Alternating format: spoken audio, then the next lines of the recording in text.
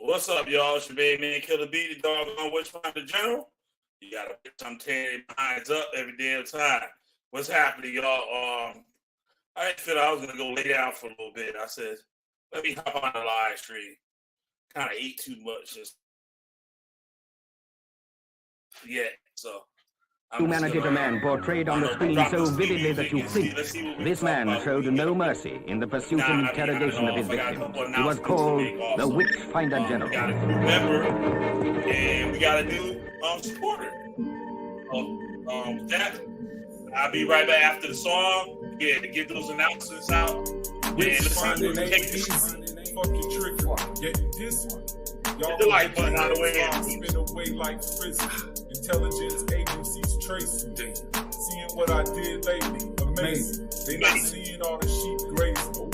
Flaming pins of Josh, get rocked. Mountaintops go fly. Right enough, fight enough. Yet I'm so nice when I expose. Fuck y'all clothes, costume shop rolls. Catch info like a stroll. Feeling old, so grab a switch. I'ma scold my foes cause they snitch. Since they can't ruin me, I'ma ruin them. That chopped off head will still spin. Burning witches in the sin. We can't lie, we can't die. I know what y'all said. Just cause flesh decay, but eternally, I don't see it that way. Pave the road clear is what you said. But you're cold leave people dead. You claim God, and God don't know you. Watch your desires overthrow you. Man fall down, man go boom. Mask wearing like doom. All caps like y'all yelling. That's a rap.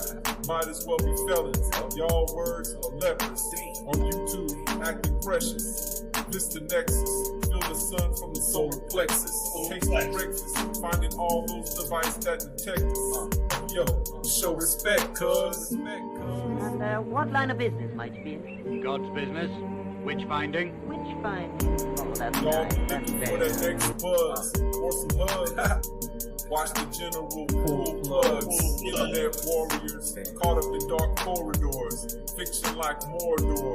Should've stayed on the floor. Y'all know no origins. Laughing orphans, even though we got royal blood coursing. No more horsing. Real life's more important. Y'all speaking curses on yourself. Claiming God and no one else. Blast you off the shelf. Burn your whole library. Seen him do it. Look, y'all claim and learn. Reading from the Jewish books. Y'all some cookie crooks. Lips caught up with a hook. Spooky beats drive me wild. Get stabbed, a knife holding child. Old man, old style. Kelp out the Nile. And I did it with a smile. Fake bruise, smell vile. Rock like Hendrix at the aisle. After a while, seeing gypsies on trial. Yeah, you, the one claiming brew. Unglued and unglued. Expose their actions fully. Call me a bully, but that's fine. This is how you get bullied straight from the mind. Burning them. Burning. Cats out there. Fine, don't forget his life button out of the way, y'all. Have a good time tonight. We'll be open panels. Yeah, everybody's invited on.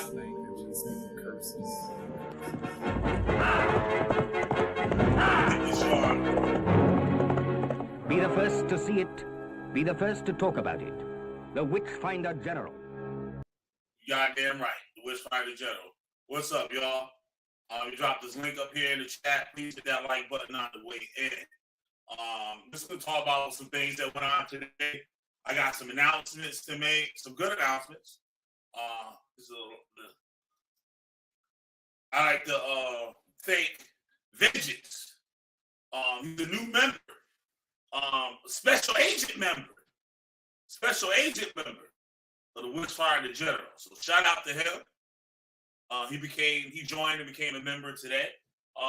And he also, some of you guys, more people could join, be members. So I can start working on that section of my YouTube channel and stuff, right?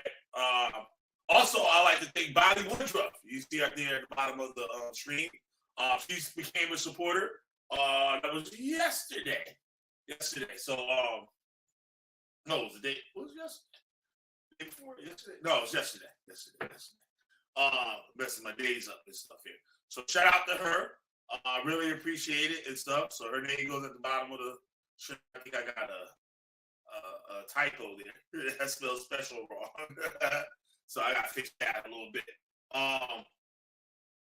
Yeah, shout out to Vengeance, shout out to Bonnie Woodruff. There'll be official videos thanking them. Probably tomorrow morning. I got it my phone charged. My phone's been acting real strange lately. So those official thank you videos are coming up.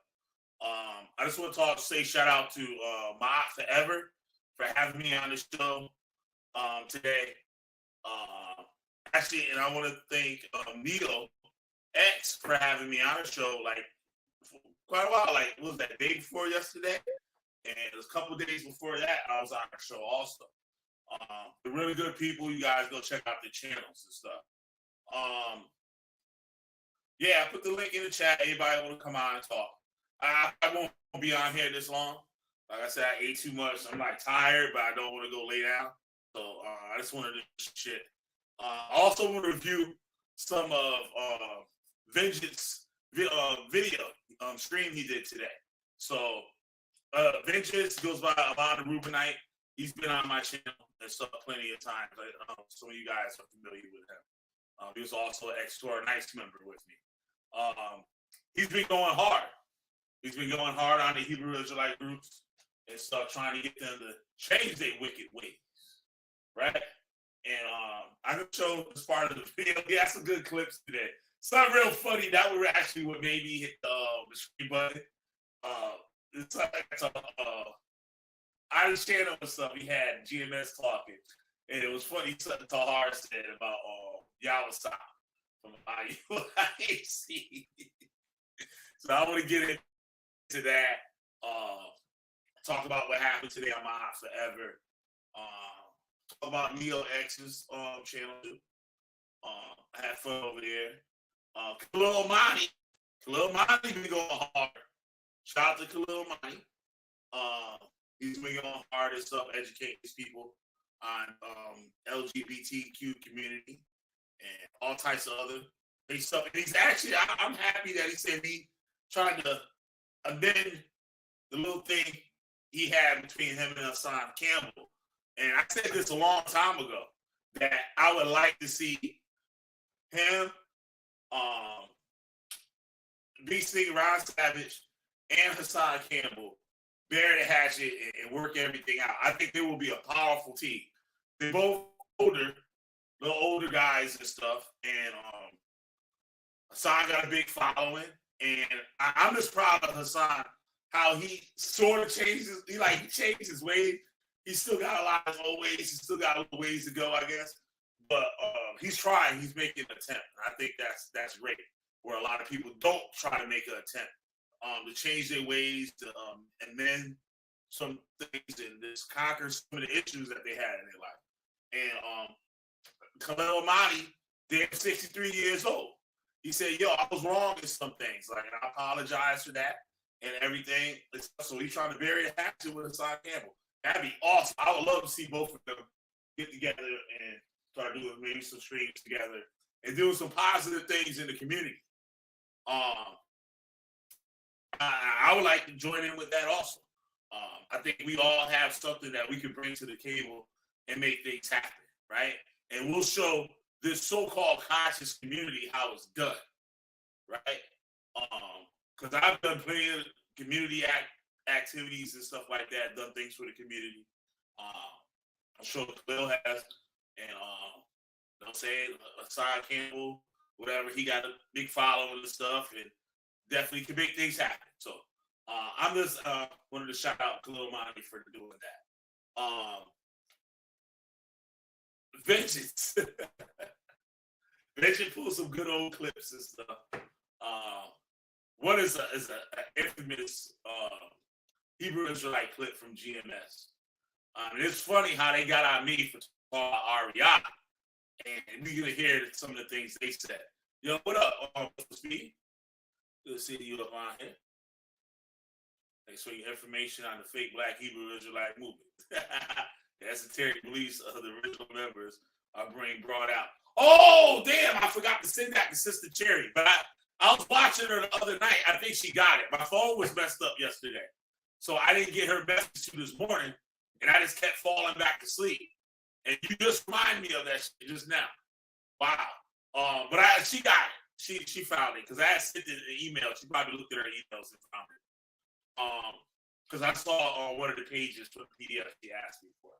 So because of stuff with jalapenos, I'm fucking tear gas myself in the house. You can't breathe with this mother. But yeah, man, it's crazy. The esoteric beliefs and stuff.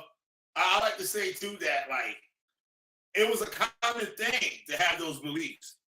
For Black people to have those beliefs, not whether they're Israelite or not, at that era, at that time in the country, you had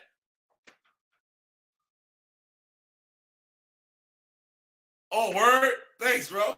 Appreciate that. Yes. So that whole esoteric thing is something that was common at that time. A lot of people was interested in a lot of mystic stuff and superstition, because that's the time too when a lot of people were migrating from the South to the North for work. And in the South, there was a lot of superstition and things like, you never sweep over somebody's foot with a broom. Don't put your hat on the damn bed and stuff like that, right? And there's a lot of other things like along with it. It has a root where it comes from. And the Hebrew Israelites used a lot of those things within their congregation. And also, what I was going to say here, a lot of Christian customs, Black Christian customs was also used in the group. Because like a lot of them have a background in the Holiness Church, the Pentecostals, and some other denominations and stuff like that. And with that, that's how they help keep the group together, basically. It's almost like how you got a white person's church, Baptist church, and a Black people's Baptist church. It's both the Baptist church, but they totally different. The links in the chat, Vegas. Come on up in here. I see you got your badge. I see you got your member badge. Rocking the members badge. I see you. You know what I'm saying? Must be nice. Ooh, man. Yeah, so I just checked and saw that you got live. I got something queued up from your stream. I'm gonna play it a little bit. It's something bad for you. I want to call you, but my phone fucked up now.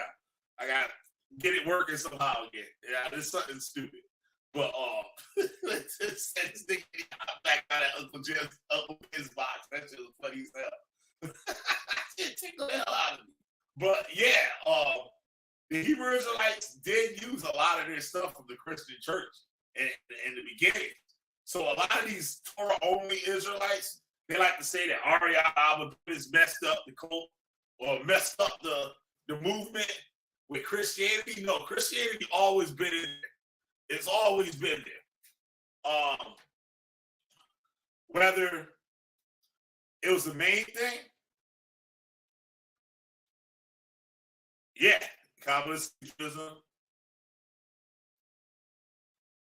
Don't put that root on them. Yep. No, he didn't distract me. He got me talking. That's good. So anything I put up in here, I'm gonna respond to it. So I'm just freestyling. So yeah, a lot of that stuff has that element in it. It's like I was telling to somebody the other day, and it was amazing what I said about like, yeah, it's like people playing the lottery numbers back in the day. They used to have these little books, these dream books. So the dream books were like, say like, all right, you dreamed about a damn a duck. In the book, you look up the duck in the book, and it'll tell you what numbers are associated with ducks, right? And then you use that to play whatever number you want to play. Like, yeah, like they used to call, like my mother was heavy in playing the lottery and stuff like that. My mother was like heavy in the lottery, like heavy. She used to write. I got calendars here from the 80s where she wrote every like number that came out on the whole calendar. Like the play 3, play 4, she got it all written down. And as a little kid, I used to study the calendar with the numbers, and I would notice that certain numbers would come out more often on certain days and stuff or whatever. Like they had things like the dead people number. I don't know why they call it this, but like 976 was called the dead people number. Why? I don't know.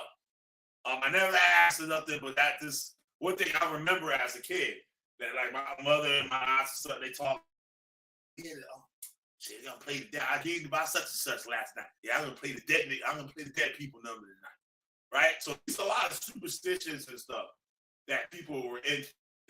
And it was a normal thing, but the Kabbalah type teachings and stuff that came from a lot of probably the Caucasian Jews that they mingled with. Sister Cherry, I think they said that they even had some white people in the congregation. So there was a show I never got to do on the Black Cantors. The Cantors are black.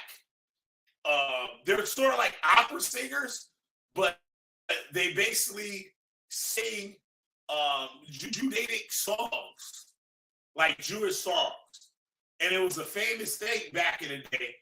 Well, it was a big thing at Black Cantors in like Harlem and New York area and stuff like that. And they were famous people. And this is where a lot of the Jewish people try to help bring a lot of black people into the entertainment industry and get on Broadway and stuff like that. There was a famous guy that was known for doing blackface. Now, a lot of people look down on blackface and stuff like that. But this guy used the blackface to help promote black song, dance, comedy, and stuff, and bring it to Broadway, to the white audience. Where, in other words, there wasn't a white audience there to see the talent that these people had. As a practicing Israelite, I can attest that 50+% of these niggas really don't follow the Bible. They follow doctored up breakdowns that been given to them by their leaders. Yep. And that's all they know is what's been given to them. You're right. Here's proof. The one commandment they don't follow. Love thy neighbor as you love yourself. Yep. For sure. That's right. That's right. Al Johnston. That's his name. Al Johnston. Yep. You got it. Al Johnston. Yep. And they said Al Johnston went through a lot of shit trying to get black people into the industry. They said when he died, there was like so many black people at his funeral that there was some people he wasn't allowed to go into a restaurant. And then they said something like he came back with a whole bunch of niggas and brought them up to the restaurant. It was a big thing. But I got to do a show on Al Johnston.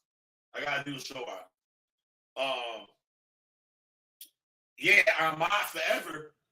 I said that it's an amazing thing.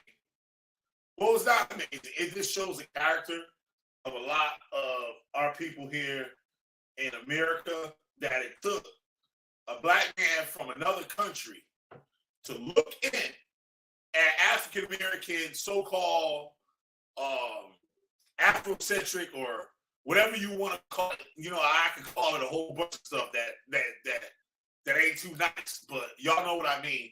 This whole blackology type circle type shit. It took a man from outside the country to take a look in and see how retarded we are for supporting these con artists. Literally supporting them. They're actually killing us, and we're supporting our demise. And I find that really crazy. Okay, you gotta get, all right, he about to come out with a finger. He about to blur Judah Nazareth ass down. He about to burn that nigga down. All right, gotta get back to it. I'm gonna come out live one day, bro. But if He's still alive in like 2 hours. I might be out. I don't know if I'm gonna last in 2 hours, but I'll try. See what happens. I might fall asleep on niggas and let somebody else take over the show. I think Nagy. I talked to Nagy a little earlier. I think Nagy was tired and shit. He was hungover from last night. Nagy was drunk as hell last night. Nagy was pounding the fucking the bottles down and shit. They blacked out. He woke me. He texted me this morning. He said, "You never guess what happened." I was like, "You ordered a bunch of hookers and shit, and they made you spend all your money on cocaine. And now you're broke." I said, "Don't worry, it happens to the best of them." He said, "No, I woke up. I drunk too much." He said, "I gotta go to work." I said, "Well, yeah, that's fucked up too. It happens." I was like, "You got drunk, you ordered a bunch of hookers and shit." But yeah, shout out to Niggy. Said, "That is what fake black Israelites don't uphold in the law." Exodus 22:21. Thou shalt neither vex a stranger nor oppress him, for ye were strangers in the land of Egypt. Yep. For sure. For sure. Yeah, I was half asleep. I was like, shit, you ordered a bunch of hookers and shit. Spent all your money on cocaine. I said, don't worry about having the best of it. I put the phone back down and shit. Yeah, I was knocked out this morning. What else? Where I was going. My forever. So he's been going hard on Sonnetter, like super hard, and bringing up a lot of the stuff that I brought up in the past 3 years and stuff like that. And they haven't. He hasn't. I mean, he's been taking some of those videos, playing them on the screen, some other videos, some more up-to-date information, and beating up on Sonnetter. Now, there's a lot of people that's mad about it. And there's a lot of people and stuff, or some people that was down with him and Sonnetter, and like, you know what I'm saying? I try to make them know today. I ain't go too hard with it. Y'all know who I'm talking about. Sitting right up over there now with the devil. With the damn devil. But was over here with me 3 goddamn years. Like he down for the movement. Right? And what he do? He sold his house. Sold his house for fame. And that's what they all wanted in the beginning. It's like I said before about him. Smile in your face the whole time they want your place. Backstabbers. They just hang out till they get what they need, and that's it. But I ain't worried about it. We still do what we doing over here. We still doing what we doing. And my forever gave me a second win. Where I was just kind of like shit. I'm like beating the dead horse. I'm like, I got 700 goddamn videos, and these niggas are still fucking with these motherfuckers. And I also addressed how the people that came out to speak against Sonnetter, that was with him, why are you speaking out now? When shit get hot, you want to throw him under the bus, but you was there with him. And now the stories you telling, if you was in the court of law, you would be locked up with him. Because you knew all the shit was going on. It didn't say nothing. Why? Money, fame, attention, shit like that. Let's get into one of these videos. But I want to play the funny thing that made me hit the button there tonight. Talk about Yama Stop from IUIC. This brother right here on the left with the glasses there, that's the first brother I ever met that told me I was an Israelite. He's from around where I live at. I met him in probably 1993 at a hospital, and he was telling me and my boy, I was in the emergency room for something stupid. And he came to me and said, you an Israelite, brother? I'm like, what? He said, yeah, you an Israelite. See, you God's chosen people, brother. Right? You know what I'm saying? Trying to wake me up or whatever. So I heard him. I was like, all right, that's cool and everything. And it wasn't until some years later that I know I see him again and knew more about the Hebrew Israelites. And then next thing you know, I'm following the shit, right? But he's a good brother, man. He's a good dude. I can never say anything bad about him. He's real. He's not all crazy. Even he's in the group. You never see him act like out of pocket, this like over top, this like all violent shit like most of them, right? He's always pretty level-headed. He's a good dude. There's a couple of people, the good people that are in these groups. Even though the groups are super bad and toxic and everything, you got people that are in these groups that actually want to do the things that the group says that they supposed to do. You know what I mean? So, talk to his brothers. He's good dude. Gonna do. This is gonna go back to being what they are, niggas, man. They're gonna go back to the Baptist Iscariot. Okay, the Judas Iscariot repent. He come back in the fold. You know? Hell no. Well, at least he killed himself. He had more character than He had more. You wouldn't do that. You wouldn't kill yourself. Judas. Wicked. I'm so shocked at that today that the elders, that one brother that killed himself, committed suicide. That was an ICJC group. I said I can imagine what those elders told him, that Most High God don't love him no more, that he spit him out, and that he might as well just go kill himself.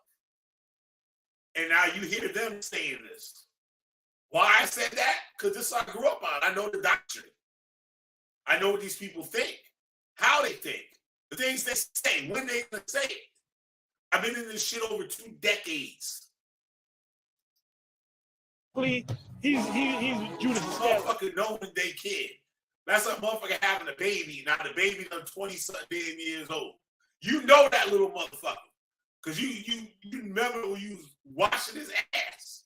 And now he's a grown man. You know what he is, what he's capable of, and how he thinks. Right or wrong. So that cult, I grew up listening to it, everything, and seeing all their movements and habits and everything, just like how you watch a kid growing up. Okay, the Judas Iscariot repent. He comes back in the fold. You know? Hell no. Well, at least he killed himself. He had more character than He had more. He said the Judas Iscariot come back in the fold? He said no. He killed himself. At least he got enough sense to kill himself. You heard what they said? You heard it? Listen. Because you don't like your Yahweh Shem Yahshua. Now, when you repent, straight up, then we can talk. Well, no, he ain't gonna repent. He ain't gonna repent. Well, the Most High shows me I don't see him repent. I see him as a wicked. Basically, he's Judas Iscariot. Okay, the Judas Iscariot repent. He comes back in the fold. You know? Hell no. Well, at least he killed himself. He had more character than He had more. You wouldn't do that. You wouldn't kill yourself. Judas. And then when the Most High He said, look, he had more character. He killed himself. Said, then you wouldn't kill yourself. So he said, you might as well kill yourself. Because you know good. That's basically what they say. Yup. It's all good. All right, that's good day. gets rid of you, what is your zombies going to do? Yeah. What the hell are they going to do? They're They're just going to go back to being what they are, niggas, man. Yeah. They're going to go back to the Baptist church, the Methodist church, Roman Catholics, rapping, going back to driving truck, you know? You hear this? Yeah. Going back to driving trucks. So you ain't supposed to drive trucks. You hear that? This is what Tar was telling people back in the day. What you going to school for? And Yahweh Shai about to come back. Why you wasting your time with that shit? He had more. You wouldn't do that. You wouldn't kill yourself. Judas. And then when the Most High gets rid of you, what is your zombies going to do? Yeah. What the hell are they going to do? They're They're just going to go back to being what they are, niggas, man. Yeah. They're going to go back to the Baptist church, the Methodist church, Roman Catholics, rapping, going back to driving truck, you know? Yeah. And Joe South gonna go back to being a janitor. No, y'all was going to jump back on that Uncle Ben rice box. That's what made me hit this button. He said, y'all was talking to go back to being a janitor. He said, no way, he's about to go back. He's going to jump back on that box, back on Uncle Ben's rice box. Oh, shit. That nigga belong. You a clown, Uncle Ben. Y'all can devote 24/7 to his wife. The marriage of and she can star in the next Excalibur movie, the new Blackie Grimes. Nancy Grimes. Let me show you. I get my ass to that music and shit. Yo, that shit funny as hell. He said, that motherfucker said he ain't go back on that Uncle Ben rice box. Ah.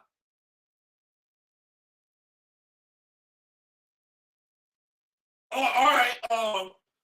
We did talk that all Israel will eventually reap the benefits of the kingdom.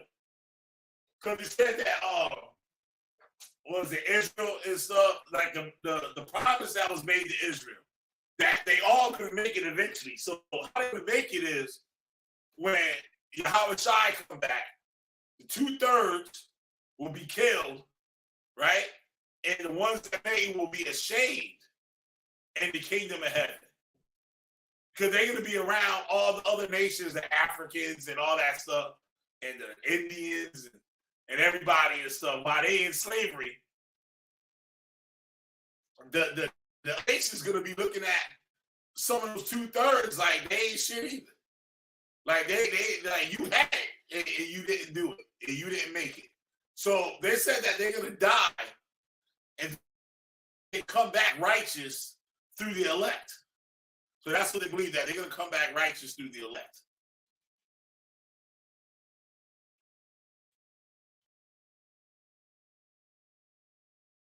Yep. So no matter what, an Israelite is going to make it to the kingdom, no matter what. They might have to die and suffer, but they're going to come back through the 144,000, through the children of the 144,000. That's how they're going to make it back into the kingdom and be right. Go ahead, brother. You guys, that's the old school shit. Who going to teach you that one? Who going to teach you that one? That's that old school shit, see? See, motherfuckers be going to these other motherfuckers and shit to try to get this Hebrew Israelite shit.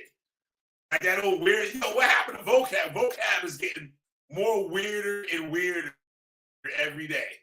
Dead ass. He gonna tell Sam Miguel the other day. Sam Miguel said, yo, hold on a second. I gotta do something real quick. So he got up. He said, yeah, go tell your wife that we're gonna be back here with some sex slaves. I'm like, what the fuck? Like, for what? He would have got pushed in his fucking shit by me if I was there, like, with him. Like, it's like, what the fuck kind of shit is that? And you were supposed to be, I guess, Christian or whatever. Like, I just been paying attention to that nigga lately, and I questioned his motive for being, doing what he doing. Well, I used to support him, and I support him because I said black people should be doing what the fuck he doing. Right? And I just watch him. And listen, I don't watch him that much. I watch him like I watch Judah Nazareth. I get that nigga like 5 minutes. Right? But it seems like I always catching him like down talking. Like he did that shit to Cherry and shit one night. I'm like, yo, I'll whip this motherfucker ass if I see this motherfucker out here. This off the jump. Dead ass. I don't care what nobody think about it either. But like it's weird. It's almost like I just Cherry business and shit like that out here. But this motherfucker was like doubting the work that she do. I'm like, what? And then he did some other shit with somebody else. I can't think of it right now. And like I'm just like, well, goddamn. And then come to find out, I'm like, oh, this nigga adulterer? Like, you need to sit your ass down, nigga. And that shit wasn't that hard Shield Squad shit or whatever. I heard that this is what I heard. So I heard that the Shield Squad broke up. Vocab got caught being an adulterer. And they made his ass step down from that motherfucking shit. So if you got caught being an adulterer, your ass need to go sit the fuck down. And go listen to somebody else. Motherfuckers don't need to be listening to you. And another thing on the record is that I'm like, why are you so invested in Hebrew Israelites? They come to find out he a Calvinist, but you look up the Calvinist beliefs, that shit parallel with the motherfucking Hebrew Israelites. That shit really no different. It's literally like the same doctrine. It's literally the same fucking doctrine. You see it? Well, I'm just like, man, this is wild, yo. This shit wild. And where are all the motherfuckers he was down with before? Where they at? This nigga writing books and all types of motherfucking shit, doing lectures and bullshit. And like y'all remember what you call it? What you call that shit? The Blitz, the church Blitz at IUIC. I remember you said that he had secret teachers. Now, I never knew that one, Killer B. I do remember you said they have secret teachers. Now, I mean, yeah, that really wasn't a secret one. But when you look at the Hebrew Israelites today, those are people that really weren't embedded in the group like that. Like how, like you join an internet Hebrew Israelite group, right? And then you leave that group and start your own group. It's just going to be watered down from the group you left. It's going to be watered down information. Like you wasn't in there long enough to even learn nothing. You know what I'm saying? You wouldn't start your own group like I can do this myself. You know what I'm saying? So like that shit kind of crazy. You should, but back to this nigga, right? Like the IUIC did the shit where they standing in front of the churches and shit like that. Like, you know, a lot of y'all was talking about that shit, how that shit wasn't right. And then I found GMS. GMS be on the nigga ass. That's one thing about GMS.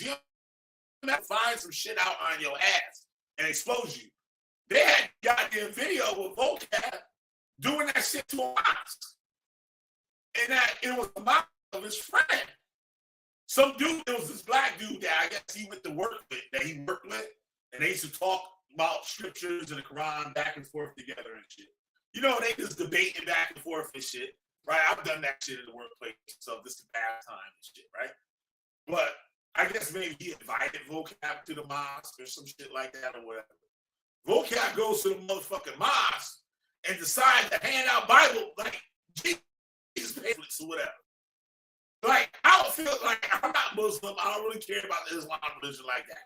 And none of that shit. But still, like, if that's your boy and it worked, y'all cool, having different opinions, going back and forth. But, like, that's a form of straight up disrespect. Like, he should have got his ass whooped for that. That's what I feel. Like, you know what I'm saying? And the dude was out there taking the pamphlets from the people. Taking it from the motherfuckers. And I know Islam don't say that to do no shit like that. Islam don't teach you to do no shit like that. You go stand up in front of some church and try to stop the people from going up in there. If that's their religion, that's their religion. This is America. And like, I just like with this nigga around the time when they was with that dude, that James White, Tom White, whatever the fuck his name was, or something.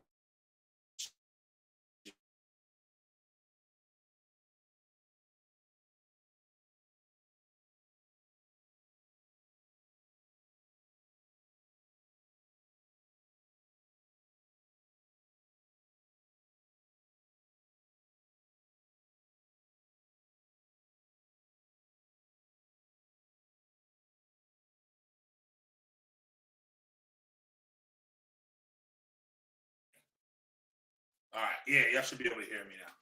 But yeah,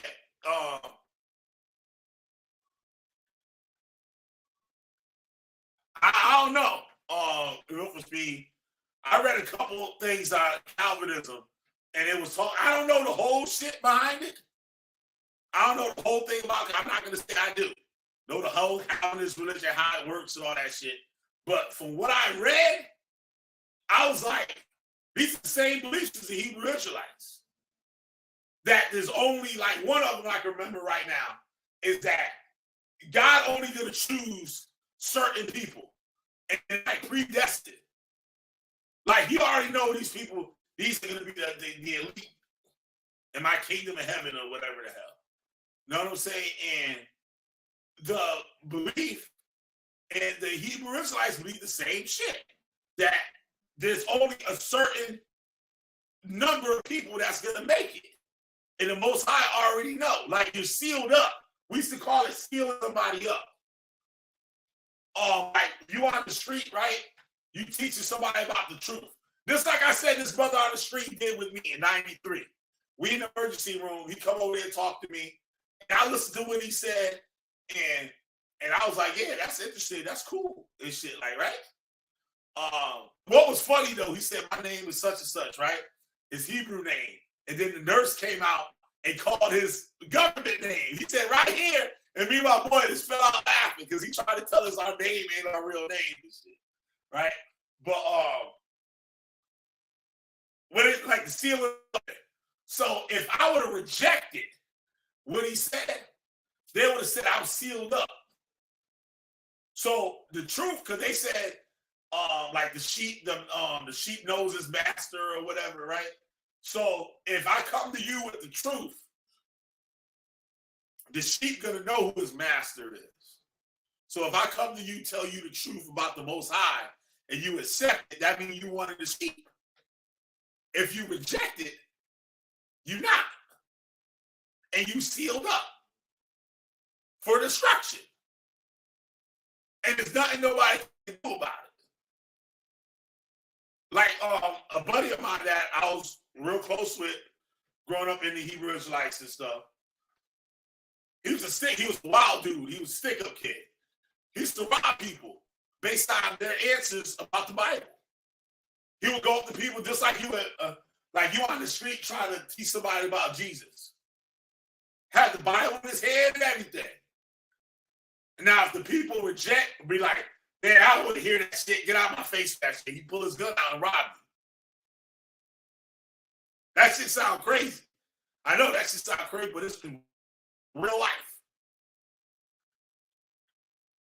He had that big ass 357 or had that sawed-off shotgun under his hoodie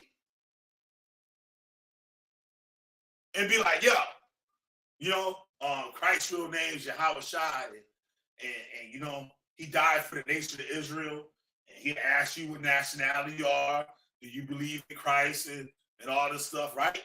They start talking crazy.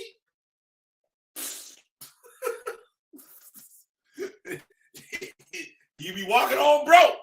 Like, you know what I'm saying? You're going to have to give that shit up, and then you're going to believe in Christ after that. You're going to believe in him after that. But I know that's a wild shit, but it's some real shit. That's how crazy the world could get. But yeah, I saw that. I'll do a show on it. I just haven't had time to be studying because I really don't give a shit that much anymore about half the shit. Like, to tell you the truth, to be studying it. I'm not saying I don't give a shit, but I don't give a shit enough to study it, to spend time on it, studying that hardcore on it. Like, I can look over some shit and tell if I'm interested and go further with it or not. Some of the stuff is just like, the motherfuckers supposed to just understand this shit off the rip. I shouldn't have to do a show on this shit. Right? But yeah, but homeboy tell with the cross-dresser nigga, and I'm just like, the fuck, man? The fuck is going on? And we was on San Miguel channel like some months back, me and Nagy, and he started taking shots at Nagy, like trying to insinuate Negi like a homo or some shit like that. I was looking at this nigga and shit. I was like, what the fuck? Like, where is this shit coming from? And why do you pick Negi to pick on? Why don't pick on me? Pick on me, nigga. Motherfuckers choose their battles, try to find the weak vessel. We talk about that a lot in the scripture, talking about the weak vessel or some shit like that. I forgot how the scripture went. But it's basically when somebody try to pick their battle, they look for the weak link to fuck with. But yeah, man, I be feeling some type of way sometimes and shit. I get a little crazy. But I've been noticing that. And it seems like this motherfucker on drugs or he an alcoholic or something now or something. Like his whole mannerism, maybe it been like that. I didn't notice it. But lately, I've been looking. I just been noticing that motherfucker been mad off. Like it's something else going on. But yeah, when I heard that adultery shit, and G-Man said it. They went to G-Man. And G-Man was like, yeah, that nigga adulterer. That motherfucker adulterer. Because I remember that might have been like some backlash too, because they got on G-Man over a rap song. Like there was somebody in G-Man made a rap song about G-Man or something. So G-Man tried to shoot back with a rap song. Because that's some real shit. G-Man was the first Christian I ever seen go at the Hebrew Israelites face to face. Like what Vocab Malone doing, that's G-Man. That's G-Man's spot. G-Man was the first one doing that. Straight up. And yeah, I heard they got out about saying his rap song wasn't Christian or so. So fucking what? What he got to recite verses and shit in his rap song? Say who says that? Say like, how you gonna put that on somebody? It wasn't and it wasn't nothing crazy. G-Man wasn't cussing in that motherfucker. He was talking like a damn Killer B, that's for sure. Know what I'm saying? He might have said something like, I don't even remember. I remember the song, but I don't remember what was being said. It was nothing crazy. And like, you can't even like picture G-Man saying, imagine G-Man talking like me. Like, y'all can't even picture that shit in y'all heads.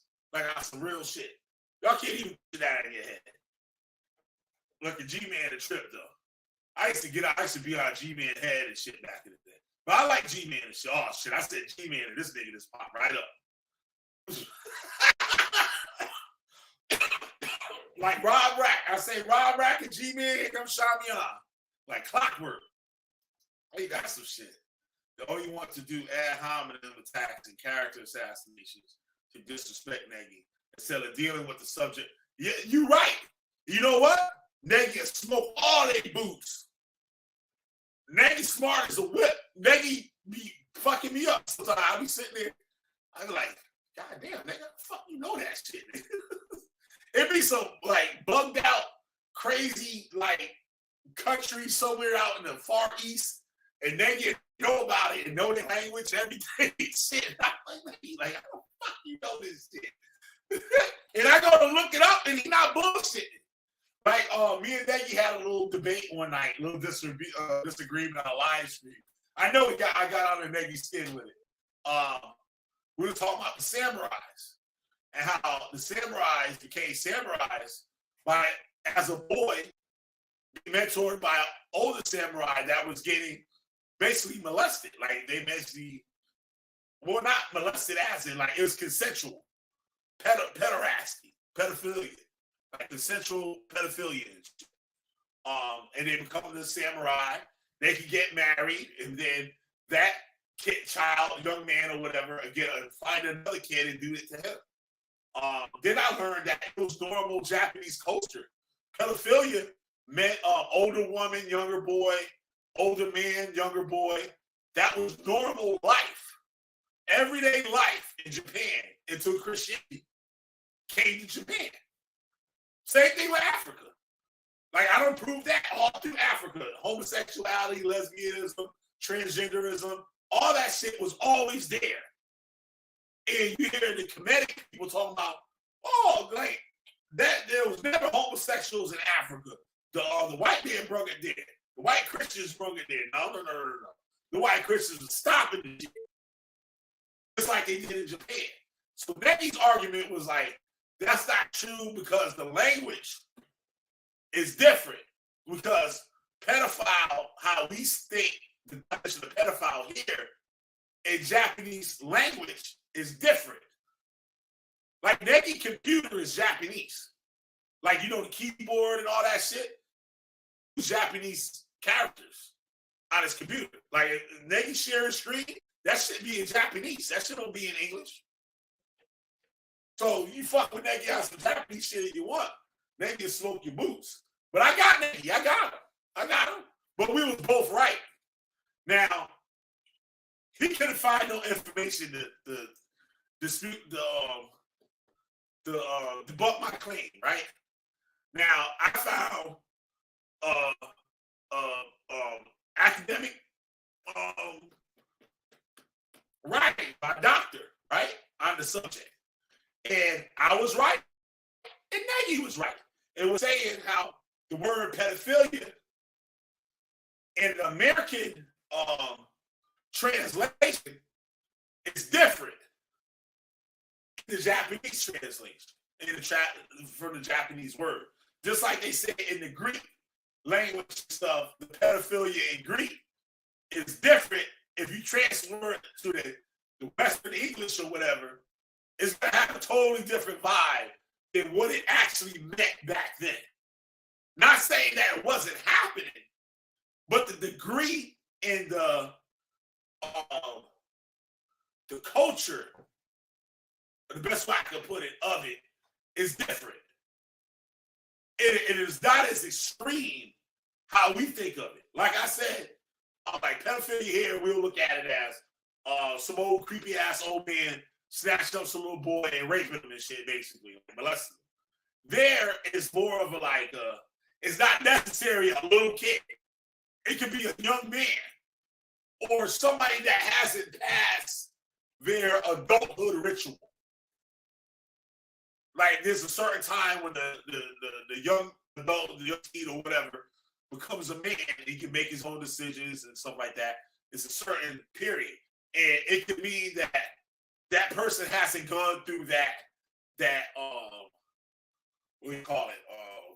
Rite of passage or ritual or whatever. It hasn't been completed or something. So it is what it is, but the extremity in it, because of the culture, you know what I'm saying, is looked at very different out the West in English than it actually was looked at, and how it was practiced was different.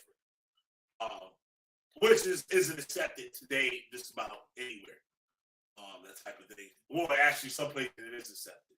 Like they said in Afghanistan, the soldiers weren't allowed to interfere with the young boys that were like eunuchs for the imams. I actually know a soldier and stuff, special forces, all this shit. They said, yo, we couldn't intervene with that shit because that's their culture. Like under the laws of war or whatever, they couldn't really do anything about that shit. And they're protecting these people. They got to protect those people. And they got little boys dressed like women, like running around the little mud hut or whatever and shit, serving the imams and shit, fucking candy and fucking bullshit. Shit crazy. This is a leave G-Man alone, man. Stop not always fucking with G-Man, you know? Stay fucking with G-Man. Takayama, you come. What the fuck? Is that supposed to be the Black Samurai? Because I got to do the answer. That shit. I say that Black Samurai shit, they were fucking that nigga. They're trying to say he was an Israelite, but he was actually a man from Nigeria, they said. Yeah. Yep. Because the mannerism was completely different. Yeah. Right. It was considered normal. So I got Negi on that one and shit. Nagy did a response video, right? And he didn't have, I thought he was gonna say some shit. Then he just like he beat around the bush. So I was like, I showed him what I had. I'm like, Nagy, I can clean your ass up right now. I can hit that button and clean your ass up right now, Nagy. And shit, I never released it. I might do a video on it though, so I still got the information. Yeah, cannibalism too. Judah Nat. Yeah, it's funny though how shit, I forgot mine. Yeah, how they were saying with the homosexuality thing, Africa, like it's so much super wannabe super masculine shit that they want to put out of Africa when it was just like everywhere else in the world. The soldiers and stuff would have sexual relations with the younger soldiers. I've been doing a lot of research on like the LGBT Black history. And a lot of shit that I found will fuck y'all heads up. Like big time, like fuck y'all heads up. Y'all be like, what the fuck? I ain't never heard this shit before. Like the Black Cowboys. I know we heard of Black Cowboys like Deadwood Dick. What was another one? Deadwood Dick, Nate Love, Deadwood Dick, and then you had another one and shit, right? But it was a large. I know. The dude's not an Israelite. Yup. There was a lot of homosexuality going on in the West with these cattle like drivers. You got to think about it too. There's no women around, none, and you're traveling hundreds of miles to bring some cattle to market. Hundreds of miles. You out there for I don't know how long. And when I saw the thing, actually I might play it. I might find it and play it. Yeah, I'm gonna find that shit and play it. Hold on. I might go back to the Ventures thing. Hold on 1 second.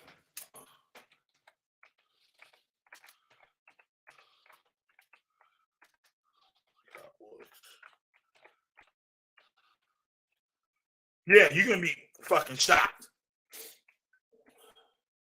There we go. Right here.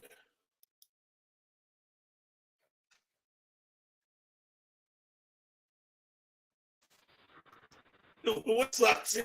Now that I've been researching all this shit, all my goddamn ads and shit got to do something with the LGBT community. That shit trying to be done. I'm like, what the fuck? Wait, hold on.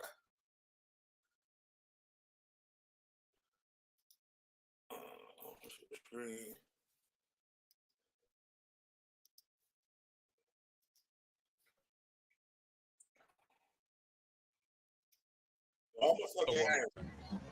Did you tell me that? Check this out. Welcome to the Black Gay History Channel. Please like this video and subscribe to this channel for more captivating content. Cowboys are important historical figures in American culture and iconography. Many people equate the idea of cowboys as manly gunslingers, and on some level this may be true. But over the years, the truth about who cowboys actually were became obscured by racism and homophobia. Racism made cowboys seem like white heroic figures, and homophobia erased the truths of real Western life.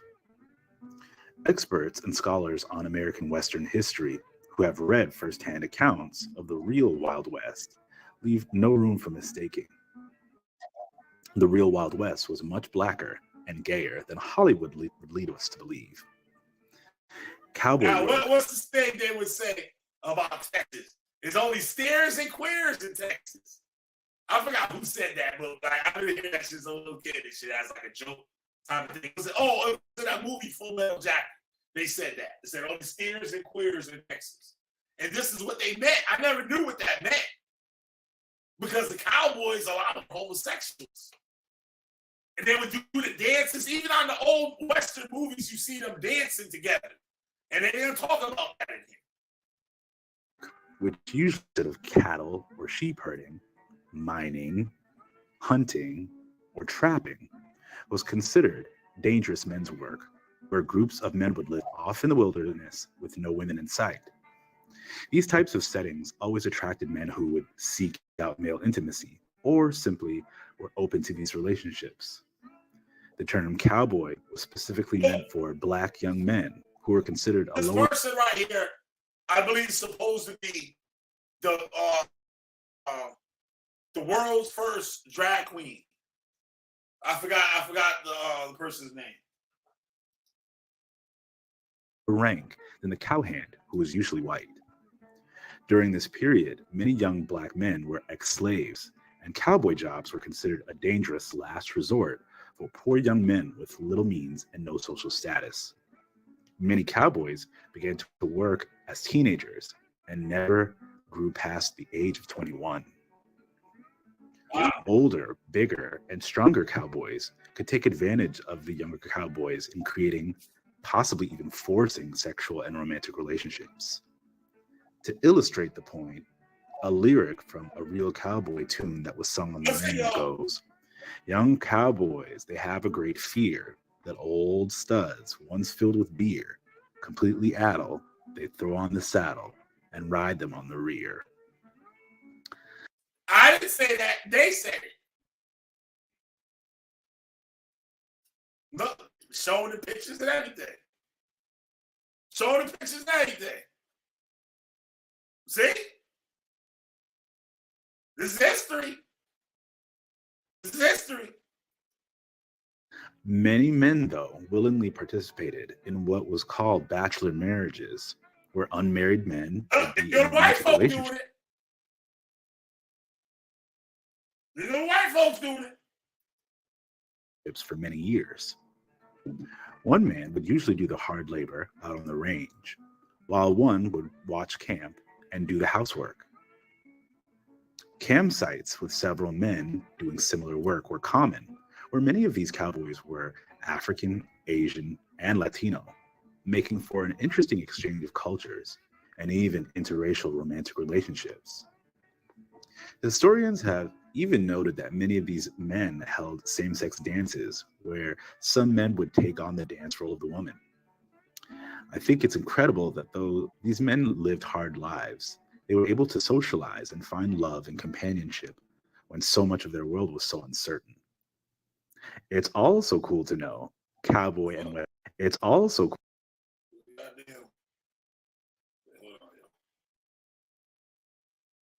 has always been black and queer. Yeehaw.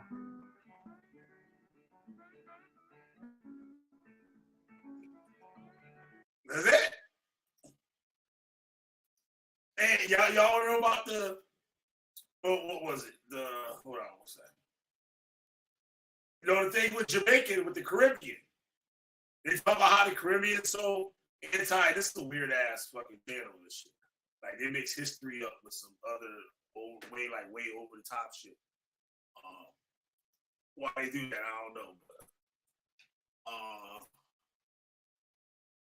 But colonial period. Hold on. This shit out. I was like, what the fuck?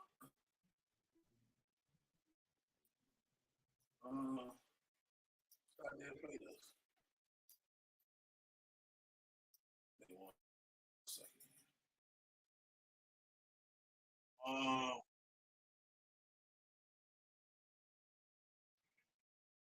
That's not it.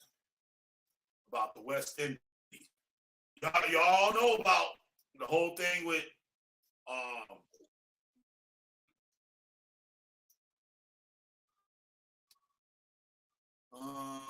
where is it?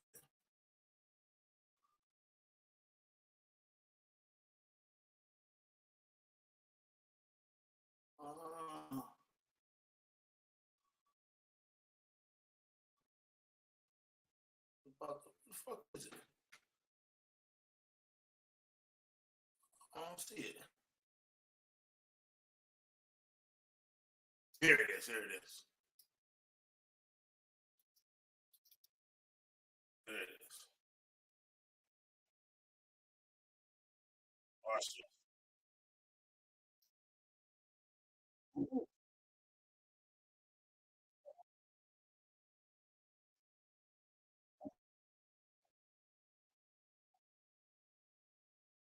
Let's see what they say.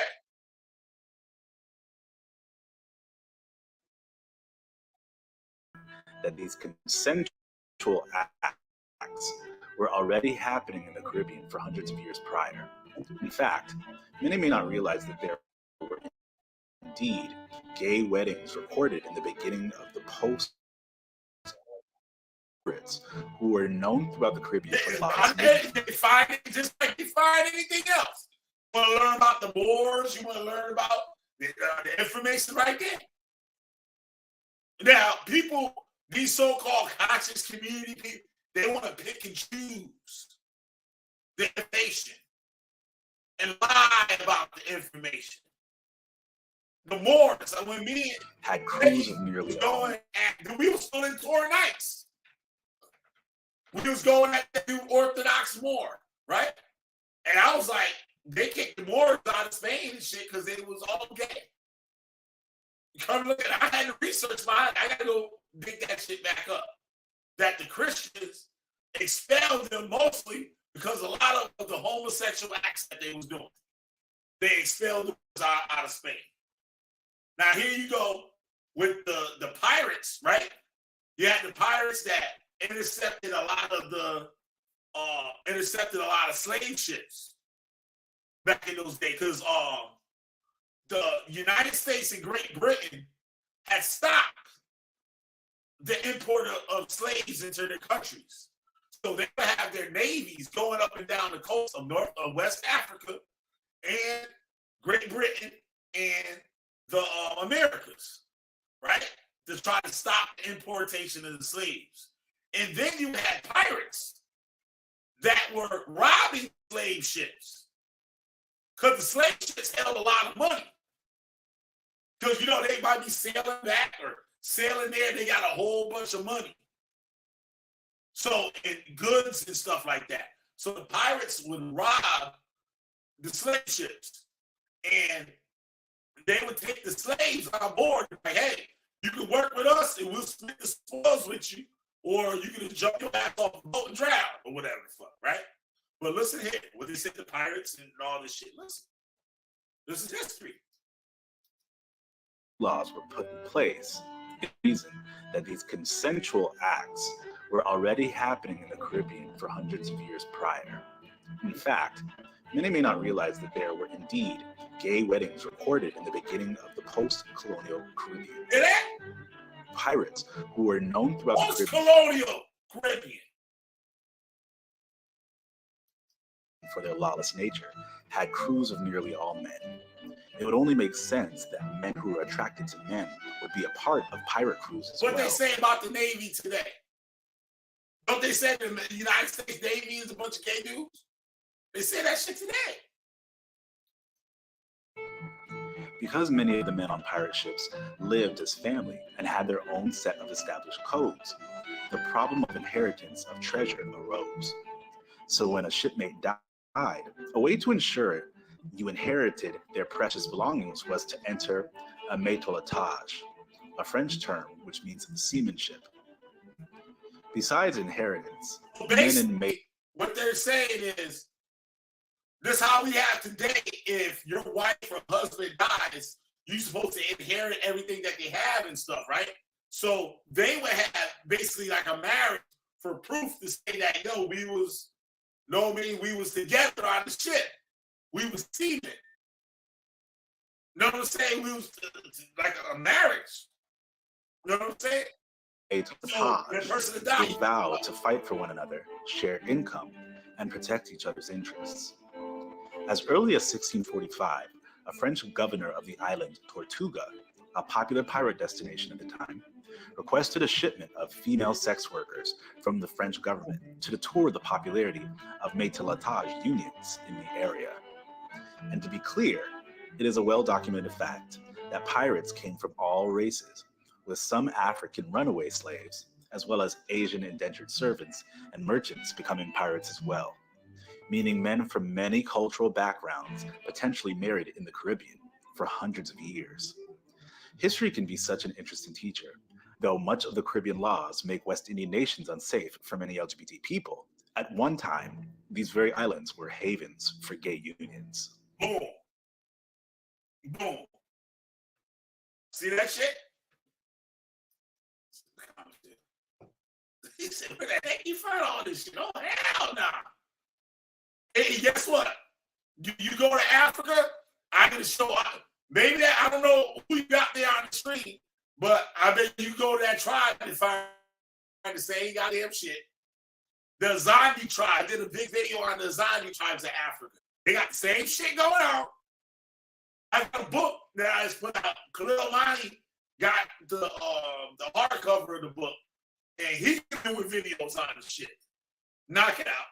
All the Afrocentrics with their bullshit, saying that shit didn't exist and that the white man brought it there. That shit been there long before the white man even got there.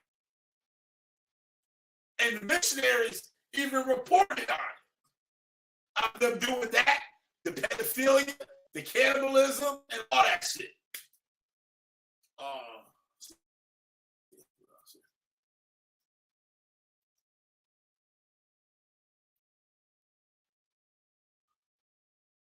Told, unless the word of Sabbath had left to us a posterity, we would have become like Sodom and would have resembled Gomorrah. Now, this one thing, check this out, Bill for Speed, was Sodom and Gomorrah, the whole thing behind Sodom and Gomorrah, did it have anything to do with homosexuality? I would say no. I gotta dig the scriptures. I'm gonna do a show. I might do a show on it. I'm just going to bring Khalil Mani on here for that. It was about hospitality, not homosexuality. Now, for people to say that Sodom or whatever was a place with a city of homosexuals, it wouldn't make sense to have a city of homosexual. Like there'll be no women. So how could a city be a city if there's all dudes? Like, who put all the motherfuckers there? They would have to be all the same age or whatever. Like, you know what I'm saying? It just doesn't make sense. When you dive into it, it's not talking about sexual acts. They got the part where they said, bring that nigga on out here so we can lay with him and stuff. But that wasn't the whole thing about it. It was more about how these people weren't accepted. And those angels were accepted, or about how the what's the word? Roll on my tongue weird. The hospitality of the people. The moral I know how y'all Christians is, Liz. I know how it is. I gotta bring it to you. I gotta bring the information.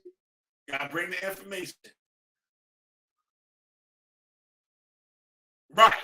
Yep, you're absolutely right. The fake Black Hebrew Israelites pretend to be blind and deaf concerning the Christian British abolitionists.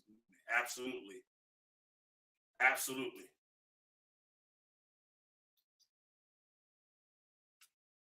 I got this book. It probably got about 15 tribes in that goddamn book. Documented proof. Pirates of the Caribbean on flip mode. Yeah, man, it's crazy. So I said to myself, I gotta keep it 100. I'm like, yo, okay, if I'm fighting to free these people from these goddamn cults, I gotta fight for everybody. And human rights for one, being human rights, civil rights. People fought for civil rights. Civil rights wasn't created just for Black people. Civil rights was created for all people. All people. When you go to work, you go to clock in, or you in the lunchroom, or the meeting room, they got a poster on the wall that talks about your civil rights and being discriminated against in the workplace. The 800 number, all that shit. People supposed to be protected. And with the civil rights movement, did you know, Bill for Speed, that the civil rights movement in America was started by a gay man. Bayard Rustin started the civil rights movement, the nonviolent civil rights movement. He taught Martin Luther King how to do nonviolent protests. Bayard Rustin is the one that organized the March on Washington.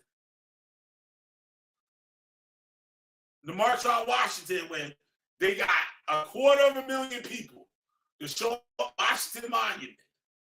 Within 30 days, he organized that. Within 30 days. And you know, they didn't want that man to speak at his own event that he organized.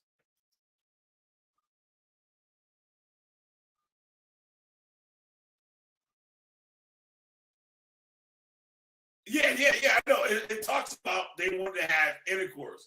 But I'm saying that wasn't the reason that the city was destroyed. It was what's the word that I'm looking for? And there's another precept of the scripture to back it up. I got to find out. I probably look that shit up tonight. But it goes into talk about it's in the New Testament too, I believe. And it talks about when it mentions Sodom and Gomorrah, it's not mentioning nothing about no gay shit. It's mentioning about how these angels was treated, how they wasn't accepted, and how they wanted to be mean and just do fucked up shit to them. It is basically about the hospitality of the people, and not necessarily that one little single act where they said, "Yo, let that nigga out of here so we can lay with him." I'll dig it up. I'll try to find it. Shit, I might pull that shit up on Amani's shit if I can find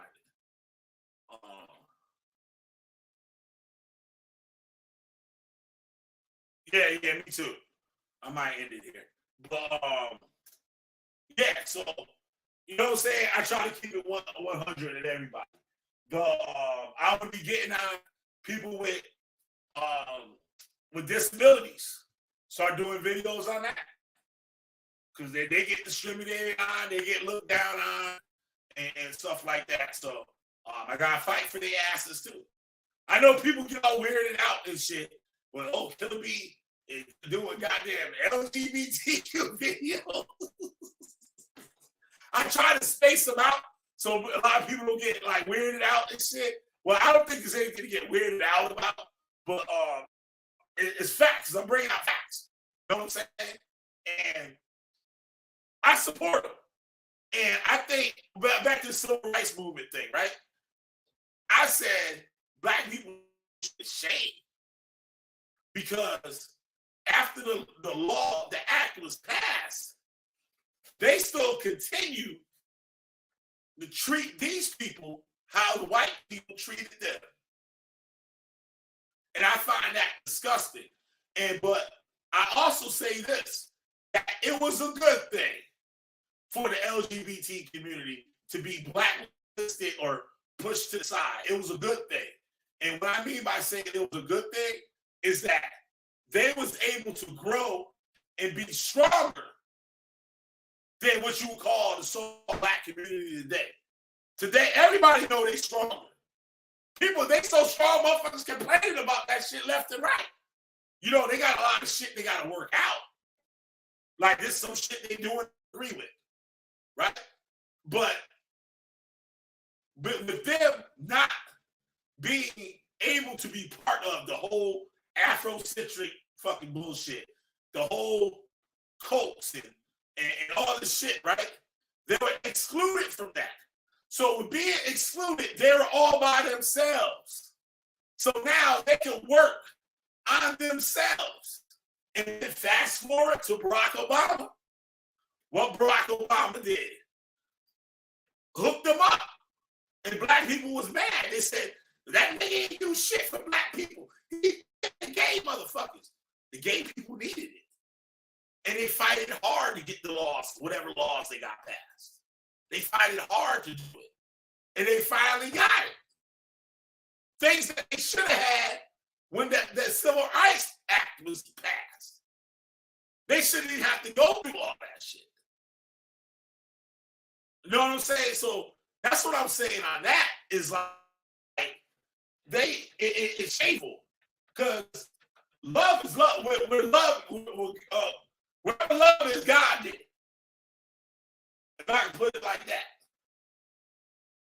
So these people, they alienated from everybody, and they was able to work, make their own communities, make their own little circles, get things done. Shit, they in politics now and everything, they get things passed that they should have been at. And I just find it mad crazy. Look at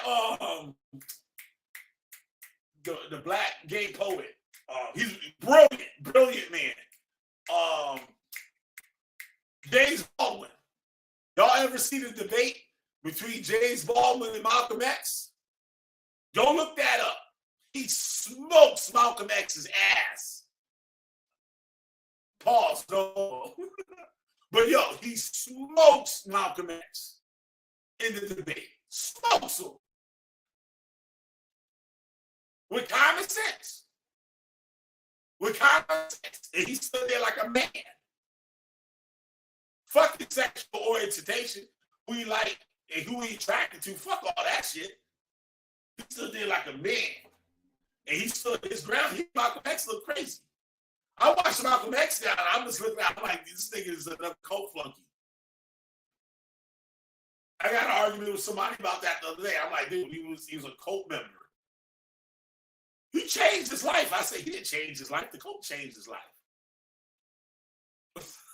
The cult changed him. Know what I'm saying? It wasn't like he decided, like, I don't need to do that. No, the cult made him do that. He had no choice but to change. The cult did it. Not saying he didn't have good intentions. I'm not saying that. Who saw the movie that came out like last year, the year before last? That was about Malcolm X. I think it was who? Not Smokey Robinson. Malcolm X. And some other black entertainment. It was a movie. I think it was called like Last Friday Night or some shit like that. And I had Muhammad Ali in it. Muhammad Ali, Malcolm X, and who's the other singer? Was it Isaac Hayes? I forgot the name. It's a great movie. And it shows the mentality of a person that's in the cult compared to the normal everyday person. It was crazy. We differ on that. We differ on that one, Killer B. The gay community doesn't meet the criteria of civil rights violations that the black community experienced. Okay. I can see that one for a show. What's up, E Bizzle? You new here. I never seen you here before. Thank you for coming in. I can leave that one bit for speed. I can have some people out here. We're gonna talk about that. That's gonna be a good show right there. That's good. I can say that. I'm not even saying nothing else on that. I can leave that for a show. People up out here. We'll talk about that.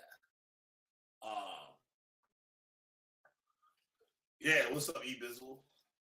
Yeah, you new here. What's up, E? Yeah, man. So I try to keep it 100 with everybody and shit. Like, I got a friend and shit that's queer. He cool up. Like, you know what I mean? And I've done a lot of wicked ass shit when I was a Hebrew Israelite to that community. Say wicked ass shit. Like, I had some family members and that, and I just say some out of pocket ass shit. And when I'm out the cult, I look at it, I'm like, yo, I'm a fucking asshole. I'm a stupid motherfucker and shit. So that's my way of trying to right my wrong. Right? And know what's heavy too? I was thinking about how the church had a lot of them. They kept it under wraps. They wouldn't talk about them, but they were some of the most productive people in the church. I spoke on this not too long ago, or maybe this was on somebody else's channel. When I was a kid, the choir director. When I was a little kid, I sung in the choir and shit. We had a gay choir director. Like, I knew it was gay. I didn't know what gay was or no shit like that. You know, we call the F word or whatever. But like, we all knew that. The whole congregation knew about this man. He ended up dying of AIDS. He died of AIDS in the 80s, like when we were still little kids and stuff like that. But you know what I'm saying? I remember he was a nice dude. He was a cool dude. And like mother taught us how to sing and you know what I'm saying, how to do like the boobas and you know what I mean, how to read his hand, how his hands like this, we need you to do this and stuff like that. And you see that a lot. You hear people talk about that a lot. Now, the scriptures talk about eunuchs. A eunuch is a castrated man. You talk about the Ethiopian eunuch. The eunuch is a person that a king or someone would have within his castle or whatever, and he's like a trusted person. He's a trusted person and he's trusted because he wanted. All right, if I had a house, right, I had a lot of money, and I got a wife, and I go to work every day, and my wife stays at home, and I need somebody to run errands for my wife, to watch out, to guard the house, and all this stuff. I wouldn't have 50 Cent here watching my wife. I wouldn't want to have 50 Cent here because some other shit might be going on while I'm at work, right? So I would have this castrated person that has no testosterone anymore in his body. That's acting real feminine, just like my wife. And that person will be watching the house and protecting the family secrets or whatever was going on. The scriptures say that the eunuch has God said that the eunuch will have a special memorial, a special place in the kingdom of heaven. It said, don't worry. It said you can have a special place. Special place. So I would like Christians to address that. That's something I would like to hear Sister Cherry's breakdown on that scripture. A eunuch, you look up a eunuch and tell you what the fuck a eunuch is. It's a castrated man. And then you see the videos of the eunuchs, they look like they're like transgenders.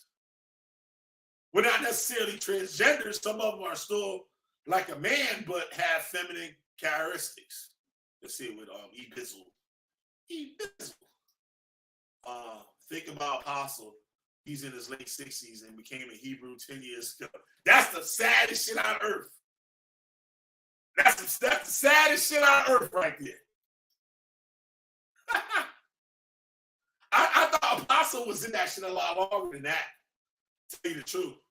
He only been in that shit 10 years. I heard him talk. He knows some old school shit, though. He knows some old school, like, breakdowns that the other Israelites don't say. He wrapped up all tight. The BOCC?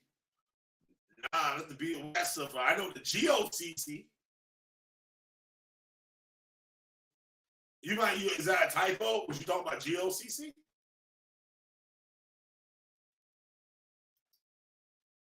All right, let's see. BOCC. Are you talking about, you mean BOCC or GOCC? Recall from GOCC. I knew about them. And when that whole thing split kind of happened, I forgot exactly how that came about, but they were like a leader group and stuff. They fucked up a lot of people too. GOCC had people going to Egypt, and they was taking their passport from them and leaving them dry, high and dry in Egypt. Yup.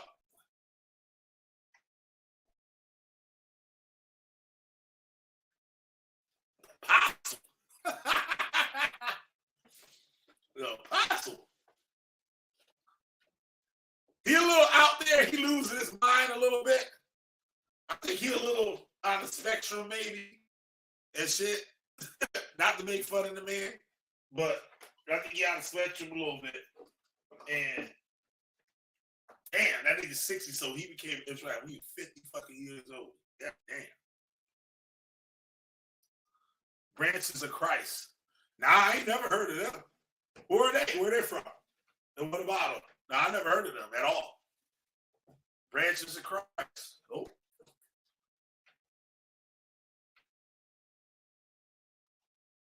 Nah, I never even heard of them. Never heard of them at all.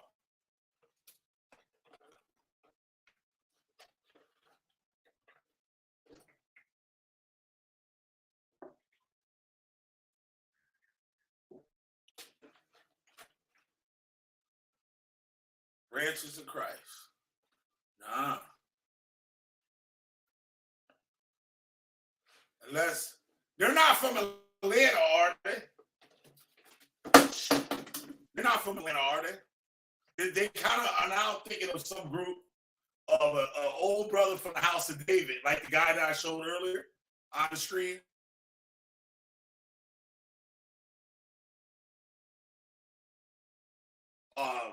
Somebody that came on here a while back and said, let me see what Bill Speed put up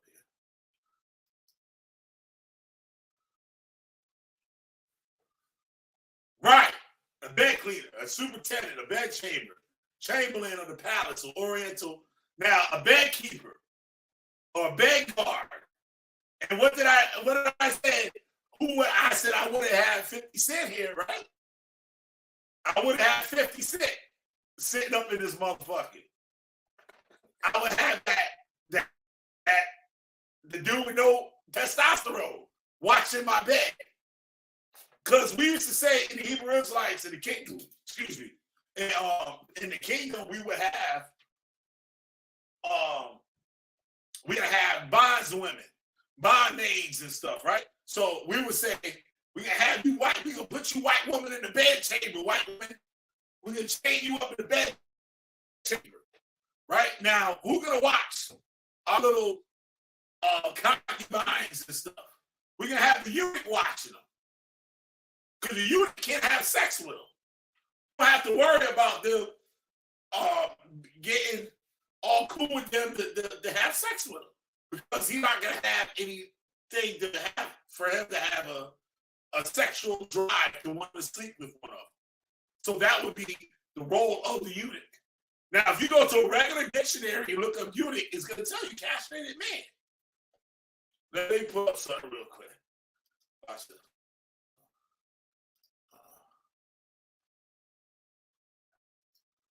Eunuch.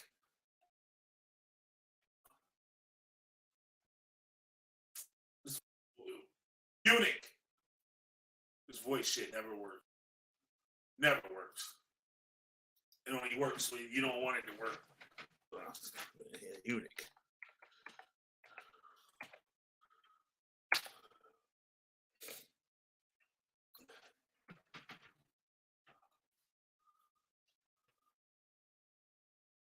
All right.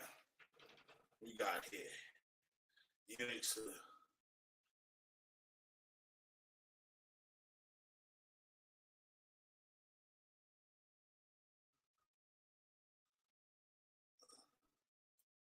There you go. No, I never heard.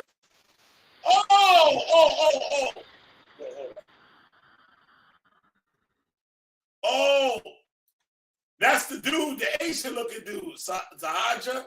That's the dude that was from he was down with GOC. I mean, he was down with GMS back in the day. He was from Boston. And got the dude from Boston, Asian, Native American looking dude from Boston. I think his name is Sahaja.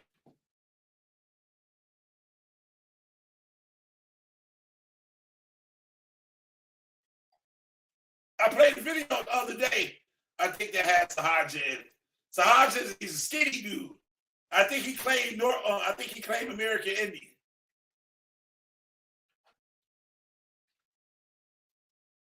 I think he claimed American Indian. Check this out, Bill for Speed.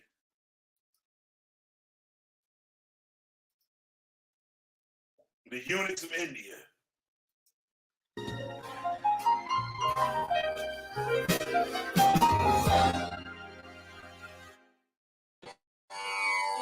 Mona Ahmed is a living taboo. If I had another life, then I would just pray to God and ask Him to make me either a complete man or a complete woman, and not a mixture, not an in-between. This life is no life. Mona belongs to a group known in India as Hidras, or eunuchs. Indians consider Hidras to be an entirely separate gender. Like most eunuchs, Mona was born physically male, but in her heart, she felt very different.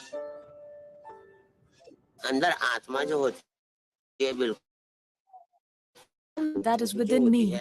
I have always felt like a girl, and I had never considered myself a boy. To find a place in society, Mona embraced.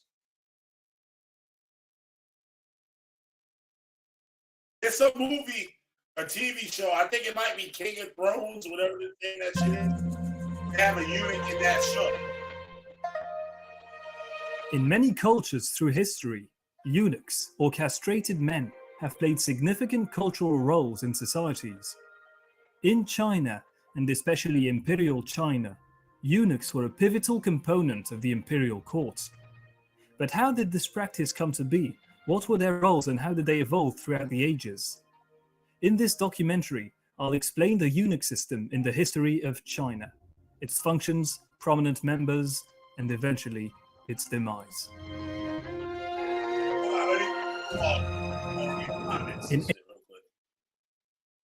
I done gave Bill for Speed the second win and shit. He up now. Oh, hell no, Killer B. You ain't telling me goddamn. Yeah, you was going to the goddamn king. Hell no, nigga. Who support Numa's wives, the superintendent of the women's apartments or harem. The office held by eunuchs, an emasculated man. A eunuch, in Oriental courts held by other offices is a greater hell. Yep. Notice how Zabak is very low key as far as do it in the interview. Yeah, I haven't heard anything from Zabak in a long time. That's true. Zabak always was in some shit. A speech, definition, eunuch, a bed, a castrated person. Employed to orient the bedchambers, just like I said about the bedchamber. They're important so that they couldn't sleep with the women. A married man or amplification of Chamberlain, officer. Yeah, they became very important people. Here's another good example. This ties in with the Hebrew Israelites. The Hebrews, Zahar showed us this video, this movie called Vlad the Impaler. It's like the historical history of Dracula. You know how they got Dracula and shit? Well, his real name is Vlad. Vlad Dracul. That was his name. He was in royalty in Romania. And what had happened, his father was like a king or something, and they was part of the old church, right? The Christian church. And I believe it was like Orthodox or something. I don't think it was Catholic. It was Orthodox. And what happened was that the Crusades broke out, and you had the Ottoman Empire came and killed Dracul's father, and took Dracul, Vlad, Dracul and his brother into captivity back to Turkey, to Istanbul. And what happened is Vlad was put to hard labor, but his little brother became a eunuch. His little brother, his whole time in captivity, he was right next to the Sultan as a eunuch, as a very, they show it in the movie, a very feminine man. But at the time, Vlad was able to get out from the hard labor and to go out, and his brother stayed with the Ottomans, and he went to fight against the Ottomans and stuff. and he actually met his brother in battle against each other and stuff. Because his brother not only was a eunuch, but also became a high person in the land because of his close relations with the king, with the sultan and stuff like that. So he could become maybe a governor or a mayor or something like that in some province or city of the empire. So they became prominent people and actual, like they say, I don't know how true it is. I never really looked it up, but they said that, was it Daniel? I think they said Daniel was a eunuch. Daniel or maybe Jeremiah, one of the two. I forgot who it was. That was in the Babylonian or Assyrian Empire. Under the Babylonians, he was a eunuch. Deuteronomy. No one who is emasculated or has his male organ cut off should enter.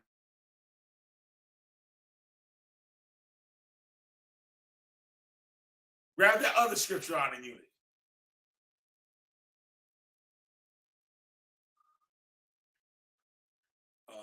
Yep, from Boston area. Yeah. I know what he's talking about. He's been around a long time. I think he came in the Hebrew Israelites around the same time as me.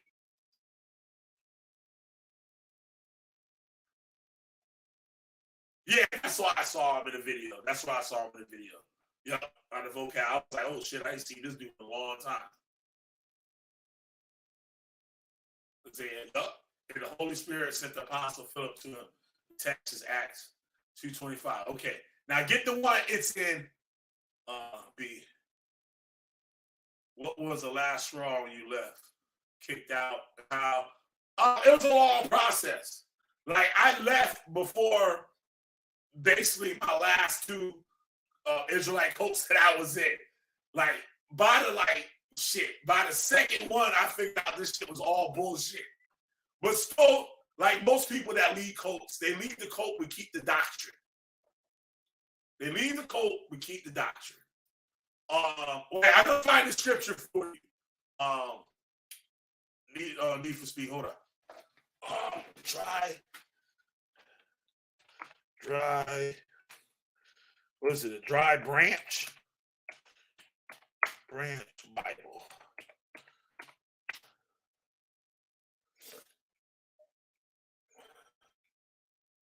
Dry tree. This is it. Damn, that shit came out crazy looking. Dry branch. Okay, let me put eunuch in there.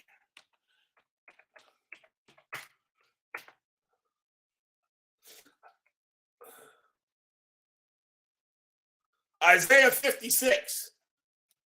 I think that's what it is. Isaiah 56. Let's see here. Isaiah 56.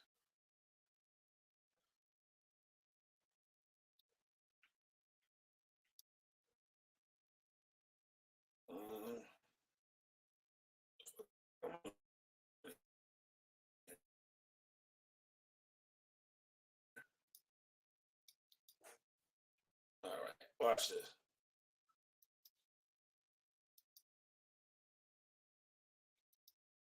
Isaiah 56. I believe that's the right one.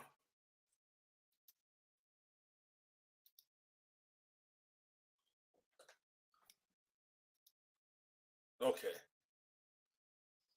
Blessed is the man who does this, and the Son of Man who holds it fast, who keeps the Sabbath without profaning it, and keeps his hand from doing any evil. Let no foreigner who has joined himself to the Lord say, the Lord will utterly exclude me from his people. Now listen to us now. I'll teach the gospel tonight. Teach the gospel. Right? Just like Hebrew Israelites say, those only for Israel. Said, let no foreigner who has joined himself to the Lord, who want to believe in the Most High, who believe in Jesus, right? The Lord will utterly the Lord will utterly exclude me from his people. And let the eunuch not say, I am but a dry tree, for this is what the Lord says to the eunuchs who keep my Sabbath, who chooses what pleases me. In whole way, I got to open the whole thing up here now. Can I get an amen?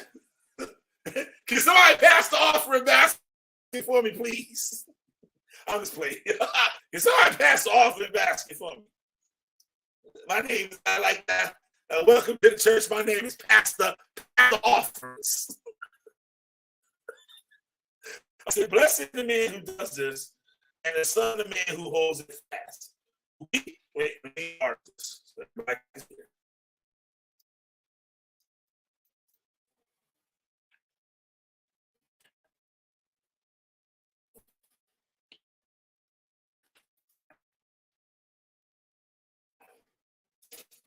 Blessed the man who does this, and the son, a man who holds it fast. Who keeps the Sabbath without profaning it, and keeps his hand from doing any evil. That foreigner who has joined himself to the Lord say, the Lord will utterly exclude me from his people. And let the eunuch not say, I am but a dry tree. For this is what the Lord says. To the eunuch who keeps my Sabbath, who chooses what pleases me, to hold fast to my covenant, I will give them in my house and within my walls a memorial and a name better than that of the sons and daughters. I will give them an everlasting name that will not be cut off. And the foreigners who join themselves to the Lord, to minister to him, to love the name of the Lord, and to be his servants, and to all who keep the Sabbath without profaning it, and who hold fast to my covenant, I will bring them into my holy mountain and make them joyful in my house of prayer. Their burnt offerings and sacrifices will be accepted on my altar. My house will be called the house of prayer for all the nations. Thus declares the Lord God, who gathers and disperse, who gathers dispersed of Israel. I will gather them still, others beside those already gathered. See? That's some shit for the Hebrew Israelites too. The Christians got to have that same base as the Hebrew Israelites. It says it right there. And now they can beat around the bush and try to come up with all these. Well, he's not necessarily gay. He just don't got no balls. They cut his balls off. A lot of times the eunuch balls are actually cut off. Back to the question of why I got kicked out. Why I left. I never got kicked out. I'm always left. I started to see the hypocrisy. And I saw it a long time. But like a dummy, I leave, keep the doctrine. Not realizing the doctrine is just as fake as the people that's teaching it. So that's basically what happened. And it was just a snowball effect, basically. It just kept getting more stupider and stupider by the day. I would go to this group thinking something else is they're gonna be productive and everything. Nope, it'd be the same bullshit. I go find another group, the same bullshit. Go find another one. Now they want to lock your ass up in the goddamn school until you give them all your money.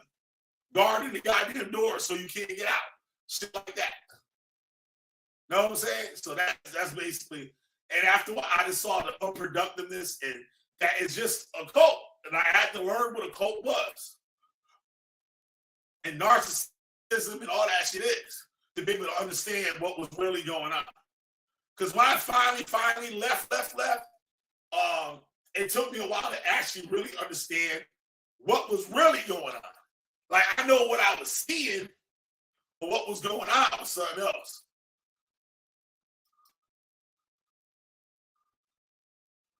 Okay, yeah, shut down soon. I hear you. Matthew 19? Let me go to Matthew 19. Good night, Brother Killer B. The Batman is heading to out. Take care. All right, take care, yo.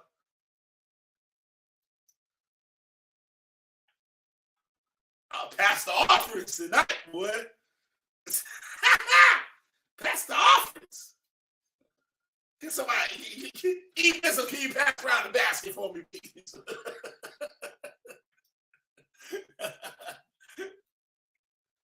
The scripture said, have I robbed God? Robbed God in your tithes and offerings. Matthew 19, we can get to that here. Uh-oh.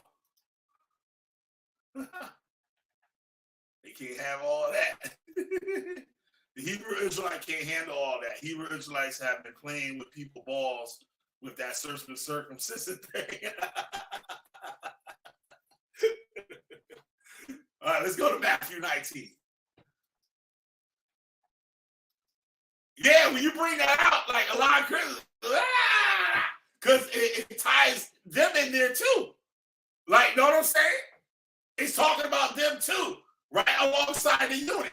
And that's the main thing too. You know, they say the nations can't be part of God's kingdom and all that stuff. And God keep telling you that you can, but the people keep saying no. So who you listen to? You listen to the people or you listen to God? Let's get to Matthew 19.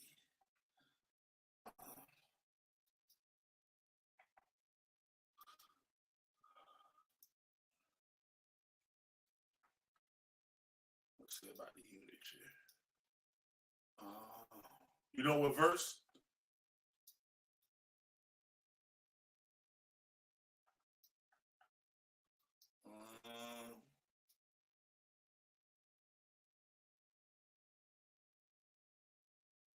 Let's see something.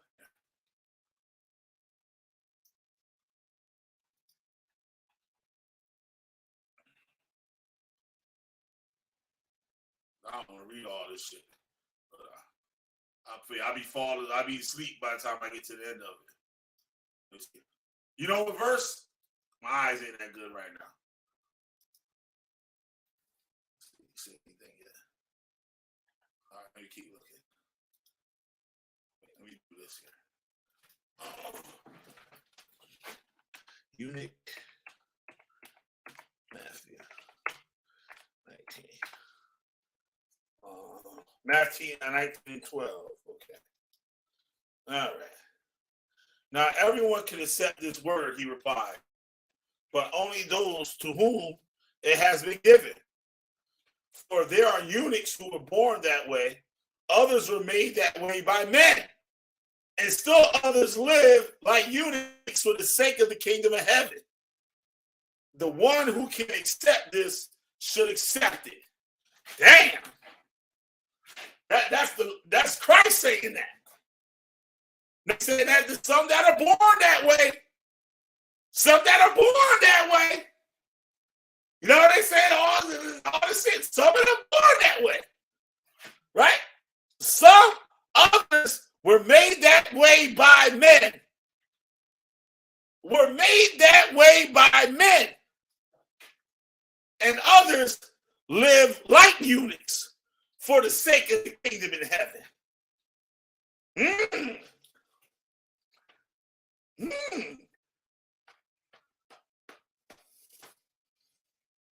The one who can accept this should accept it. Let me start at 7 here. Why then, they asked, did Moses order a man to give his wife a certificate of divorce and send her away? Jesus replied, Moses permitted you to divorce your wives because of your hardness of heart. But it was not this way from the beginning. I tell you that whoever divorces his wife, except for sexual immorality, and marries another woman, commits adultery. Disciples said to him, if this is the case between man and his wife, it's better than not married. Not everyone can accept this word, he replied, but only those to whom it has been given. For there are eunuchs that were born that way. That's heavy shit right there. Others are made that way by men.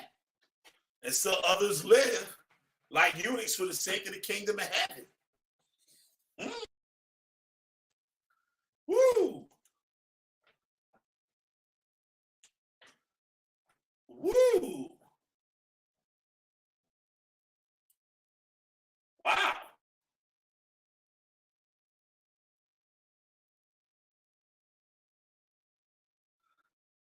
It's better than not married. And that's one of GMX's doctrines too, that they journal off and say, the hell with these women. They tell us the hell with these wicked ass women out here. Don't be worried about them. You can have plenty of women in the kingdom of heaven. So that discouraged a lot of brothers to actually go out and deal and put up with the shit that a lot of black men had to put up with. A lot of the black women. Not saying that the black women were fucking bad and evil, but a lot of them that were in the environment that these brothers were living in. You know what I'm saying? Because back then, there wasn't really nobody like living, say like, you know, in the era when everything's all good, people are all college educated, got good jobs and all these shit. Most of these people back in the day, not me, but the majority of the members of Hebrew Israelite cults back in the day were from the hood, homeless, you know what I mean? They lived in poverty and stuff. And along with that, that what all that shit came with. Oh shit, you back. Hold on, let me see what he's saying.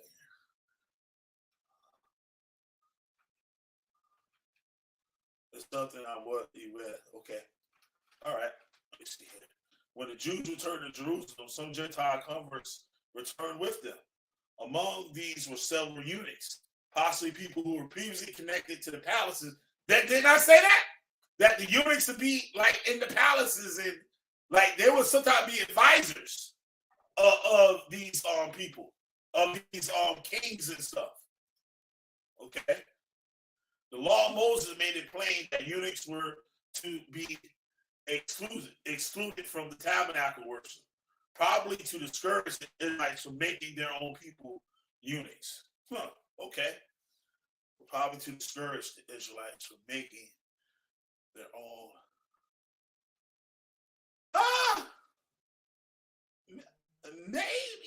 Maybe, I don't know.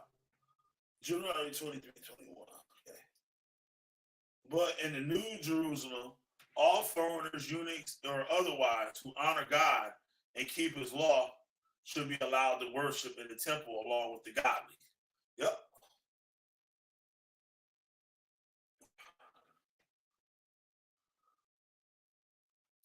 Bridgeway. I never heard of Bridgeway. What is Bridgeway? I never heard of that.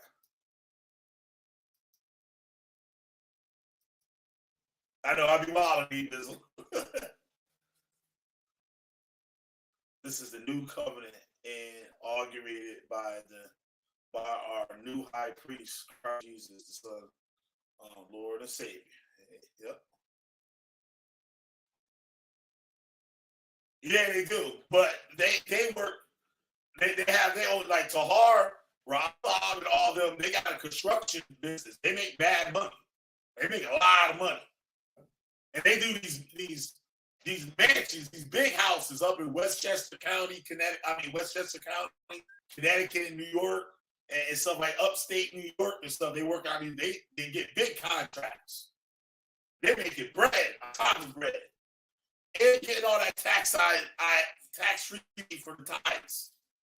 Their tithes PO box is still here in Connecticut. You send a blank money order with no name on it, and that's how they avoid the taxes. They're blank money orders, so they get the money order to anybody to go cash. Now they got GMS in about every state, and this said it was 10 people in each state. that's getting, say, per month. Say they making $300 a month, right? So, I mean, $300 a week. So that's $120 times 10. That's $1,200. Now do 1,200 times 50. This is a month. And how long GMS been around? Just imagine that. That's just with 10 members each state. They got GMS in every state just about. Some of the states got 20, 30, 7 more members. And you got to send in your tithes or God gonna kill you.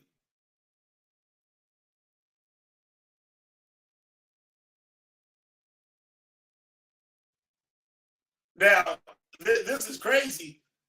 Built for Speed too, like that those upside, and it kind of shows, like I said before, how you had a lot of gay men that were in the church that were the most productive people in the church. The most productive, and get the least credit. Everybody by whispering under their breath, that nigga gay. But that nigga doing more in the church than you. That gay motherfucker is serving the Lord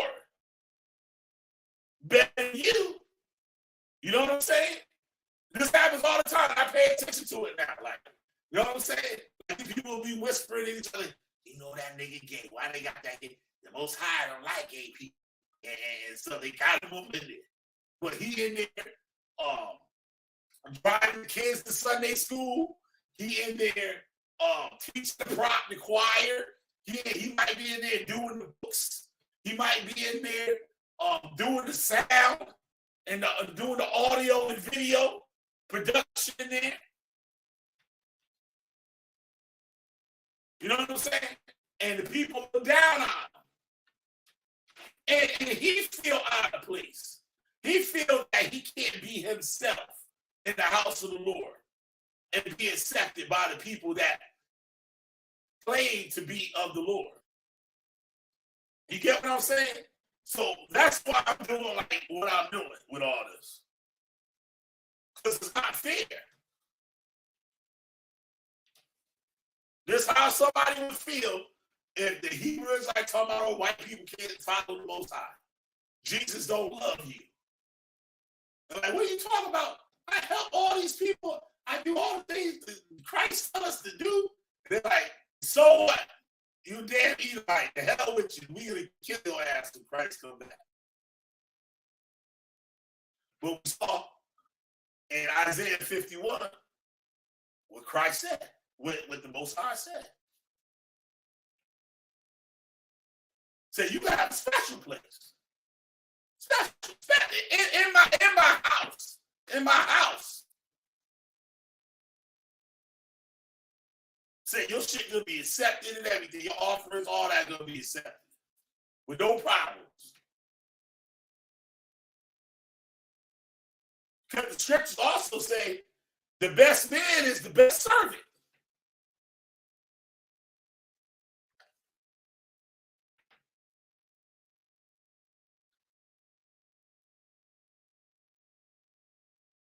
And I see it out in the street.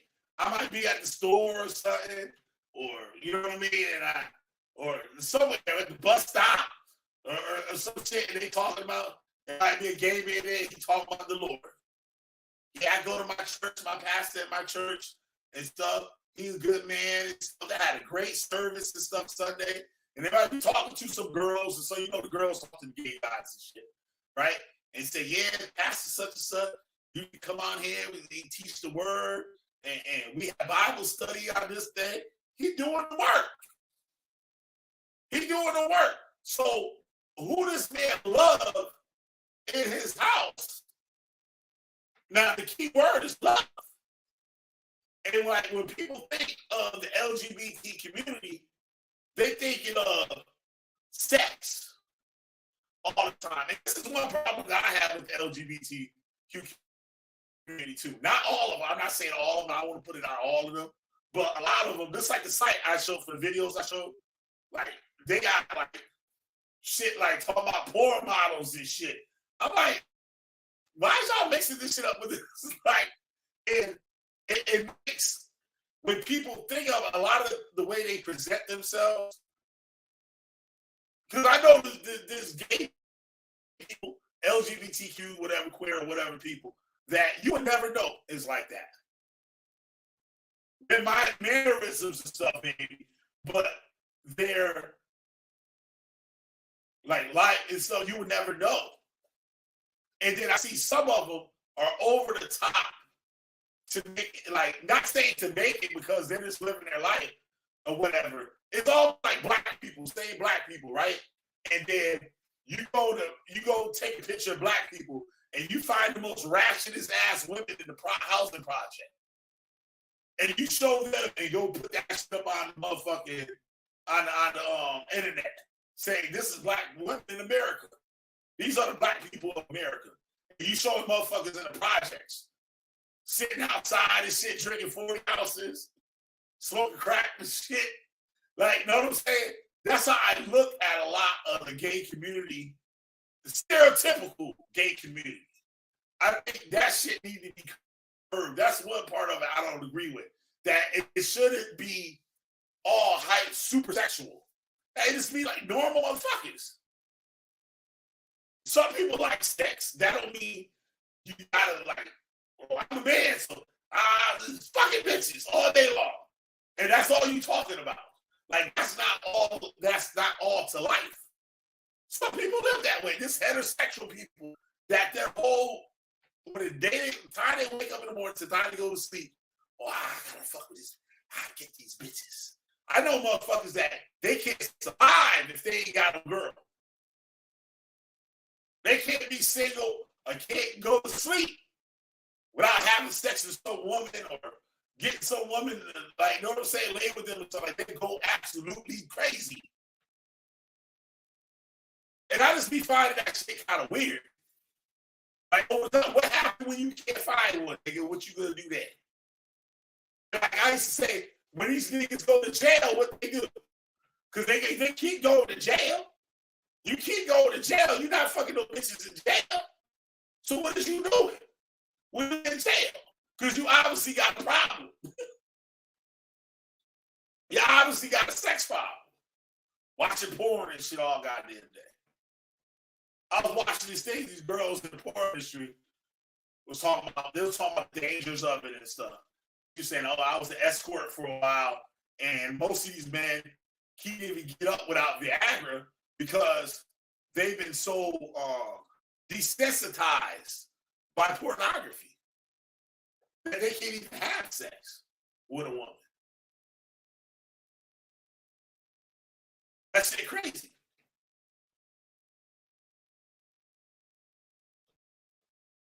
Yeah, I'm gonna do a video on the gay Israelites. I'm gonna do a video on that shit. I'm about to fuck niggas' heads up with that shit.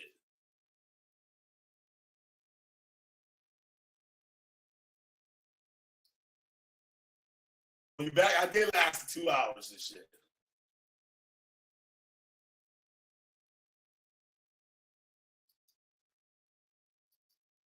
Damn, I think I was gonna be out here in 2 hours. I guess I was. Damn sure 2 hours on the dot too. Yeah, I'll probably try to listen to that shit tonight. Yeah, I hooked him up with a book and shit. He went and ordered the actual hard copy of the book. He's studying it.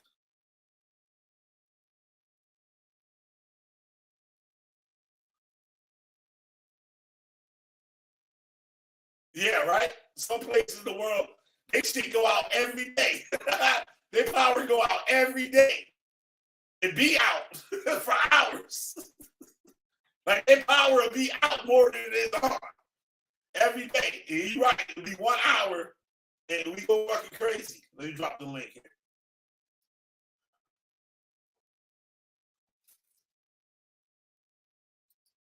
I got a good one for you, Ventures. I don't know if you've been listening.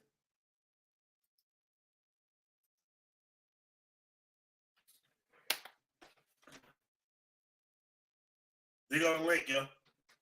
I was talking about Isaiah 51 and Matthew 19. Matthew 19 and 12. And Isaiah 51 and something, I forgot what the verse it was. But it was talking about the eunuchs.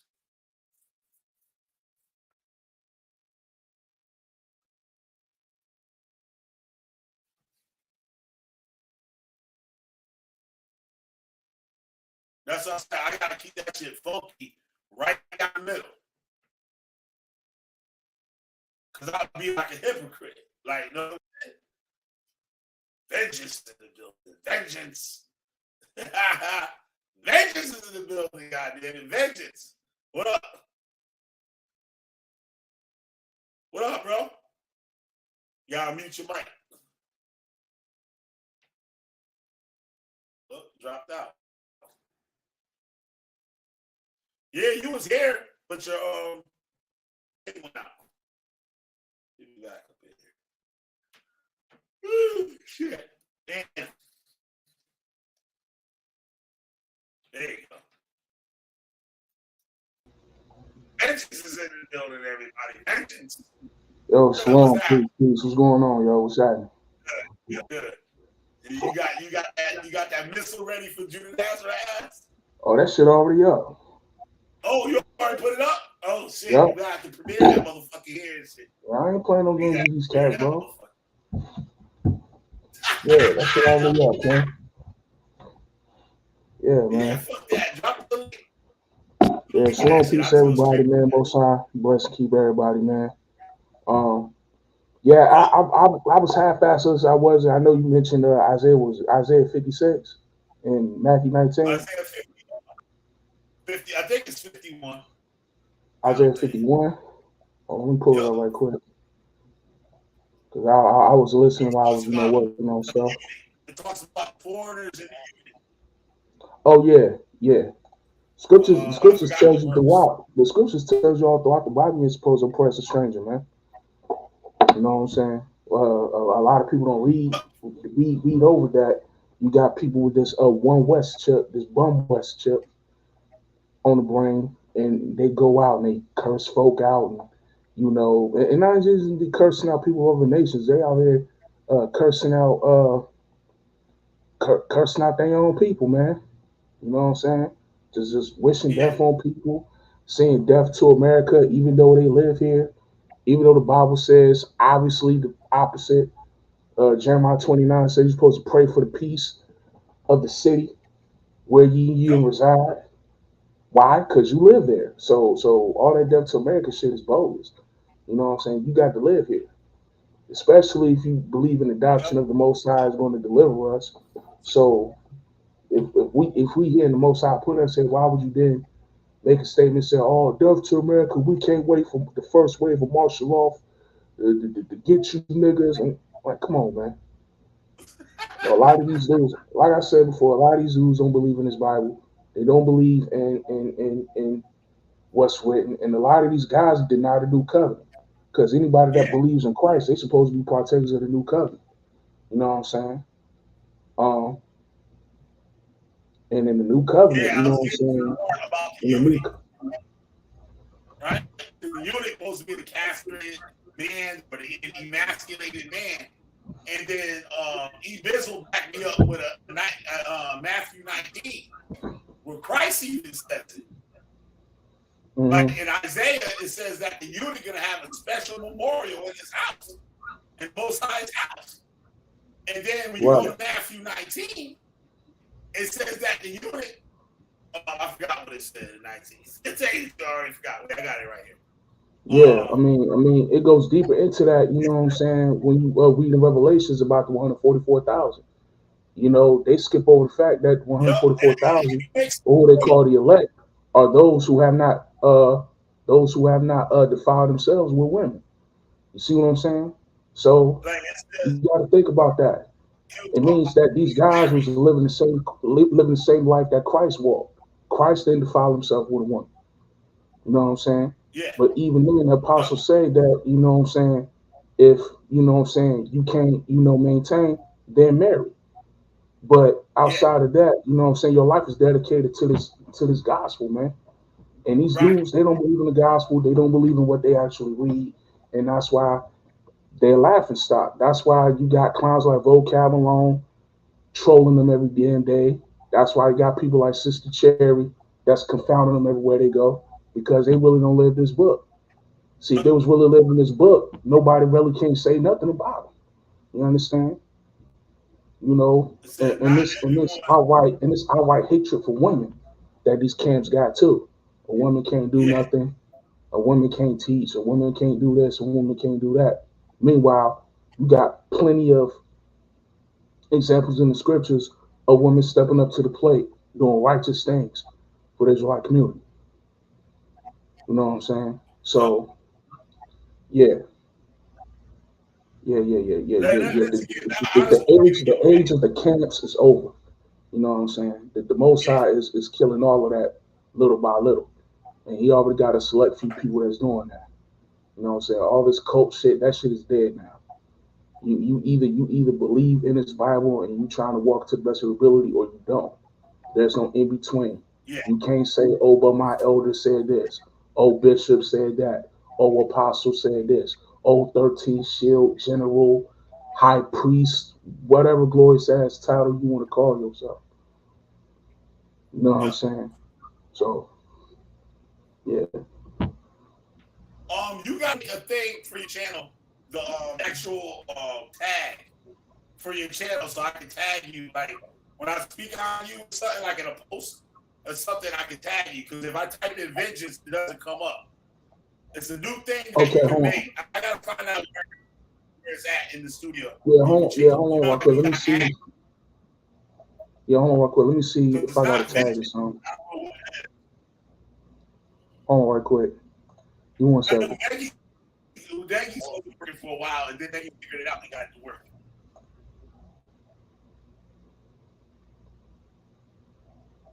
So it's a tag. I gotta figure it out.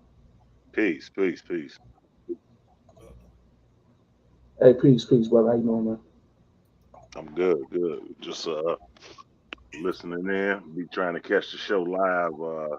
Killer B be putting out that content, man. I'll be laughing sometimes. Oh yeah, most definitely. Yeah, I forgot how the tag thing. I forgot how the tag thing worked later, Killer B, and I put that out there for future reference. Like my thing tag works. Nagy's wasn't working. Now it works. Yours don't come up at all. Like Nagy's used to come. Probably because I'm on my second strike. That's probably what it is. No, I don't think it's that. Maybe you gotta have a certain number of subscribers. Maybe I don't know. I know what it is. It's Vengeance 9416. It says it right here. I don't know if y'all see that on the screen. Oh yeah. That's the tag. Yeah. It's Vengeance 9416. Yeah. At Vengeance 9416. The 9416 is in reference to Psalms 94:16, which states, "Who will rise up for me against the evildoers? Who will stand up against me against the workers of iniquity?" It's funny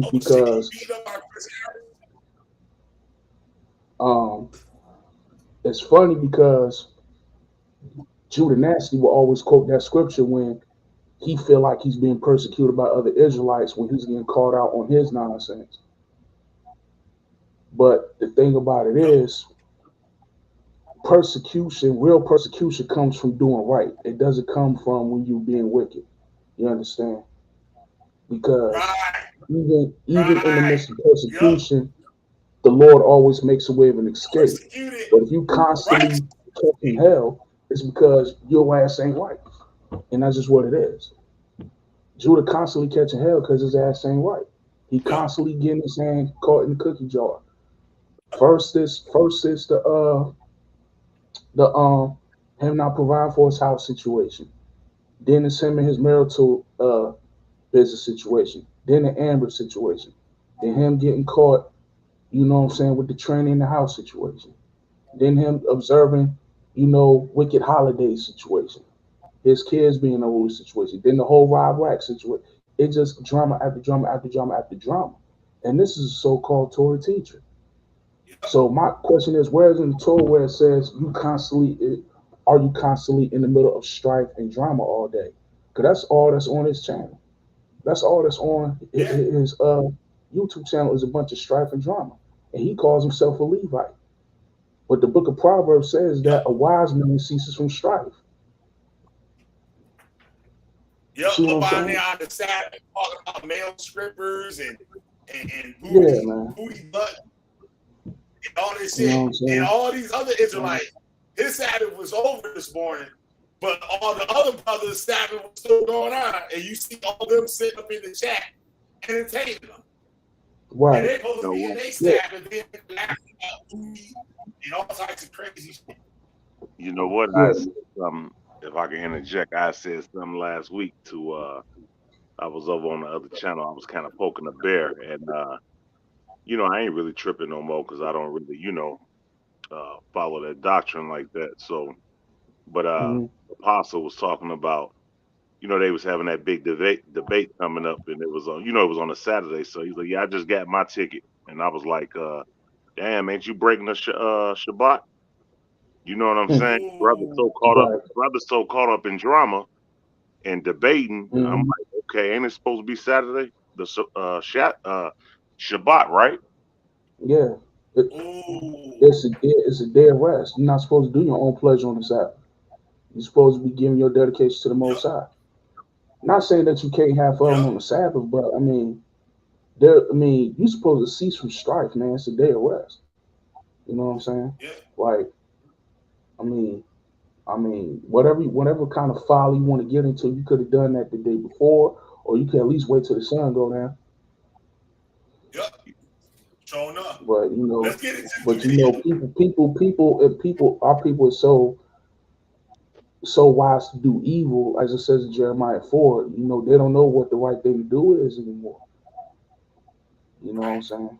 So, you know what really raised my eyes years ago? I'd asked the brother when I ran across Deuteronomy 23:7, where it says, "Don't abhor your brother who is an Edomite." They had so many other breakdowns for it, and that's what slowly started. It really said Syrian and all of that. Yeah, I remember that breakdown. What up, Josh? Yeah, Josh in the house. Yeah, Can y'all but hear check me? this out, though. You know I hear you. Yeah, I hear you. Yep. Oh, okay. All right. Okay. You want to know what's funny about that breakdown, brother Ebezer? They would say, "Oh, it's not say Edomite," but check this out. When you look at King Saul's reign, his right hand man was an Edomite named Doeg. So how do they explain that? Oh, that's what I was looking for the other night. I was looking for that the other night because I was like, "Yo, they had foreigners as their right hand man." Right.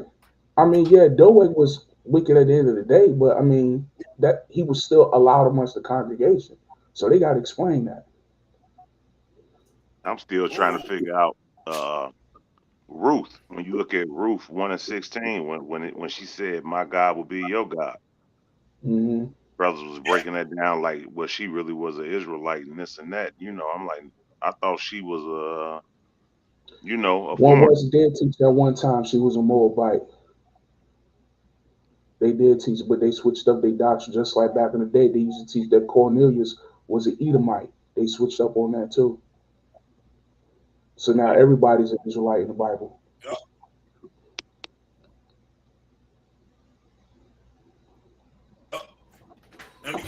Oh yeah, shout out to brother Josh, man. Vengeance is mine, says Yah. Miss you, brother.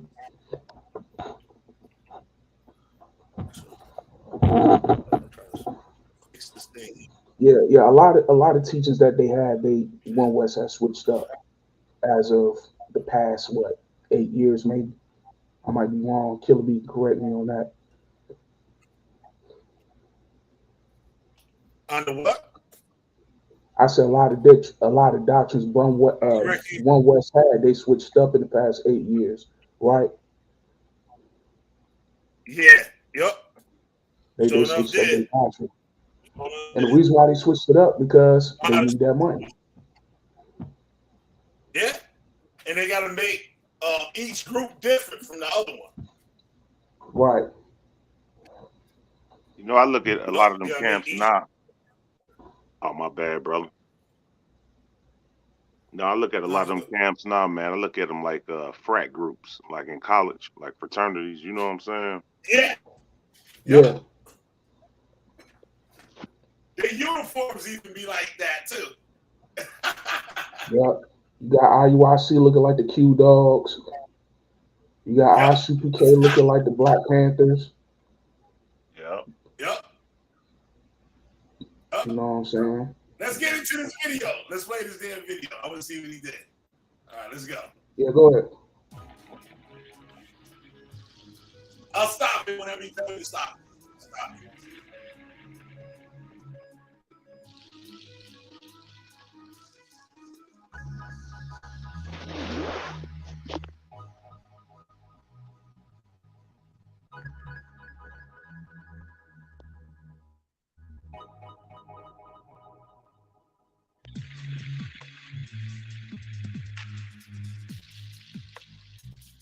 Chapter 4. Hear the word of the Lord, ye children of Israel, for the Lord hath a controversy with the inhabitants of the land, because there is no truth, nor mercy, nor knowledge of God in the land. By swearing and lying and killing and stealing and committing adultery, they break out, and blood toucheth blood. Therefore shall the land mourn. With the beasts of the field and with the fowls of heaven, yea, the fishes of the sea also shall be taken away. Yet let no man strive, nor reprove another, for thy people are as they that strive with the priest. Therefore shalt thou fall in the day, and the prophet also shall fall with thee in the night, and I will destroy thy mother. My people are destroyed for lack of knowledge. Because thou hast rejected knowledge, I will also reject thee, that thou shalt be no priest to me. Seeing thou hast forgotten the law of thy God, I will also forget thy children. As they were increased, so they sinned against me. Therefore will I change their glory into shame. They eat up the sin of my people, and they set their heart on their iniquity. And there shall be like people, like priests, and I will punish them for their ways and reward them their doings. For they shall eat and not have enough. They shall commit whoredom and shall not increase, because they have left off to take heed to the Lord. Whoredom and wine and new wine take away the heart. My people ask counsel at their stocks, and their staff declareth unto them. For the spirit of whoredoms hath caused them to err, and they have gone a whoring from under their God. They sacrifice upon the tops of the mountains, and burn incense upon the hills, under oaks and poplars and elms, because the shadow thereof is good. Therefore your daughters shall commit whoredoms, and your spouses shall commit adultery. I will not punish your daughters when they commit whoredom, nor your spouses when they commit adultery. For themselves are separated with whores, and they sacrifice with harlots. Therefore the people that doth not understand shall fall. Though thou, Israel, play the harlot, yet let not Judah offend. And come not ye unto Gilgal, neither go ye up to Beth-aven, nor swear, the Lord liveth. For Israel slideth back as a backsliding heifer. Now the Lord will feed them as a lamb in a large place. Ephraim is joined to idols, let him alone. Their drink is sour, they have committed whoredom continually. Her rulers with shame do love, give ye. The wind hath bound her up in her wings, and they shall be ashamed because of their sacrifices. Everybody, it's your boy T-Duck, aka Quack Roo, for the ladies' dream come true.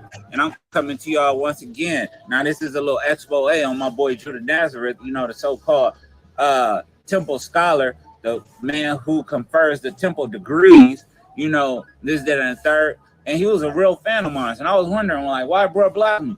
I had to recollect the things that I was talking about. And I was also remembering the things he was saying. He always brought up the 4 through 14 or the laws of perfection. And I'm like, why does that resonate so much with him? And then I had to think back in my mind, what does the laws of perfection symbolize? So this is the book he's using. You could go on books, google.com. It's probably not the same exact one, but it is the same exact book, if you get my meaning. This one is by Charles Thomas McLennan, the Book of the Ancient and Accepted Scottish Rites. So basically, it's detailing all the information of the Scottish Rite, not Freemasonry, because remember, this is an appended body. This is further conferred degrees to explain. Hey, stop right quick, stop right there, right but quick. It isn't Masonry itself. Masons are allowed to become members. Yeah, stop right there, right quick. For all of y'all that watched my other video I did on Judah, a brother named Amakai the artist already busted him out for having Freemasonic literature in his house. Now, back in the day, we didn't catch up on that part. But yet, all this Temple Man stuff he was talking about, he got it from this. All right? This is why he will not debate anybody on his doctrine that he's based Tory Nice off of. Because remember back in the day, Chris called him out. He didn't respond. Yep. Some other brothers called him out. You called him out on it. He didn't respond. Why? Because his doctrine is not biblical. He tried to use what? Ezekiel 40 was it? Ezekiel 45, Ezekiel 44 to say that's what he based it off of. But yet, it's still not holding up because you're talking about Solomon's temple. You're not talking about the temple that's going to be raised in the last days. You're not talking about the tabernacle of David. You're talking about a temple that the Most High casted down because it was defiled with abominations and idols. But yeah, continue. Yep. That's right. Of this right is secluded to master masons. So I was like, yeah, damn, that stuff keep coming up in this talk. The 4th to the 14th degree, yeah, that's the lodge of perfection. Wow, like why he keep hitting at that? And then he didn't start blocking me until I brought that up. Like, oh, but we'll go there because like, you know how you know something, but you really don't use it often. Excuse me, but it just hit me. It just hit me like a brick wall, and it was like eureka. So I was gonna bring it to the people and show y'all. Chris and them ain't wrong. They might be wrong about some things, but about this, they not wrong. So now let's look at this. You got the first 3 degrees, which he can't tell you nothing about because it's not in the book. But this is what I want y'all to focus on. See how 4 goes to 14? That's why he always bringing up the lodge of perfection. So it's the secret master, the perfect master, the intimate secretary, the provost and judge, intendant of the building, elect 9, knight elected 15, sublime knight elected, grand master, elected 9, not the elected 9, the architect, royal arch of Enoch, grand elect, perfect and sublime master mason. Why does he live there? What is so important about the lodge of perfection? So I'm just scrolling down and I'm just looking at it and I'm reading. And I'm just like, why would he get offended by me saying that about his temple degrees? And then I was like, what does the lodge of perfection have to do with his temple degrees? And then let me show you. We getting there, people. We getting there. We getting there. It's coming. Get y'all popcorn ready. Get your popcorn ready. Here it comes. So this is where it starts. Hell no. The body's working in the ancient and deceptive Scottish Rite. The movable symbolic transparency for the East. And look at this.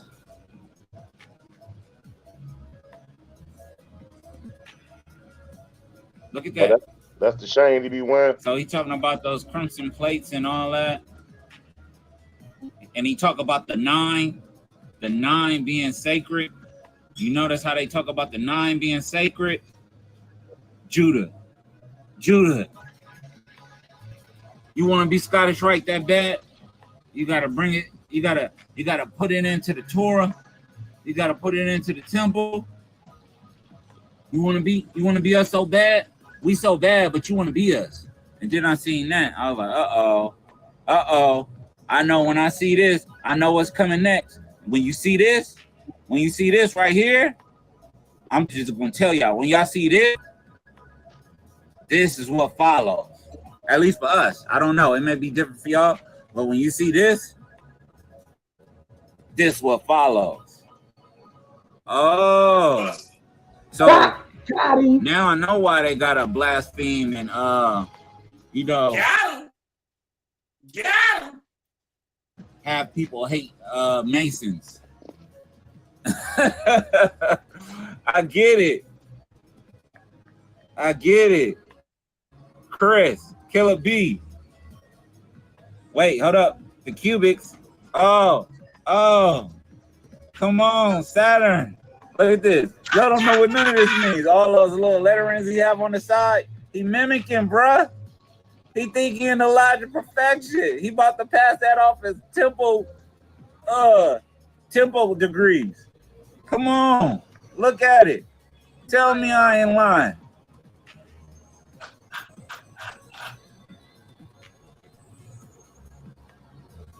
Because y'all know I'm telling the truth. You busted. Hand in the cookie jar. I don't need an apology. Just do better. It's understand you want to be a secret fan? Nah, you can't be a secret fan. People got to know. You a fan for real. So go ahead. Y'all could be a bogus Scottish Rite organization. It don't hurt my feelings. I just want the people to know. You truly a fan. You seeking. You seeking. You seeking. You seeking. You a fan. Judah Nazareth is a fan of Freemasonry. So y'all have fun with y'all temple degrees. I already showed y'all. Chris about to bust him over the head with that damn cube. We already see why he talk about the 9. He didn't come up with that. He's not no creative type guy. He got the 9 from here. Look. The 9. That's why he think the 9 is so powerful. It's only in time he gonna tell y'all it's 9 sacred words, but okay. I'll let him tell y'all. I'll let him say, I'll say some of this. But yeah, this is crazy. But that's how they do. That's how they do. They hate, but they really secretly be fans. He's a super fan. That's why he didn't want me to get off on that one stream. He didn't want me to get off. He didn't want me to get off until I started exposing his cooked up scheme of the degrees. That's when I became too much. But you know, that's how life goes. Yeah, stay in your lane, Judah. You ain't prepared for this. You ain't prepared for this.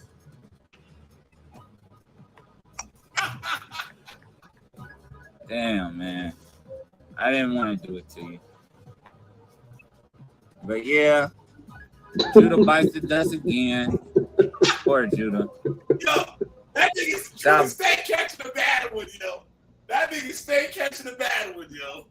Pause. Now, y'all notice, ever since he got exposed for that Temple Man shit, he just stopped teaching it. He didn't repent. Yep. He didn't say that, I'm sorry for teaching this false doctrine. He just stopped teaching it. That's why he can't do nothing but have a whole bunch of drama and BS on his platform now. Every other video he do, beef tube. Where's that in the Torah? The scripture says that the Most High hates those feet that run to mischief.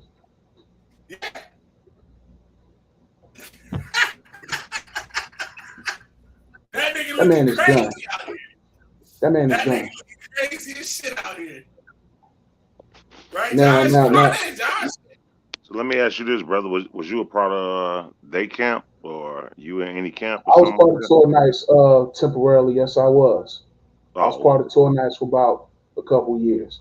Oh, okay. This is why I know that, you know, as far as camps, as far as doctrine and stuff, you really have to seek the Lord for yourself. You really have to read the Bible for yourself. Otherwise, you will fall into this madness thinking that this is the truth. And that's how a lot of cults draw you in, though. They draw you in with that esoteric, deep knowledge. You understand what I'm saying? That's how they draw you in. That's how they tickle your ears. You know, but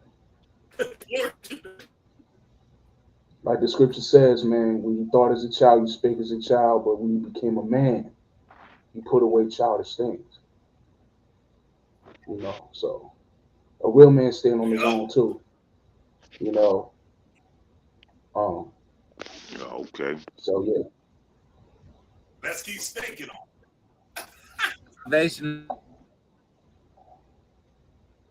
Yeah, keep it rocking and rolling.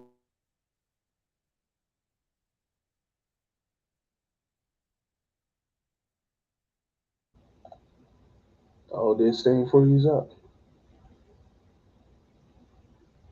I think he froze up. Oh, he froze up. Yeah, I think he froze up. It happens. Yeah, man.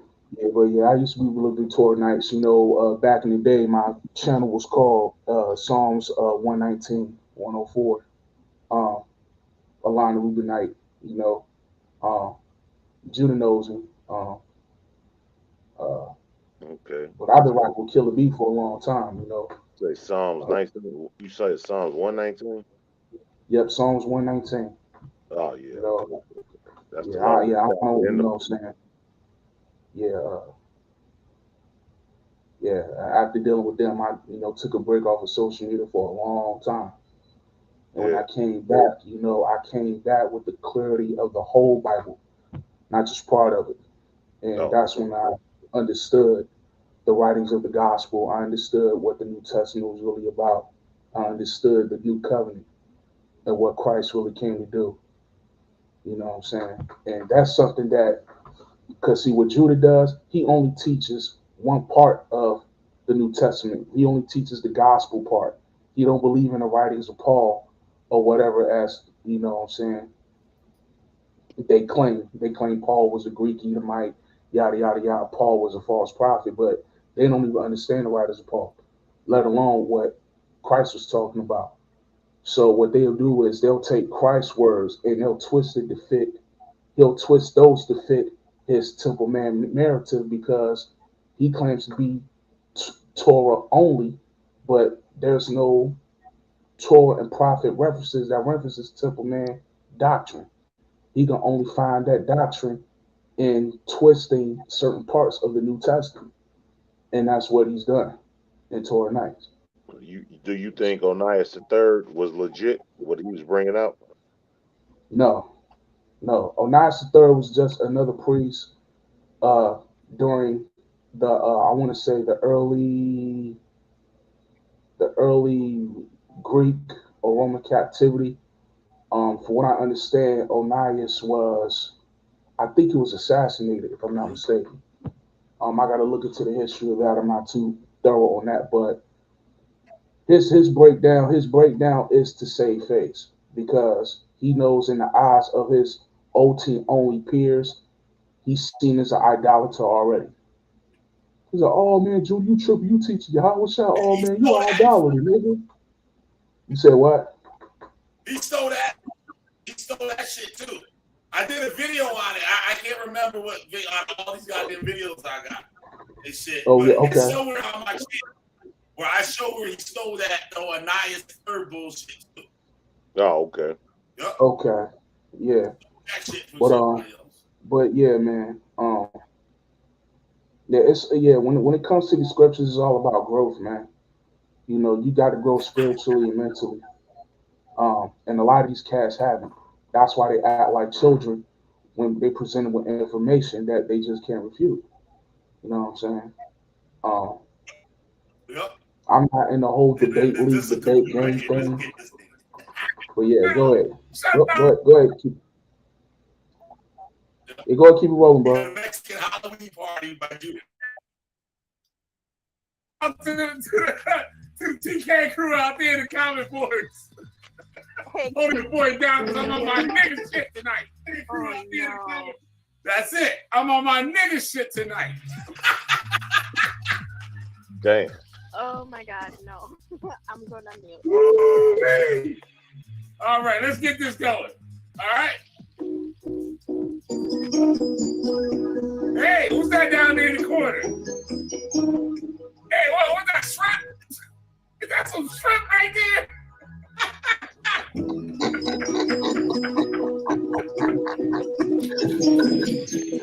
Mexican Halloween party. Hot damn. Mexican Halloween party. Look at the goods. Hot damn. Hot damn. Oh, whoa. What's that right there? Don't turn this some swine, some of them damn poke skins now. Don't turn no Mexican poke skins. Woo! What's that right there? Bring it on back.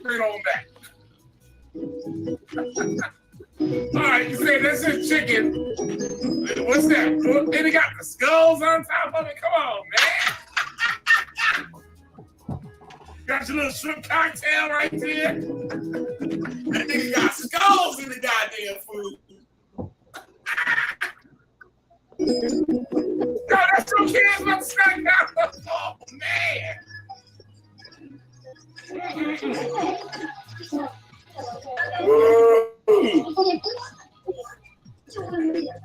Remember me? Chakra Manzer, Judah, root chakra Naz, root chakra. You done. Go back. Go back. Hey, look at that. Judah has a rub.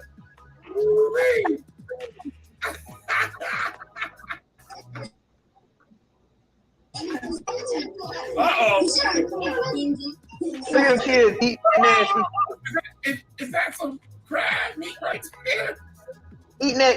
Look, he got the kids eating that shit. And stuff. Wait a minute. He let his kids eat that stuff? Yo, this was a classic. Wait a minute. Ain't that against Torah, Judah? Isn't that against I had to Torah? bring this one back, yo. See, this is a game called Show and Tell. Just a busted, bruh. Keith, let this goddamn video roll. Woo! Whoa! What's that? What's that? Some salami? Yeah, that look like salami to me. Yeah. Wait a minute, Judah. You got children around pork? Show them just a game we play. You're busted, bro. Dare you, Judah Nasty. Dare you. Witchfinder General, y'all. 5-star general, y'all. You busted. Teacher. This is so-called Levite priest. Yup, so-called Levite priest. He's supposed to be guarding the temple with pork in the house, salami and cheese, and shrimp Nigga put a cocktail. ham sandwich on the altar. Yup. With extra mayonnaise. Stop playing with us. Stop playing with us. How we doing out there, Pat? Y'all holding y'all down tonight? Yeah, we're stupid. She got this shit said. Just came here to make this face. Shout out to Keith Solid. Woo! Indigenous. Man, yo, let's roll this for all this footage.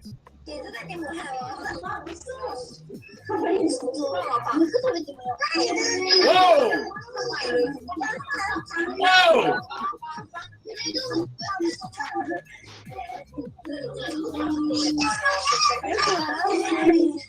They be like, yeah, that song was good.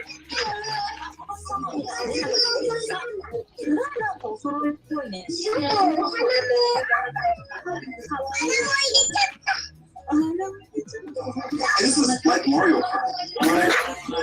Yo, fruity ass Judah. Oh, fruity ass Judah shit. You looking like the scarecrow and shit from the Black Wizard of Oz and shit.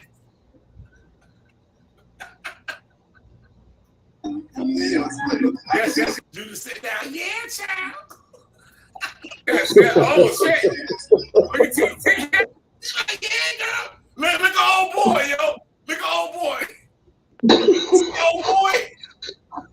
Old boy, like, what the fuck going on here? I can't eat none of this shit. He came in to learn the Torah. This nigga out here doing the whole 180. You see what's going on? And he just can't believe it. He just got his little drink. He in the corner like this guy. Goddamn. Hey, house. Wait a minute, hold up. Back up a little bit. Wait a minute. This was taken. Wait a minute. Was he teaching them Torah at this party? Was he fighting for them not to eat this stuff? He's right there in front of it, letting his kids snack on pork victuals. You nasty motherfucker, Judah Nasty. You busted, bro. Greasy up. Greased up with swine. I said he got the game controller all this greased up with pork. I said that nigga got pork grease on the fucking Nintendo controller. Woo, I can't breathe. God damn. You're crazy. Slipping and sliding. You be touching that controller, playing Super Nintendo, letting them kids. And what? Oh, your daughter playing the video game, eating pork? Isn't that your son? You're not supposed to be raising your children that way, Judah. You're not allowed to do that according to Torah law. The book says raise them in the way. Oh boy. Ain't no white people around either. Can't blame it on the white man. Is this recent? And according to Judah, yeah, was this taking a at 2018? Yeah. Did y'all see who I thought? Yeah, that's him. I just saw somebody over there in the doorway. I don't know. Maybe my eyes is tripping. That's why I wanted you to back it up. Maybe like, oh. He ain't the point of the video, but yeah, he up in the house. He see it too. Look at his face. See his face like, God damn. Right. I'm looking at man. He's saying, man, don't let no Chris and them get a hold of this. He look like he a thing to be there.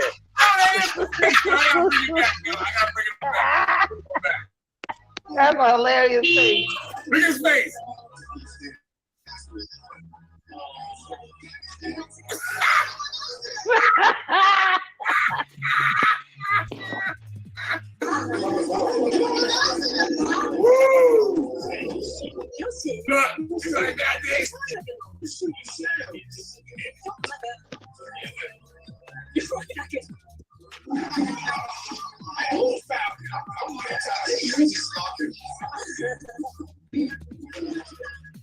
Look, them kids like, get away from me, nigga. This kid's like, get away from me, nigga. Who has Yakuza to chop your hand off? Don't tell us what to eat. Shut up. Chicken bucket head. Chicken bucket head, nigga. Go teach your Yahweh Shah shit on somewhere else. You want your Buddha over here. Get out our face. We don't respect you. I hope my mommy bot finds another boyfriend. We hate you. That's another one he busted. Remember the yoga video? That nigga was doing the baby yoga, and I showed what baby yoga is. He be spinning the baby all up in the ear and shit. Yeah. Around and shit like a goddamn last, like a cowboy. Oh my God, bro. Yeah, I'm over that shit, man. Oh my nigga shit tonight. Root chakra guru, Judah Nasty. Keep it coming. Keep it coming. Keep it coming. Keep it coming. Mommy and baby yoga in English. Wait,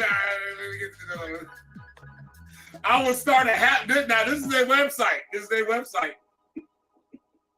I will start a happy yoga class for my baby after birth from January. Oh, Judah. Oh, man. You busted, Judah. Busted. Oh, you teaching the root chakra, Judah. Let's see some more of this website. Keep scrolling through. Ooh, you gotta do that yoga. Why you only got pictures of Edomites up there, Judah? Why won't you put pictures of Israelites practicing yoga? Because you know we ain't supposed to be practicing it. Yup. Why is this on your website? Let me guess. Your wife made you do it. Yo, No. yo. That's supposed to be yours, right? Yeah, right. Maybe this is why he was chasing after Amber so hard. Yeah. I thought if there was anything I could do to solve the troubles of various kinds of forced murder mothers, I came up with Baby Yoda. You trying to teach a baby about a root chakra, Judah? You nasty motherfucker. What is wrong with you? This is on his site. Yep, you got Edomite up in there. Hot damn. Hot damn. You supposed to be Hey, put the link up in the chat. Let me put the link up in the chat so everybody can go there and visit it. Here's the link. Get their little access going. Yo, we was doing that dirty back then, yo. We was doing the so fucking dirty back then, yo. Like, yeah, Yo, the link up. and check this out though, right? This the same nigga. This nigga Judah say he been studying Torah for 2 decades. You was doing all of this shit in 2018, 2019, and you didn't find in the Bible where that shit was prohibited? Wow, that's strong. That's strong. That's a strong delusion, boy. God damn. Yep. Sure enough. You know, get that little few couple of dollars. The ass. Boom. There y'all go. We could do. So we tear your ass up. That's the least we could do. Get you a couple of dollars. Boom. I just put it up in the chat. There's Judah. There's Judah's website, Good Ikayawa, which means English. Good English Tokyo. Y'all go check it out. He teaching yoga, Hinduism. Yep. Got his mind, and there goes AI right there. He in that picture. Got his mind all in that Baphomet state. Look at yoga mats. Let no spirits in. Putting spirits in things. Wait a minute. Don't the Arabs sit on mats? Yup. Don't they sit on mats? Yep. It's the same thing. It's called standing on your square, Judah. Yup. Look. But you used to sitting on cubes, ain't you? Got the babies all twist up on the floor.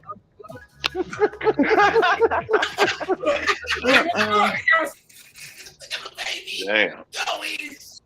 No, we ain't shit. I said, look at the baby all twisting up on the floor. Yo, this shit is crazy. I said, look at the baby all twisted up on the floor. Yo, what's up, Yo Gabriel? What's up, bro? Oh man, this shit is sad, bro. Ladies and gentlemen, y'all so-called Torah teacher, and while he's sitting up here trying to argue back and forth with Fopi, listen, I don't agree with Fopi's doctrine and all like that, but one thing I would say is this: they not up here eating abominable foods, teaching all these crazy ass doctrines that lead back to Freemasonry. But Judah, if you doing this and you swear to God that you not like these camps, but you doing everything that camps is doing. The difference is you out in the open with it. At least Ariel was smart enough to hide his shit. Yup, they was catching Ariel at the toy store with a basket full of gift wrapping and toys and shit on Christmas. Oh shit! Damn. Cold blooded. Toys R Us, son. They call Ariel Toys R Us. With a basket. Hey yo, you know what?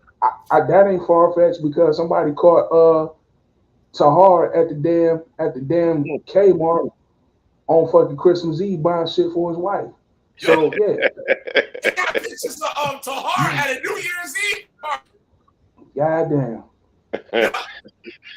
Well, hey man, we got 100% truth, God. We got 100% truth. Come to GMS. Whatever we say, we got the truth. Yeah. May the Most High strike you down. Keep it rolling. Let's whip out this nigga again. Let's keep whipping out him.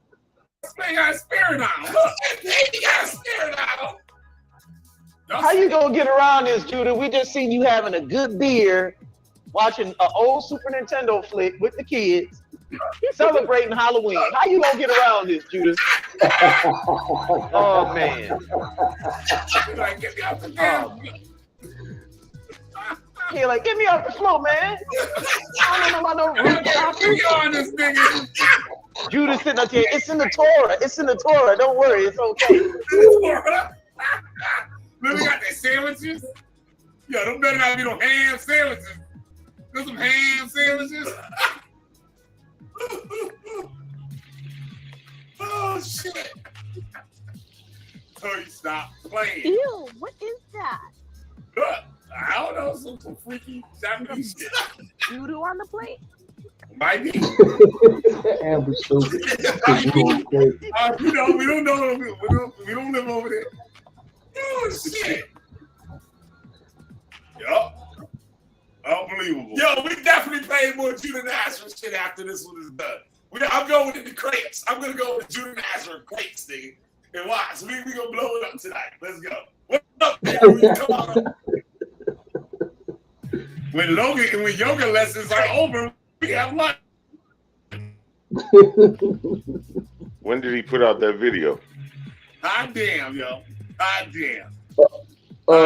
Killer B put out that video. Y'all going over there and back check in it out. 2019, Check it out all y'all 2018. want. I know they take some classes y'all want. Is that it? But here's the cold thing, Bizzle. The nigga never repented. He never repented from this. He ain't repent. He ain't repent from none of the crap he was doing.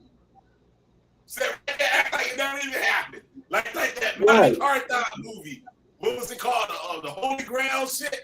Where they had the black knight, his arms and legs cut off. He was acting like shit wasn't happening. Right. Yeah. That's why you got so much marital problems going on. And I ain't gonna get into it. I ain't gonna get into it because I'm not that cold-hearted. But Judah, you know. You know. Like you know. Like it's no secret how Sato was emailing Killer B and Chris about some little problems back in the day. Because you don't know how to maintain your house as a man. And here we go. Look at that's the first tenets of the Torah, Mr. Torah teacher, is to maintain the damn house. Yup. I don't Whatever, too. man. I put them demons on. Got them demons on. Demons out. Wow. Unbelievable. Yoga class. Yoga. All right, it's Hinduism. It's Hinduism. Y'all don't hear me though. Shout out to the chat. Hit that like button for you, boy. Oh, shit. Damn, Chris Irish. What they gonna do now, man?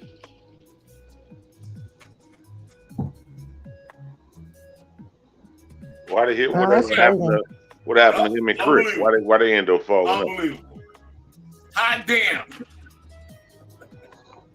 Chris left so nice after the what situation went down?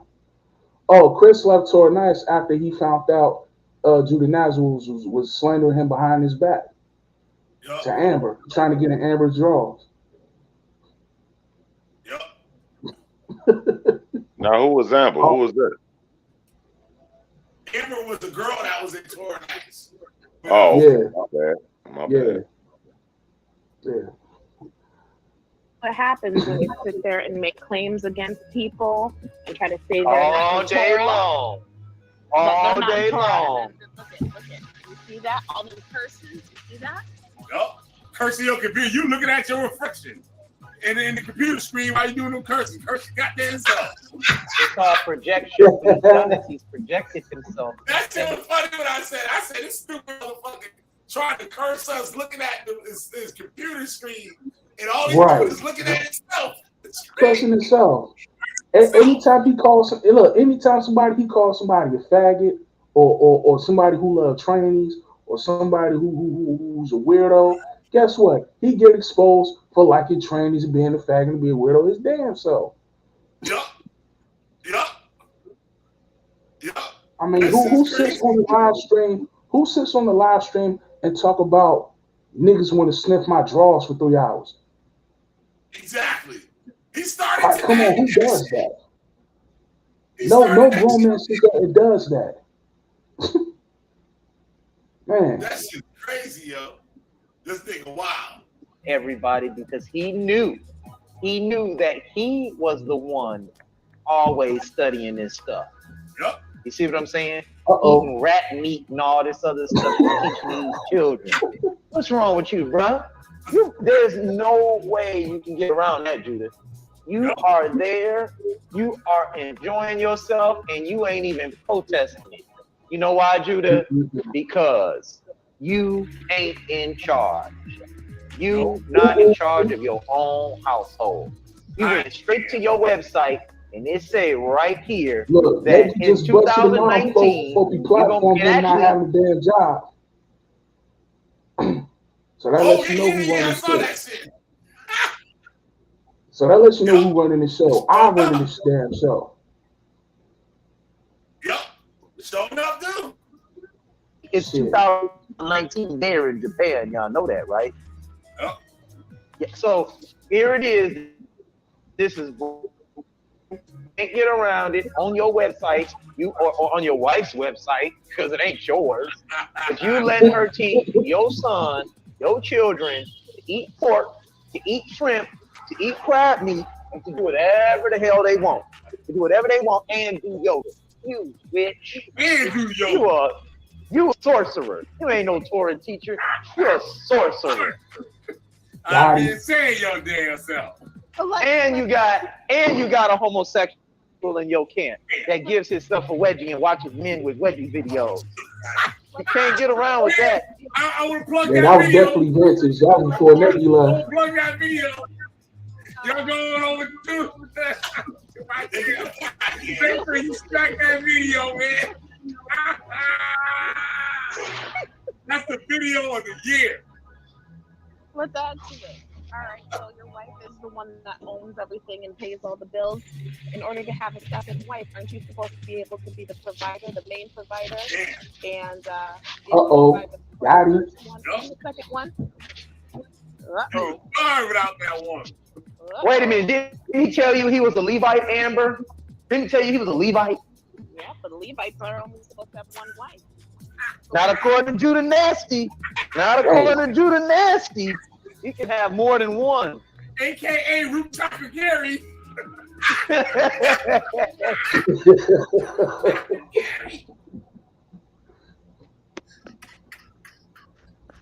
I'm gonna fall back. Hey, I'm gonna fall back in the chat, man. I get back with y'all.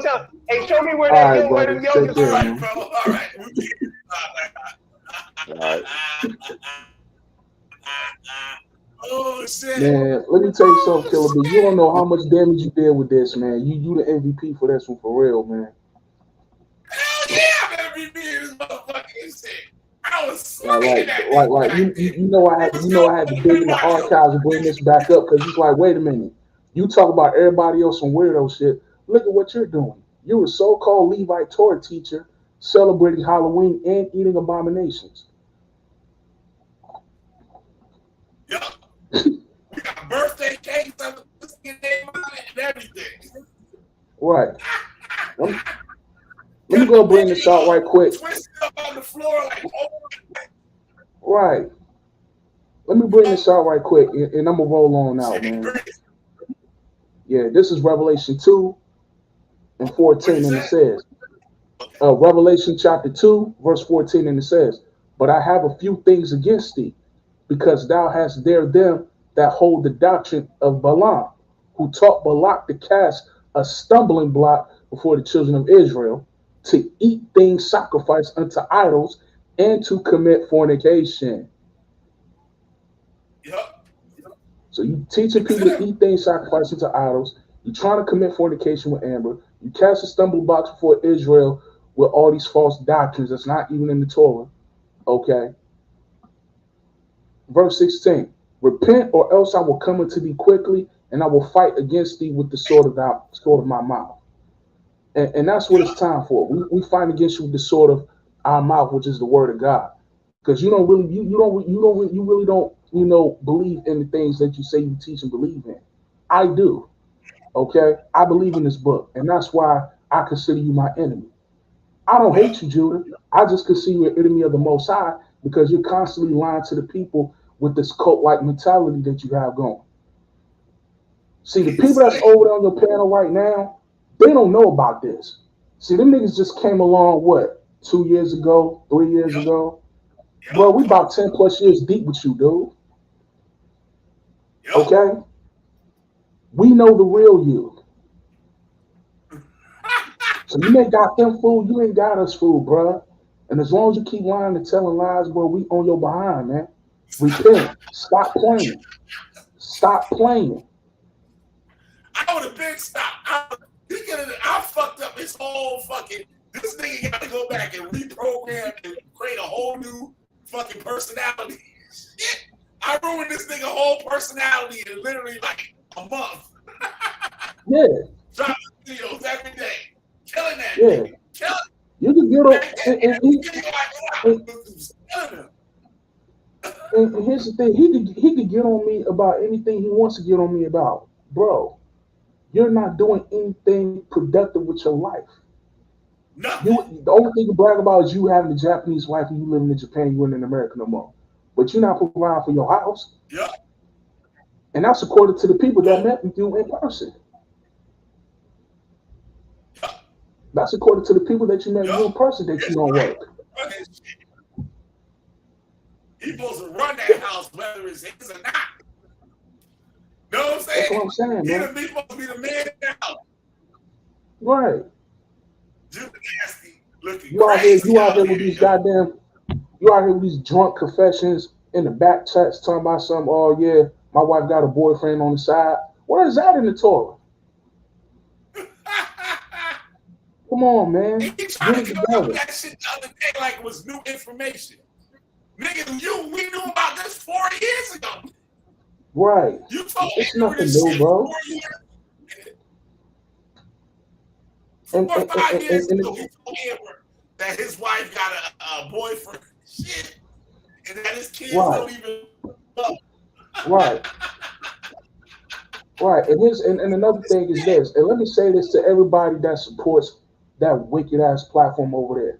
Because y'all like to listen to him, and the only thing he like to do is deflect and say, "Oh, that nigga Michael Smith and Killer B and what he called you Killer Butt." See, it's always butts and penises with him. Like, come on, man. You always say, "Man, Killer Butt's a pedophile. He had pictures of my children."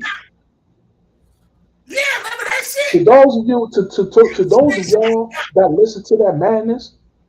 This is what y'all need to do. If y'all say that he's a pedophile or whatever, ask him to pull up the paperwork. Yep. It's that easy. Pull up the paperwork. Pull up the Today paperwork. I was about my forever, and they mentioned that Queen's Throne bitch and shit. Bitch, show me the fucking proof, bitch. But I start burning your ass up. Queen Throne lost her credibility when she started messing with Inky. Queen Throne lost her credibility when she started messing with Inky. I ain't cool with you. That Uncle Stug nigga too. I ain't cool with you. I ain't your boy. I don't know who Uncle Stug is. Who's that? I thought it was cool. The niggas started to call me a pal. Where the proof, nigga? What a receipt. Everything I do on this bitch, I got receipts. Right. I got the next receipts.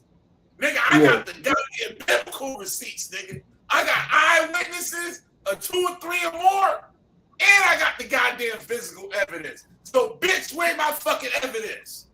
And we got according to what the Bible says in the mouth of 2 or 3 witnesses. Yup. So you can't beat that. Listen to the real motherfucking weirdo. Listen to Judah Nazareth. They gonna call me all out my name and shit. I said, bro, where that? And that's the thing. Judah Nazareth does what he always do best. When he can't debate nobody on the topic, he goes slander him. He did it with Chris. Now he's doing it with Fopi. Now he's doing it with Kunaf and Sean Sam. The motherfuckers done sent me shit on this bitch. You wouldn't believe the shit they done sent me on her. Man, I'll burn her ass alive on this damn internet. I will burn her alive on this internet. Come out your name. Say my name. Yeah, Queen Strong saying I'll do you worse than I do Judah Nazareth. I'll just make an example. I'll show you. Yeah, Queen Strong, you know, I watch her content. She lost her credibility after she was messing with Inky, man. That's just what it is. And not only that, you're married to a whole murderer who's doing time, so you have nothing to say. That part. And talking about the murderer like it's a badge of honor that she got a nigga in prison. And from the Bible I read from, the scripture says that a murderer won't have eternal life. So there you go. That was just in your video. Not too long ago. That's true. Yeah. So that's all I got to say about that. And like I said, I don't hate anybody. This is another book of proof and correction. We got to get it together as a community. We're the laughing stock in the conscious community right now. Forget about Kemet, forget about Muslims. The Hebrew Israelites is the hot topic, and we look like some cartoon characters. Why? Because of niggas like this. And it ain't just Judah. You got cats in One West, UPK, IUIC, GMS, so forth and so on. You name it. These guys are not doing the work of the Most High. They're not pushing the gospel. So, yeah. That nigga is so dirty that Judah, let me tell y'all about the pedophile claim that this nigga made. He got to come up on the internet and talk about, he got receipts of me sending him a message asking to see naked pics of his kids. Now, what kind of sick individual would make up a lie and put his kids in it? Not only just a lie, but a sexual kind of lie. And put his kids in the middle of it. And he didn't bring no receipts of it. No receipts. But what did he always do? He get his little raggedy ass Torah. He put his hand on it and he said he swear in the name of Yahweh. While lying. Who was that? Was that you that showed him how he switched the hand on the Bible? That you? No, that was who was that? Somebody recently. What's that mean? Who the fuck was that? That was somebody showed me a video where he sweared with his right hand on the book, saying that I gotta find it. And try to follow the Most High to the best of his ability, right? And then Yah is king. Yah is king. Yeah, it was that brother. Yah is king. Oh, okay, yeah. That's what it was. Yah is king. And it seemed like somebody that struck his channel down now because I can't even find his channel on YouTube no more. So I wonder who flagged him. Oh shit! Well, he already had a couple of flags. He said it. Yeah, so I mean, so there you go, man. And Judah, you be lying about not flagging people's pages. Something we don't do that over here. If you can't handle the smoke, don't get in the rain, bro. You flag Shah Champ's channel before the live even premiered, and he had to go on Quinaf's channel to get on. I don't even care. You do me, I'm coming back hard as hell, and you can wish you did. Yeah, he can flag me. I don't care. He can say whatever he want. Yeah. You can say whatever you want about me, man. I'm vindicated by the Most High. You know what I'm saying? This is what happens when you teach false doctrine. More info that I ain't tell. I can get a whole new another internet career, nigga, on this nigga. And what shit I got shit I forgot about. I got receipts. Yeah. And I'm like, God damn, I had this. Yeah, man. So like I'm saying, man, like I said, man, like you keep swearing on the name of Yahweh and lying, you will keep getting exposed. Just like tonight, just like the night before, just like last week. Yeah. You know what I'm saying? You see, because this is what cults like to do. When you figure out their game, they have to play the guilt trip on you. You understand? They have to play the guilt trip on you to get you to stay. When that no longer works, then they have to make you look crazy in the eyes of the people. You understand? They have to make you look crazy in the eyes of people. Oh, he going off. Oh, he bugging out. Oh, he got demons on him. That's the favorite one. They like to say, oh, he got spirits. Or he got demons on him. Yep.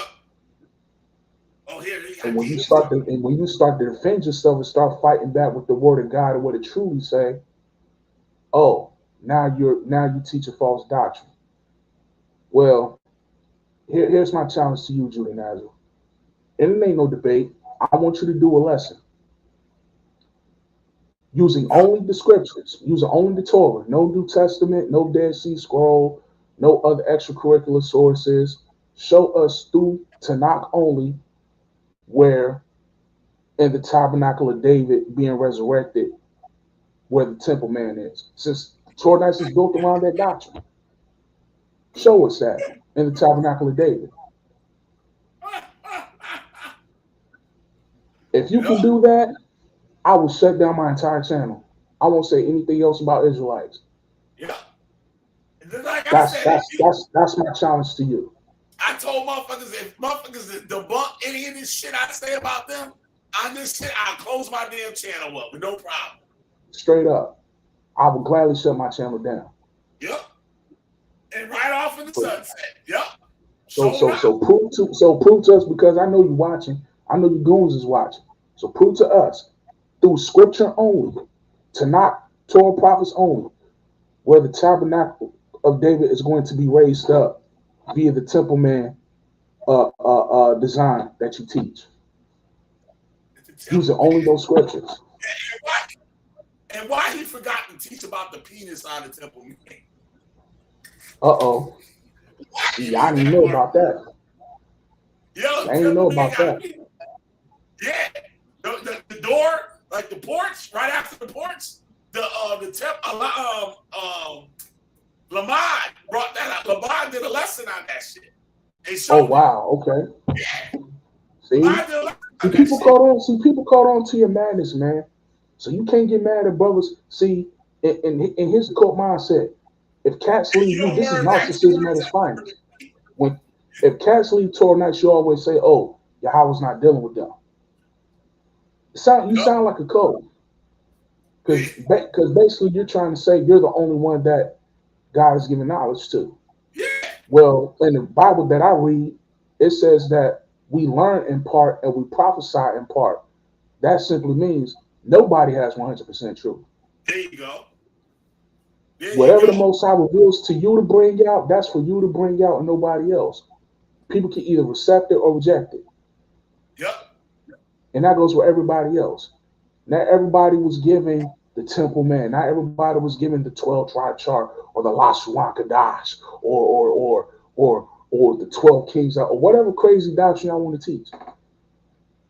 You understand? I only know the basics. I know the gospel. I know the new covenant. I know what Christ says. I know what the commandments say. That's what I teach. Okay, so I'm gonna rest my case on that. Killer B has always been a pleasure. Anytime I get the time to come up and tag team with you, brother. No doubt. No doubt. We tear their asses up. Yes, sir. Yes, sir. We had to remind people. We had to bring it back and let people know that these things that this man is doing is an unrepented act. He still has not repented of it as of March 19, 2023. He still has not repented. He has not apologized to those he slandered. He has not apologized to those he lied about and the lives that he's destroyed. And the people that's still within that cult today, ask him the hard-hitting questions. Matter of fact, Fopi was just on Side Nerder TV earlier this evening. Who was? Fopi. Oh, okay. FOPE. That was on Side Nerder TV banging on the 12-tribe chart, right? Uh-huh. And Side Nerder called Judah Nazareth. He didn't answer the phone. Oh, shit. You talk about you the best debater in the Lions Den debate league and all this and that. Why don't you debate Fopi on the bloodline? On who's Israel and who's not? Because you, just like Fopi, teach that the 12-tribe chart is false, which that's fine. But you teach the One West doctrine that the seed is only through your father. That's the One West teaching. Yeah. Yep. That's so true. why did you answer the phone when Senator called? Why didn't you get on Senator's live and rebuttal the things that Sharp, Sam, and Quinaf and Naftali were saying? I'm not saying I agree with them or not, but if you're such a Torah teacher, stop slandering, stop lying on people, and deal with the information. But you can't do that. Why? Because the spirit's not on you. Yep. Nigga had to lay low. But you get back us about that temple, man. We're not letting that go. That's the whole foundation of Torah Nights to begin with. Get back at us with that temple, man thing. Show us where. A screenshot of him got the actual Kabbalah tree drawn on one of the charts. Oh yeah. That shit. Yeah. Oh yeah. Yeah. Yeah. Kabbalah tree drawn on that shit. The Sephiroth tree. Yep. Yep. I actually got his notes. You know the notes on that little bullshit ass book he had, where he wrote all his you got notes. his notes? Yeah, I got that shit. I'm gonna find it. Shit. Well, that's game over then. I mean, game over. What he gonna say? What he gonna say? That's not his. Yep. Know what I'm saying? That's what I'm saying, man. And that what was funny, the day that I got it is the day that I quit Torah Nights. I was so frustrated. I finally got it, right? And then I was like, man, fuck this shit. See? Yep.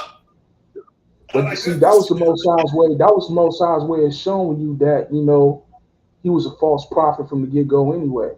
So by you even having that, that's just something to hold on to show people that, hey, this is not from God. Yep. You know what I'm saying? Yep. And that's all his handwriting and everything. Yeah. Yep. But, everything on this, his handwriting, his drawing, and everything.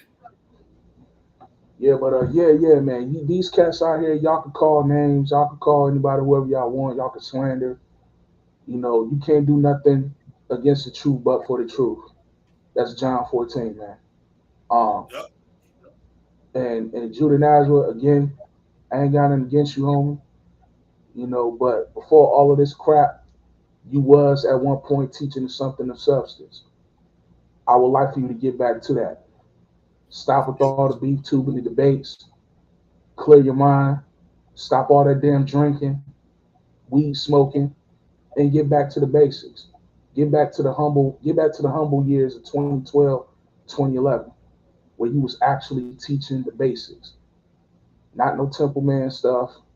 Not no banging with camps. Get back to the basics.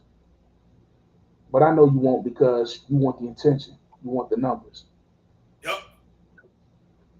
Well, let me remind you.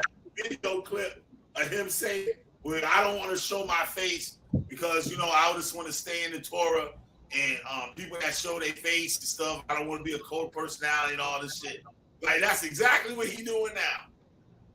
They can kill him on that shit. Right. Right. Now he's saying, oh, Killer Butt don't show his face because he's an agent. Well, I already showed my face on my channel. Yeah. More than once. Yeah. That's what I'm saying. I think you showed your face before that. Matter of fact, no. I do remember you showed me an old picture of when you was in the camp and you circled where you was at in the picture. I remember that. Yep. Yeah, when I was at IUIC. Yeah. Yep. So I mean, and we ain't got nothing to prove to nobody, no way, bro.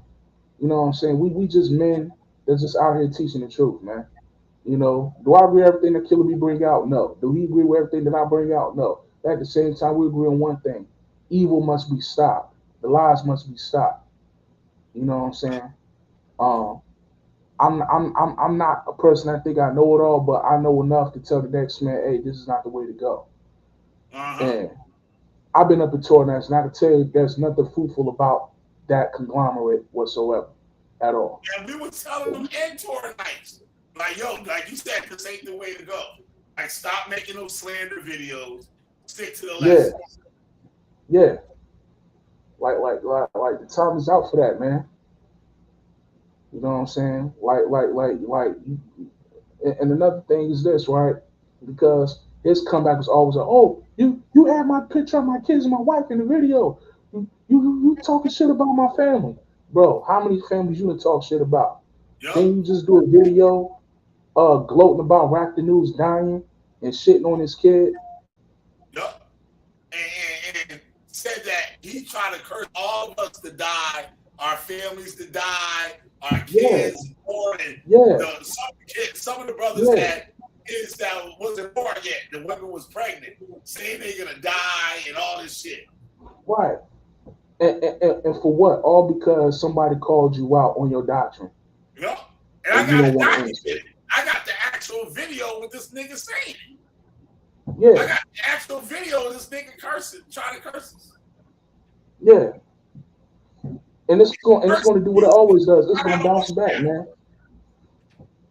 It's going to bounce back, man. Yeah. And it's going to do what it always does. It's going to bounce back right back on them. That's why, I mean, and it seems like this, like every time I see this dude try to do a video teaching a lesson, he always got a complaint, some bodily ailment. Oh, I have a headache. Oh, my face hurt. Oh, my chest hurt. Maybe because you're speaking evil of other people. Has that ever occurred to you?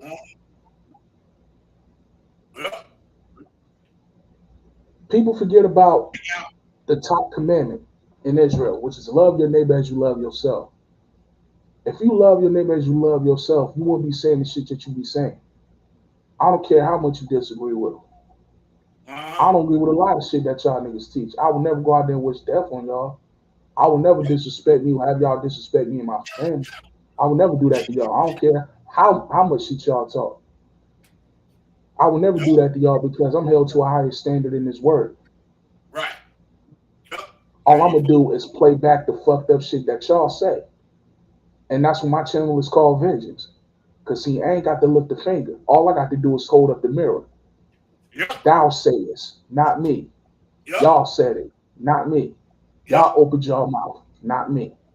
So nobody can say that I'm slandering. Nobody can say that I chopped up videos and took this out of context. Nobody can say that. Yep. That's right. I'm done. That's right. Y'all hear it, people? We play no games over here. No goddamn games. Whipping on this nigga ass. They play this shit. Classes. Where them yoga classes fit in your temple at, Judah? Show me where they're giving them classes in your temple at, Judah. Yeah. Hey, so remember this? How he tried to threaten you, Chris, about, oh, we got pictures of Amber. She's in the car with her husband. Oh my God. Well, we got pictures of you, a video of you drinking beer or God knows what, probably pork sauce, and your damn Halloween party, chump. Come on, you got pictures of Amber. We got pictures of your children eating pork and crab meat. You got a smorgasbord of bullshit feeding them children. That nigga asshole, pork rinds never. I ain't seen one collard green. I ain't seen no chicken. I ain't seen no cornbread. I ain't seen no black eyed peas. I don't know. That's why you crazy, because you eating all that bullshit, driving you crazy down there. Gonna be on that nigga shit tonight. I don't know what the hell. That's what's wrong with this nigga. And Devin sitting up in there like, man, Judah, man, what we teaching these people these lies for? You don't believe this shit yourself. Right. Or I ain't gonna let you play Mario Kart with me next week. Nigga, I'm gonna take this bitch from you, man. Out of here, man. Oh shit, man. He teaching people. I remember they made the meme and said, yo, Judah, after the Halloween party, we're gonna go live and teach the people about the Torah. Oh man, that was crazy, yo. That was crazy, man. And then this nigga Judah had the nerve to do a damn video saying, you get your ass back right here off your teacher. If you don't, the Lord's going to kill you. I'm like, wow. Yeah. So wait a minute, this man's traumatized. He mentioned him this morning. He said, I'll get Devin here as a witness. And then the nigga said, oh. And know what he said? He said, I'll get Devin here as a witness, right? And then the nigga gonna say, oh yeah, Devin and stuff, you know, he hung out with him. I got him women. He borrowed money from us. Oh, he borrowed money from you. Not from you, nigga. If he did. Nigga, you ain't had no money. You know what I'm saying? I'm like, and then he switched it like, oh yeah, he wouldn't come over here. He wouldn't come back over here. Yeah. I wonder why. Oh, foul shit. Man, this dude, man. This is crazy, son. Well, how to hit that root chakra got his mind all in a Baphomet mind state and shit. He said hit that root chakra. That's why he's going crazy. That's why he's going crazy. Hit that root chakra and get in a Baphomet mind state. Hit that root chakra, Daddy, so you get in that Baphomet mind state. That's funny, bro. This is hilarious, yo. That is funny. Yo, Hey, yo. somebody hit that root chakra and shit and fuck this shit up. Fuck this whole brain up. Mercy, man. Oh, man. You can't use the Most High's name no more, Judah. Your mind is profane. You are profane, brother. Got them kids going up and down the line eating abominations. Smorgasbord.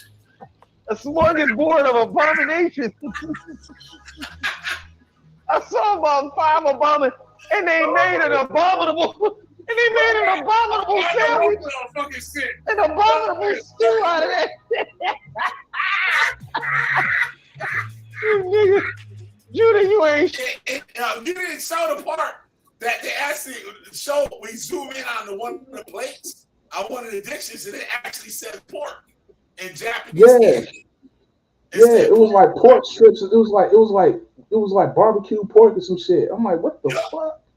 And then we had And I'm like, his daughter was wearing a witch hat, a little witch hat, and she was standing in line to get her little bag of candy. Yup. oh man. Shit. This is the black community, y'all. You say what? This is your black community. Oh, goddamn worried about Amber, man. I'm gonna come down to Japan and holler at you, man. Real talk. I'm gonna come holler at you, man. For real. Oh, shit. He mad at I'm gonna get my military ID and I'm gonna come holler at you, man. For real. It ain't hard to find you, man. Oh, You over there, you got a smorgasbord of a box. Chris Harris. Was you really in the military, Chris Harris? You ain't gonna get on that tonight. You see how Killer B working shit? Now let that nigga go tell somebody. Nah, I ain't never told Killer B I was in the military and shit. Mm-hmm. Yep. See? Yeah, Chris. Yep. You did a lot of things, Chris, that don't happen. But anyway, I know where it's at now. I know where that receipt's at now. So I can ask. Combinations. We can get somebody to ask you again, nigga, was you in the military? Or crab meat, shrimp. Them Japanese people over there eat shit that black people over here in America don't want to see wiggle.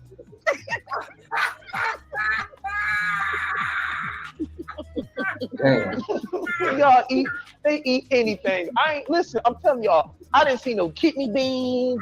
I didn't see no peas. I didn't see no string beans. All I saw up there was a bunch of bullshit. That the Mexicans like, we don't even eat that shit. What is that?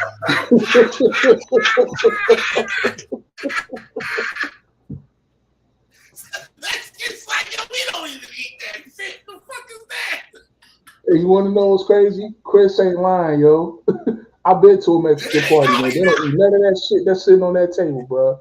You got some goddamn enchiladas and empanadas, you know. Holy Like, shit. yo. Slaying this nigga. Oh, man. Damn, man. Damn. We don't even eat that shit. Yo, I'm already scratching the surface, homie. Uh-oh. We got more. We got more. We're going to string this out on you all night, all year long, That's Judah. what we did. Yep. Yep. For a whole year, just straight roast fest. Every night we was killing this nigga like this. I put you Hey yo, the assault, the spiritual assault from that year was so devastating. He had to disappear for like 8 months. Yeah, I had that nigga on suicide watch. He was going. He disappeared for like 8 months, bro. He was going to Tom, talking to Tom, and Tom was something like, "You need to take a break, man. You need to take a break for a while." And shit, Tom was a real suicide counselor. And shit, like when you want to kill yourself, you call that number and shit. That could be the one answering the phone. Yeah. He like, you the answer down and shit. Like, yo, you need to take a little break. Yeah. People, yo, get that nigga to stop. Get him to stop. No, nigga. No, we not gonna stop. I thought I told you that. I told you, man. Repent, man. Repent. Stop with the bullshit, bro. More. I'll get my Diddy dance, nigga. I thought I told you that we won't stop. I thought I told you that we won't stop. Straight up with the Diddy bop. With the Diddy bop, bro. Killing every night. Straight killing that nigga. Straight killing him every night. Yo, those videos are so hard. If y'all go back to my old videos, like from the beginning, y'all start seeing the ones after the but maybe start like the one that got the R. Kelly shit, R. Kelly video. Yeah. From there on up, you see like 300 something videos, just straight fire, just like this one. Straight fire. Just straight World War III on the internet. Yup. My foot was on the back of his neck the whole time. That's what I'm saying, man. Like with the videos that Killer B was coming out with back in 2018, 2019, you thought it was the Battle of Armageddon in the Israelite community. You thought it was the Valley of Jehoshaphat, so much blood being spilled.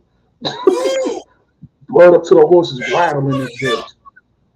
Niggas was like, God, Killer B, I don't even remember this nigga saying this shit. And I pulled the receipt right out. Like, see, you don't remember. There you go, nigga. Like, Killer B was hitting Judah. Look, Killer B was hitting Judah so bad, you had other camps telling Judah to shut the fuck up. Yeah. They're like, yo, Judah, stop.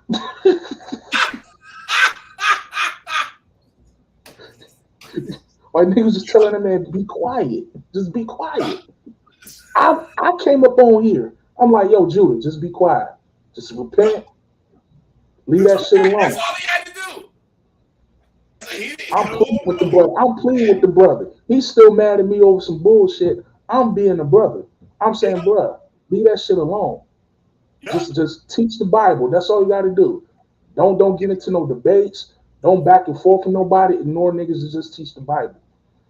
Don't want to do that. Too much pride. And we all went to him like how the scriptures say to go to the person. Right. That's how we went to him. We really did. Man. We applied the whole scriptures and everything. And that nigga wouldn't repent. That nigga just got worse and worse. Talking more shit. All right, nigga. All right, here we go. Here come the fire. Here come the flames. I already told you, man, you know Killer B don't play right. Yup. I act like I ain't got no damn sense. See, Judah Nash say he the victim. See, Judah Nash, you putting up pictures of Razor Ramon and Ric Flair. Nah, nigga, Killer B the Ric Flair this shit, for real. He is the dirtiest player in the community. He do not play right with nobody. Nobody? Not even me. So, listen. Told this man, yo, just chill. Yeah, that's the best thing you can do and shit. Go sit down somewhere and shit. It's like, we'll hope that this nigga, this fucking fuck nigga Killer Bud. Most I will kill that nigga. Fuck him. That nigga ain't never keep the Torah. You know, like that nigga ain't teach no lessons. I'm over here teaching lessons. He ain't do shit the whole time he was over here. You know, no face ass nigga. But fucking, you had pictures of my kids. You goddamn pedophile. I was gonna kill you. You know what? I'm gonna call the Yakuza. I got Crips. 54th Street. Nigga, stop. Shut up, man. I love it when I let it cool down a little bit. And those niggas think it's all right to step back out there in the atmosphere. Right. As soon as they step back up, I throw the flames back on their ass and shit. They just straight bring out the street sweeper. Yeah. You're like, get your ass back in the house, nigga. Anybody tell you come outside? Yo, that's how I was literally doing them. I'm like, who the fuck told you to come back out here? Fuck back in there. Tell you, man. Yo, I do not play with these niggas. Like, there was like Neo X. She was like, yo, chill, kill me and troll. I ain't no troll. I'm that ass motherfucking serious. Telling you, man. Yeah, this nigga crazy. This nigga be having funny as hell. I'm like, y'all might be funny, but I'm serious as a heart attack. The days of teaching lies and lying to the masses is over. The internet is undefeated. Yup. All right?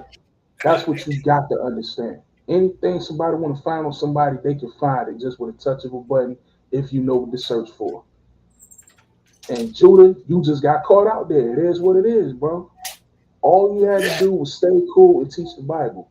You didn't want to do that. You didn't want to remain humble. You didn't want to remain humble and allow the Most High to give you the increase. You wanted clout. You wanted fame. So what you do, in your own certain sort of way, you sold out. You sold out by getting into the nigga shit. And now look, you can't hang. That's why you're over there crying, talking about, oh, we're about to sue people. We're about to sue people on YouTube to get their YouTube check for slander and get their channels taken down. Wow, really, Judah? So now you're gonna start suing people? You're gonna have Isato sue people because you don't know how to close them out? I had those Japanese people come up in that motherfucker and shit. Man, Judah Nazareth be in some dungeon somewhere up in that motherfucker. Fuck around with me. Tell you, man. Play with me. I got the nigga already set. I can do what I want to do right when I want to do it. I could have had this nigga out. Yup. I'm gonna say this and I'm gonna leave it alone, man. Judah, last warning, and I'm saying this out of love because I really do think deep down inside you still a cool brother. This is your last warning. Stop slandering people.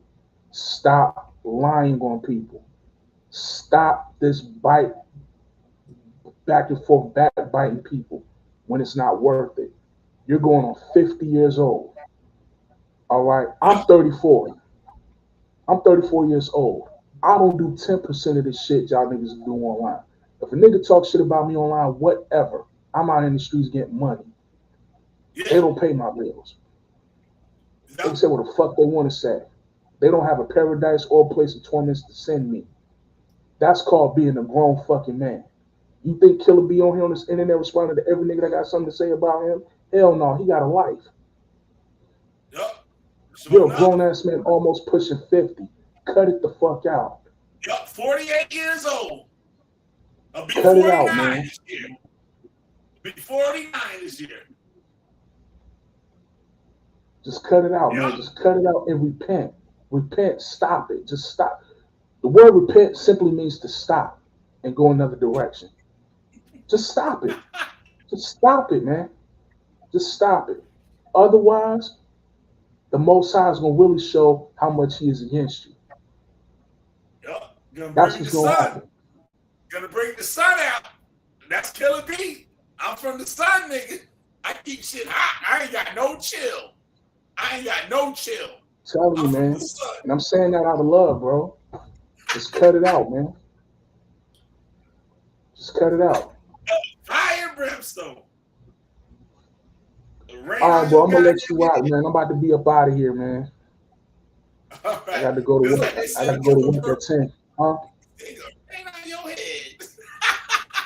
You gotta rain on your head. Yup. That's why a nigga went to Japan. Yeah.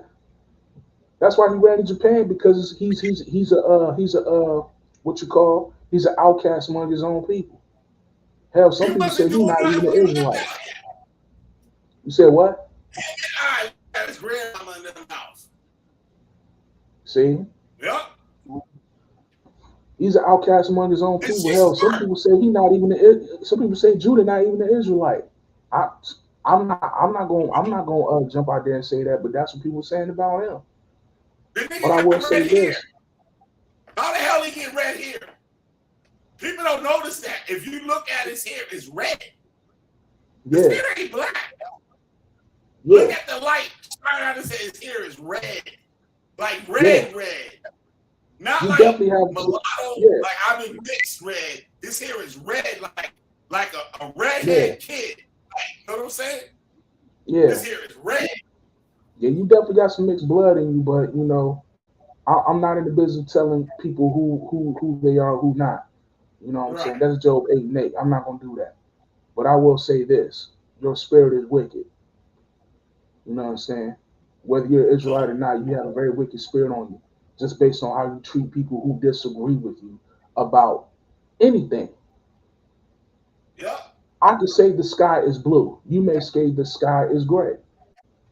But if I decide to say I disagree with you, you will automatically wish death on that person and slander that person and wish death on that person's family, just based on the disagreement. And it's not just you, Judah. A lot of other Israelites do that. It's niggas really out here wishing death on another brother for saying that the earth is flat. Yeah. Yup. They That's showing the up same. this. Showing up this. You ain't wearing fringes, the Lord gonna kill you. Why? Yup.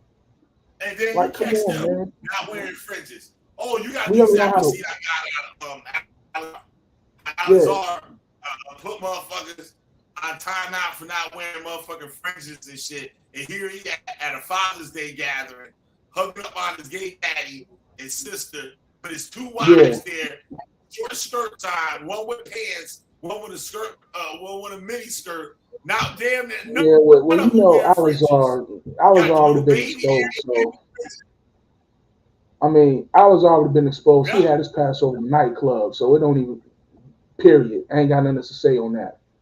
That whole spirit of Sakari, that ain't nothing but GMS on steroids. That's all it is. Sakari is GMS on steroids. That's all it is. You know, and I ain't got nothing against them brothers. I had my beef with Sakari, but you know what? I done squashed that. I done got over that, and it's still love. But them brothers still need to repent. You know what I'm saying? And, that's one of my with it, but yeah. They never do. They never do. They never learn. Bruce Shaka Gary, goddamn, man. Bruce Shaka Gary. I gotta find that video when they was throwing the babies up in the air and shit. They was showing the baby yoga and how they throw the babies up in the air and they just be yeah.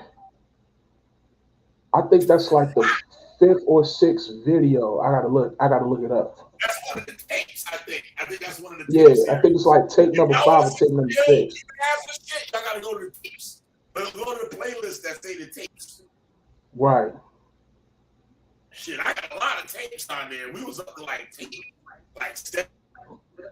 to 20 something. Tapes. I think you got about 23 tapes somewhere in that vicinity. 23 tapes. If I'm not mistaken. Yeah, them tapes. I was on there for a few of them. Yeah, man. This is what we do, man. We expose false prophets and false doctrines, man. And listen. If you believe in the Bible, cool, but don't allow another person to teach you how you should read the Bible. Right. That's what the Holy Spirit is for. All you gotta do is open the book and let it resonate with you. That's what I had to learn, man. You know. Absolutely. That's why I got a whole different spirit. You know what I'm saying? People ask about online chilling. I ain't got no problem with the book. I ain't got no problem with it. But right. If it's supposed to make you a person, and it will. If you read it and do what it says. Right. Some people, they got people's interpretations and stuff like that, and that would fuck the shit up. Right. And that's why every doctrine must be tested and tried. If somebody, it's all right to have a teacher. We all need teachers at times, but that's what going back and studying for yourself. That's why it's so important, because that teacher may say something out there that is going to test you to see if you're really reading for yourself or not. I know Moreh Shaul, UKYC, he does that to us a lot. He'll throw a certain doctrine out there and just let it stay out there to see if niggas gonna actually go back and read the scriptures, or if niggas just gonna take that shit for word and go out there and teach it on the street and get cut. Yep. And a lot of brothers that came through here in this congregation, it didn't happen to. It didn't happen to me, but it happened to a lot of cats. That's a good. That's something I They would get do. mad. I would do that shit. I was without a Yeah. doubt see who take it and try to run with it and shit, and then you know who's Right. studying and who don't. Right. And then they would come back. They would come back to the school, get mad at Shaul, and he's like, "Did you actually study and search out the scriptures before going out there teaching?" But that's what you said. Yeah, that's what I said. I didn't say that the Lord said that. Yep. And they never understood why Shaul did that. And he says, "This is why I did that, because you must search the scriptures for yourself."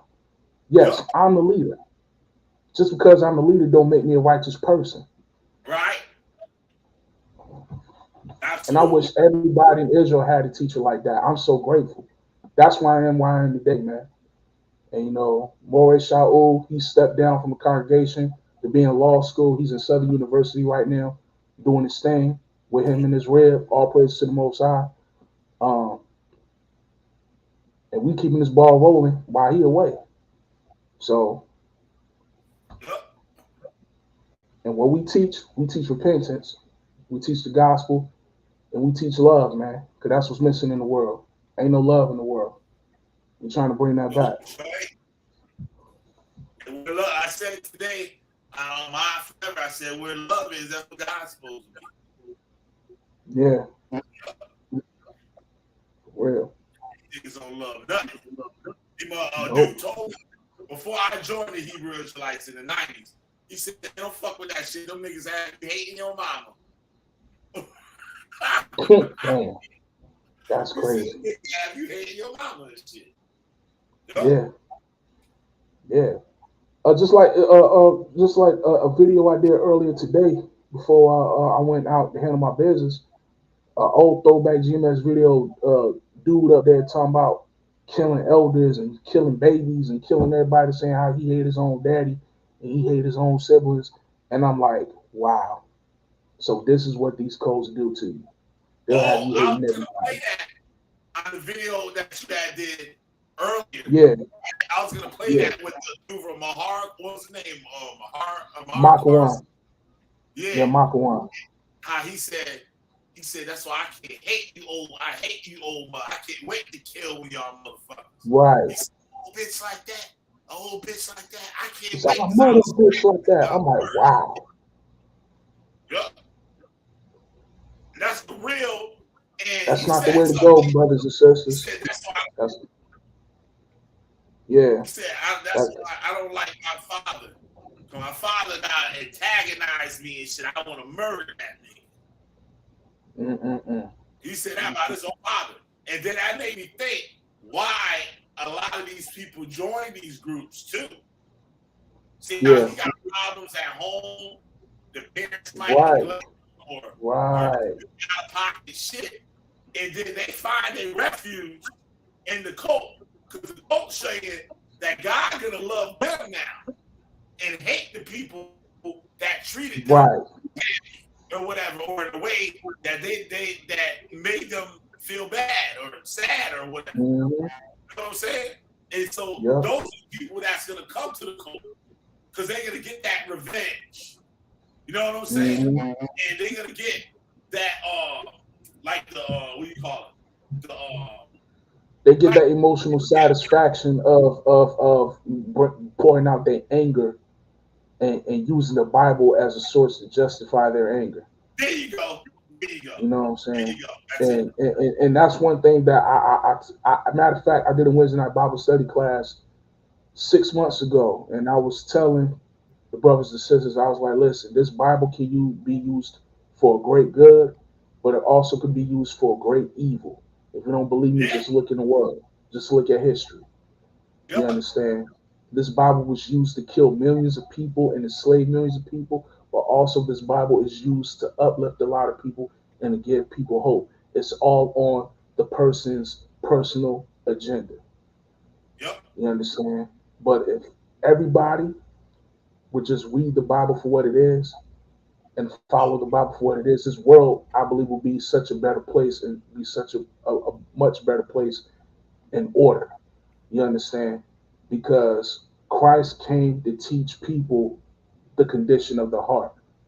You understand? He came to teach people to get your heart right. Right. He says, hey, peace, brother. Hey, how you doing, man? Hey, what's going on, man? Everybody good? Yes, sir. How you doing, man? Not bad. Over here, boy. Yeah, you cracking me up, man. I swear to God.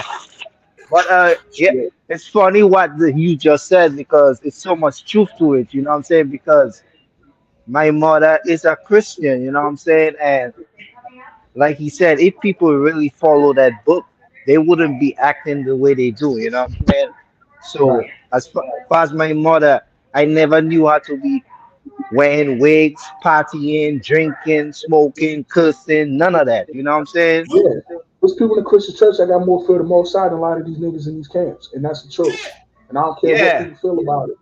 You know That's what why I I'm saying? say, like, even if I ain't really into the religion thing, I know that some of the stuff in the book is worth reading because it helps you conduct yourself in the righteous way if you follow it. But these niggas these days, they just making the word say whatever they want it to say, so they could conduct their nastiness with all this pedophile shit. You know what I'm saying? It's ridiculous. Right.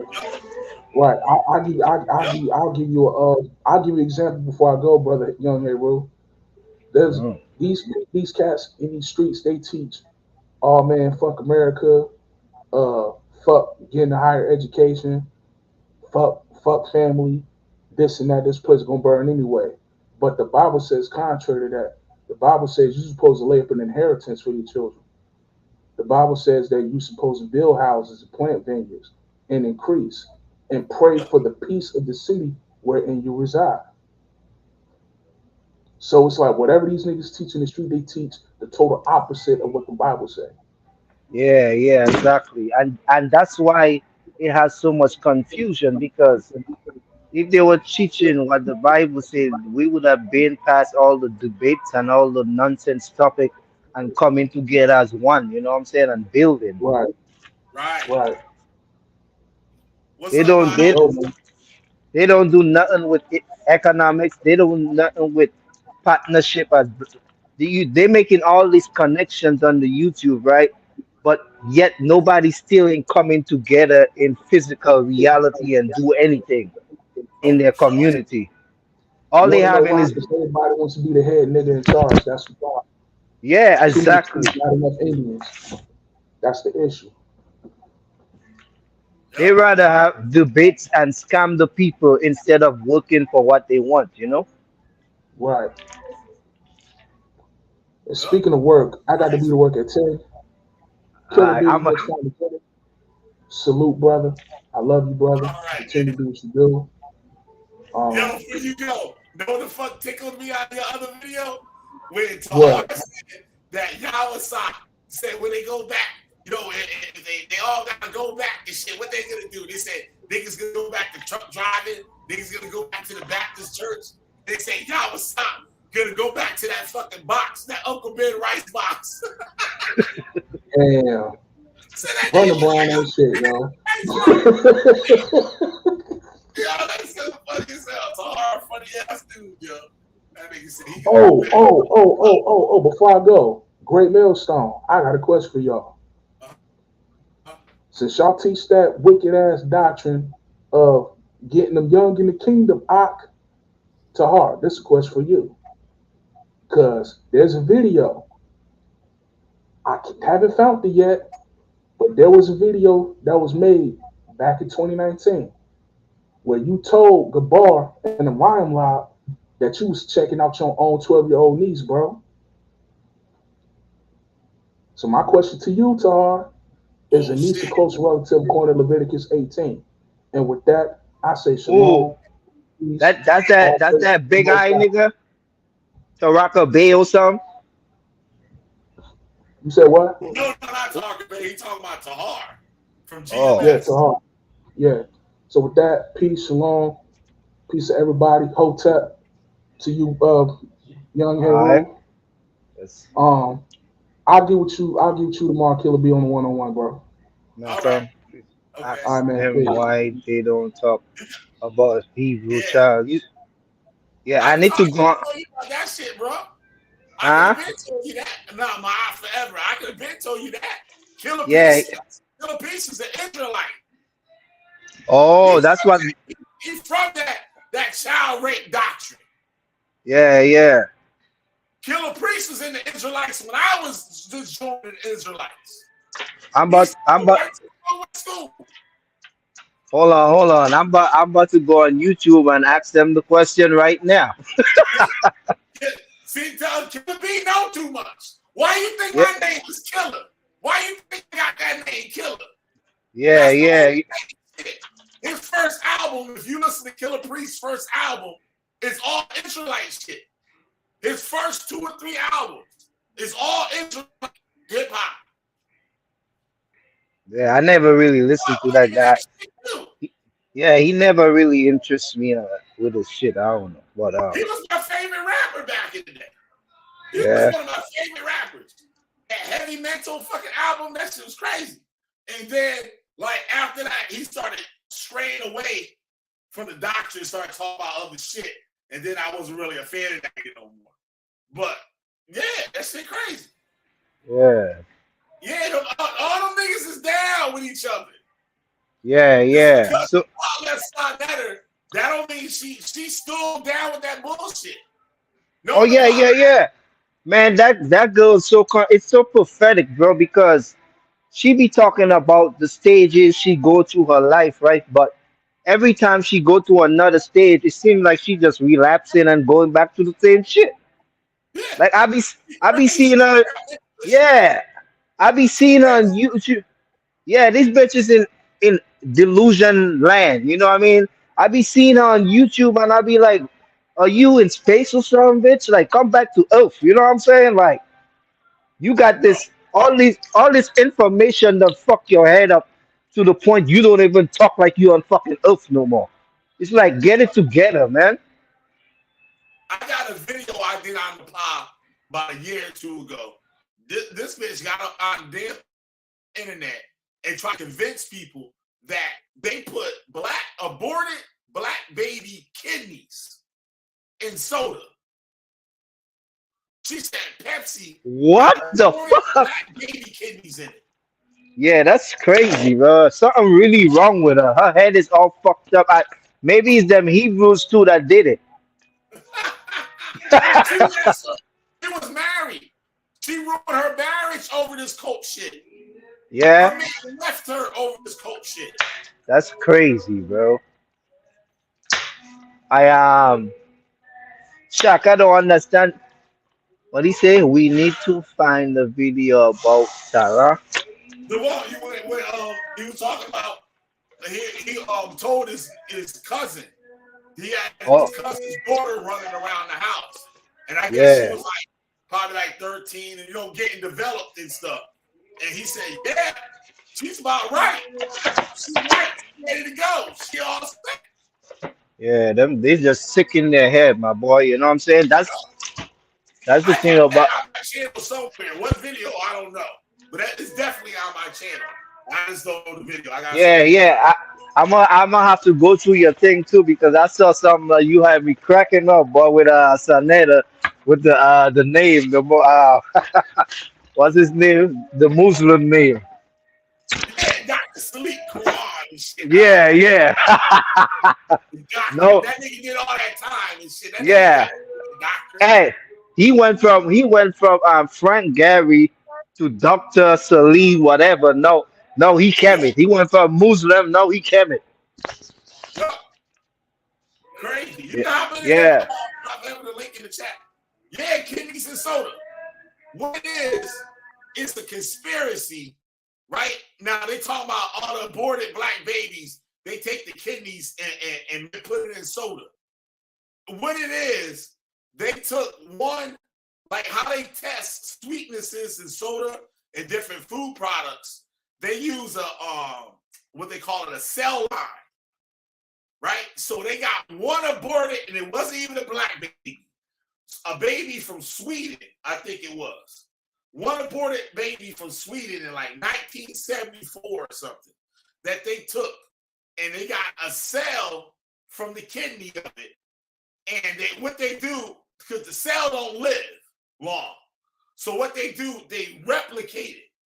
And it's basically like an artificial one. So they can keep replicating them. And from that one kidney cell, they still have the cell line today. And there's a company that tests the flavors of different soft drinks and foods and stuff. So, you know, back in the day, if you go to the mall, they'll be like, hey, we'll give you $5 or $10 if you come in here and test these sodas or cookies or whatever out. And they'll say, from 1 to 10, how sweet is this? From 1 to 10, how sour is this?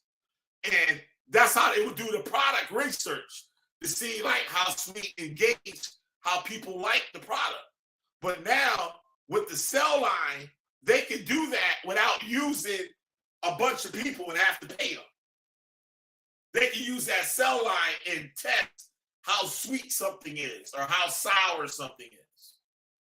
That's all it is. They're not putting anything human in the soda.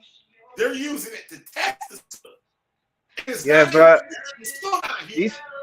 These people have conspiracies on top of conspiracies, bro. It's just it's ridiculous. Like I told people, so-called knowledge just fuck up their head, you know, because the kind of shit they be talking, like, it's just like when they say stop or shut up, man, because people be talking the worst shit and they don't have no proof of it. Like, I don't want to hear that bullshit, man. Yep. You ask them the proof, they just say they're looking stupid. Yeah.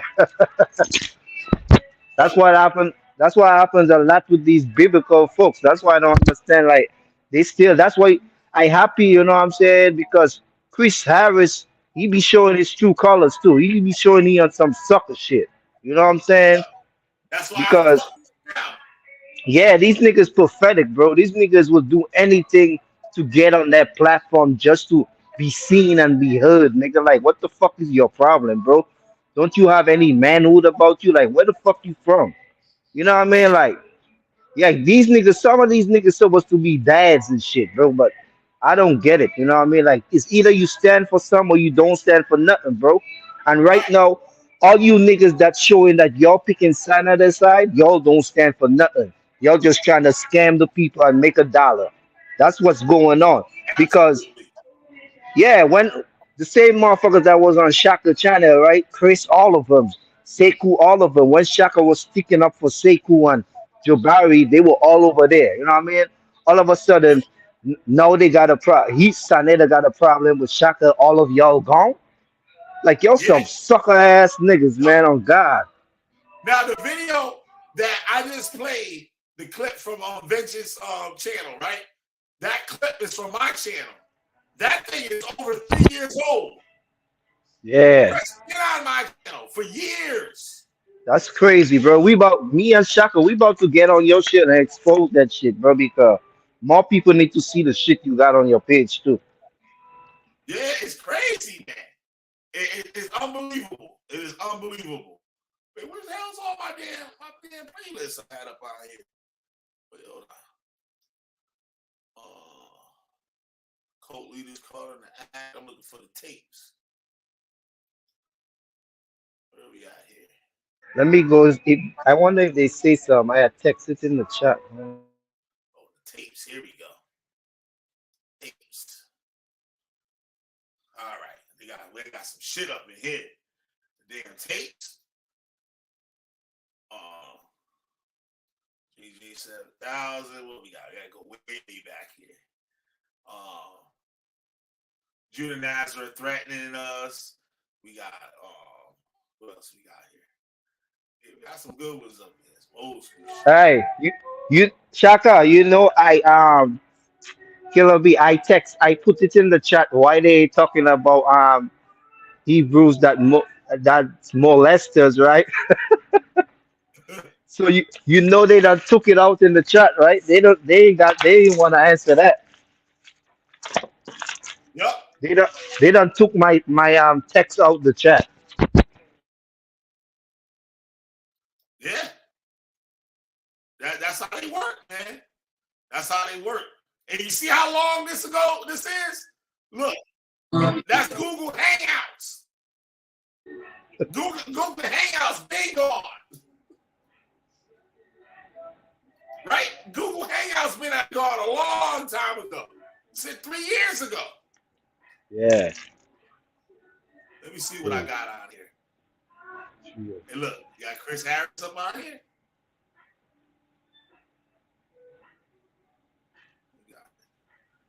I forgot what this is even about.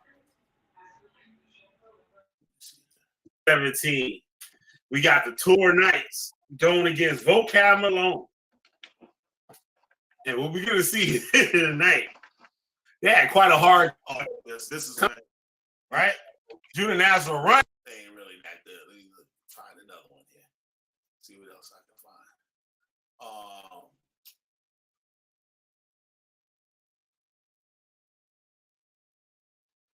Got Hadassah. That's the lesbian girl that we had at Tour Nights. And shit. And Judah Who that? That's not what's her name? Not what her name is? No. No, But no, we had no. Hadassah was a gay girl in our shit. Oh, yeah. That shit even surprised me about Judah Naz. Like, that shit crazy, bro. No wonder why they think they saved like a motherfucker, because all that homo shit they were into. Oh, I know which one to show. The one with the shit at. That shit should be up in there. They got a baby soda one. Wait, hold on. Send this thing here. No. Judah with the training in the house. It's a members only video. Here you go. With the training. This is it right here. There you go, brother shot. All right, there you go. Now I ain't giving Chris no damn chance. I'm saying, just give him a chance, like, trust me on this one. You know what time it is, though. You already know what time it is. You already know what's coming. I told him. You already know. Here we go. We back again. Tour Nights Radio. Couldn't get the music to play, but I'm not gonna. Chaka, we giving Chris too many chances, man. But trust me on this one. He ain't called you back yet. Just trust me on this one. All right. You could be like, damn, Killer B, you was right. Just. But hey, what's up, brothers? Hey, what's going on? Yeah, what's up, Young Hero? What's up, Killer B? Yo, I got a proposition, man. If you don't mind, Killer B, I can share my screen and I'll go on their panel and see if she lets me in. If she lets me in, then I'm gonna ask yourself, Killer B, all these people raping. Yeah, do that. We riding with you. All right, all right. So let me put up her vagina first, and then. Because I said something in the chat, but I think they ignore me. Oh, okay. It says I'm coming, but it is actually live. All right. So, what was the link? They've put the link to the stream. Oh, but the thing is that maybe it's not going to work because I'm already on StreamYard here. And if I click on another StreamYard, obviously it will not work on both. So, you have to be on YouTube.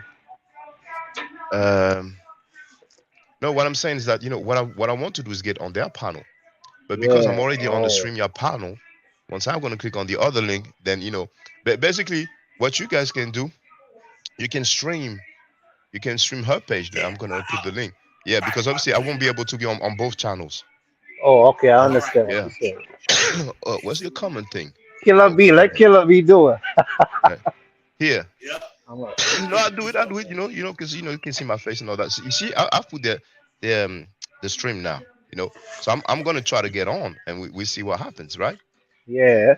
But they know we've been trying to get at them. They scared. Well, let's see. Never know. She might put me on and curse me out because she might feel some type of way about her saying there was a human rights violation in Quebec. If I see my name, she's gonna run the other way. She's like, oh hell no, not this nigga. Well, Kiddo, feel free to do a screen share, to show the, yeah. Wait, I might subscribe to his shit. What's the name of it? What's the name of I put the link in the chat to their stream. Oh, you put it in the chat? Yeah, the last link, that's them streaming right now, live streaming right now. I don't see it. Yeah. Oh, well, okay. Let me put it in private chat. But it is sometimes it takes a few seconds. Can you see it in private chat? Oh yeah, I see it, but I can't click on it from the StreamYard thing. Yeah, put it in private chat. All right, I see it. Okay. All right. Yeah, it's not appearing yet in the comment. I don't know why, but yeah. So once you do the screen share, then I'm gonna log out of here so I can log in on their. Those are what we will name. All right, so I'm gonna try to get there. Everything and I'll update you. is observed by us. So when you say, did you know that the ancients are observed about every single star that when you look up in the sky, it's just you. But if you want to talk to me about books and Orion, everything you read in a book came from an ancient person who wrote the Bible, the Bhagavad Gita, the Emerald Tablets, the Book of the Day Coming Forth, Sanskrit. Go on. My mental health doctor. Okay. So why I'm talking about this is because you are even proving my point further, because you are talking about the stars being cataloged and known. So this brings us to the question that if we're in a solar system that is moving, okay, is the entire universe observable in the earth? Can we observe all of the stars in one day? Can we observe all? You want to take this, priest? Huh? I want you to say what you need. Let me say this. Could you continue making this exciting? Because you're asking questions that, can you observe all the stars in one day? What does that mean? I mean, that's on the individual. Like, I don't know what you mean by that. I mean that when we look at the Big Bang universe, it's quite impossible to observe all the stars in one day. That's where I'm headed to with that question. No. Okay, just tell us that. Okay, but do you agree that we cannot observe all the stars in one day in a Big Bang universe? No, I don't agree with that. You know why? Because you don't know enough about all the stars. Right. You don't know. You can't tell me. Right. We can't, because you don't know about the infinite. Hey, Killer, you hear me? The vast mass. Oh, yeah, I'm listening to this crazy ass question. Yeah, yup. All crazy shit. That don't mean nothing. That don't mean nothing. Yeah, I told you, bro, she be all over the place. What happened? It's thick? No, I stopped it so I can hear you. Oh, my bad. Play. Yeah, I want to. And when Shaka come on. I mean, we can't observe it, and I can't tell you we can't observe it. You understand what I'm saying? So, how is this going to relate to a flat Earth, a dome? It's going to, because I'm trying to let you know that the stars are fixed. The stars, all the stars in the world are observable in one day. That's where I'm headed to. Now, let me ask you a question. If all the stars are, real quick, Trace, if all the stars are observable, wait a minute, do you believe that we're suspended in space? I don't know what as far as it goes outside of the world. Some people say we are in some primordial waters and Hey, all not that, but I not don't only to know. get this What I nigga can tell out you of is what I here, can bro. observe. I don't know when it goes anything Crazy beyond shit the they stars. talking. Anything Yeah, they crazy. Wait, and Bro. then you know why I'm gonna And motherfuckers be listening to this shit instead of going to work.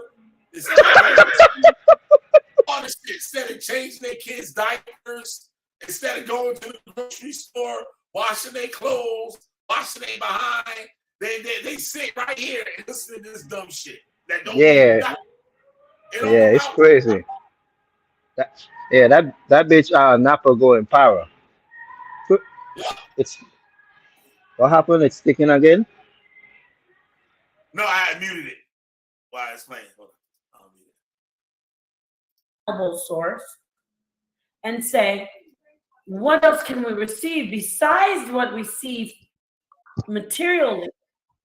Because if I only decide what I see materially, I'm pretty much limited. So I decided to tap into my consciousness, into the universal mind of God, and get information. And then that universal mind of God gives me, it says, look into the microcosm, Napa. Then you will surely see the macrocosm, as above, so below. And then I don't have to rely on what I can only see. I can rely on something more than. Man, shut the fuck up. She crazy, bro. Kidneys and soda. Is supposed to listen to you? Yeah, she crazy, my nigga. I swear to God. Oh, I got a good video. I went off on her. I literally went nut crazy on her on a live stream. Oh yeah, I'm gonna go to your channel, man, tomorrow for sure. That was on the girl. Remember I was talking about the girl in your honesty that got shot in the face? Yeah. I know a girl that dated the guy that shot her just before it happened. Yeah. So I was interviewing her, and she came on there in the chat wanting to be seen and talking shit about the girl I'm interviewing. Talking about, oh, she called me a bitch 2 years ago. Ain't nobody care here about give a fuck about that shit. Yeah, that shit She called crazy. you a bitch. You is a bitch. And I asked her, like, nice, stop interrupting the show. Jack's telling her, stop interrupting the show. And the bitch just kept talking. And Yeah, that's what she do, my nigga. That's why she and Sanetta monkey ass used to get in it so much, because she don't know when to shut the fuck up. Like woman like that, they think they're too smart for their own damn good. You feel me? To the point she going crazy now. She all in space and all in the stars and asking the universe creator, and she, bro, all kind of crazy shit, bro. Like this bitch need to sit down somewhere. yeah. Oh shit, there you go. Yeah. Showing you, this is a big deal because I could have very easily not let you on, but I'm showing you love and peace as a brother. How are you? But what he do you? What he do you, bitch? And he's not a bad guy, but he Thank you for letting me in. Thank you for letting me in. It is 8 a.m. I'm in France. And greetings to Kilo Priest. One step. Hey, that song was fire. Greetings, Napa. Now, Napa, I'll be interested to know the negative things that I said about you. Because No. Don't worry about that. Don't worry about that. Because I'm bringing you in a positive vibe. Because I know you are a father. I've seen beautiful children. Beautiful children. So don't worry about all that. But I was saying, I have to deal with a lot of different personalities. So I'm glad you're here. If you want to add to the flat earth bill. I know he the does. earth is flat, but you said that I hate the Bible. I don't recall saying that. But I don't Yeah. believe in the Bible. Let's talk about, you don't hate the Bible, but you don't believe it's real. No, I don't. We don't have any archaeological documentation for these events that happen. Mainly the Exodus narrative. Well, if we do, please show it, because the scholars say it doesn't exist. We don't have anything for the Exodus. So, but really, I was coming to talk about those chapters. That's why she don't want no problems with Chaka. We do have the record. He went. No, you know what? I can do a whole stream with you on that. And don't think I won't. But I don't want to do that Yes, on this please. show. Yes, we're 100% fine with that. But let's get back to the Bible saying there's no archaeological resources or references. There 100% is. We have the book of Numbers. Bitch, I ain't here to talk about that. The law, and we have. Well, if you don't mind, can I ask Killer Priest about the march regarding hip hop, because Killer Priest is a hip hop artist that is known. Killer Priest, I don't know if you are aware, and also Killer Priest is a Wu-Tang affiliate as well. There's Layla Wills, maybe you've heard of her, for the Killer Priest. She has a protest against child molesters because of Africa Bambaataa. He was accused of molesting several boys, and there's a court case. He avoided the issue, so he may be found guilty by default. And the march, One second. But no, not hold on, brother. I don't want to talk about child molestation right now. You monkey bitch! Stop talking about space. I want you to join us. Wait, we are 100%. Yeah. She running from the question. Shaka, if you want to work with You me, see this nigga one eye? and if you'd like to join Chuck Morgan, Yeah. Where you go? What kind of shit is this? Now on this particular stream. Oh hell no! They some cowards, man. So, and I understand your zeal. You have children. Your brother. I'm not dissing you. I'm not silencing you. I'm not trying to be overpowering you. But if I don't, well, talk about it. Why you let her talk? Yeah, you should. Yeah, you see, this nigga Killer Priest ain't got no backbone, bro. You supposed to be the man. That's an excellent question. Well, it's an excellent question, bitch. Well, answer it. Actually, we've been in communication for what he told It's me. full of shit. He just didn't know the time yet, and I should be able to come. Do you know No, what time? and I have no issue with that.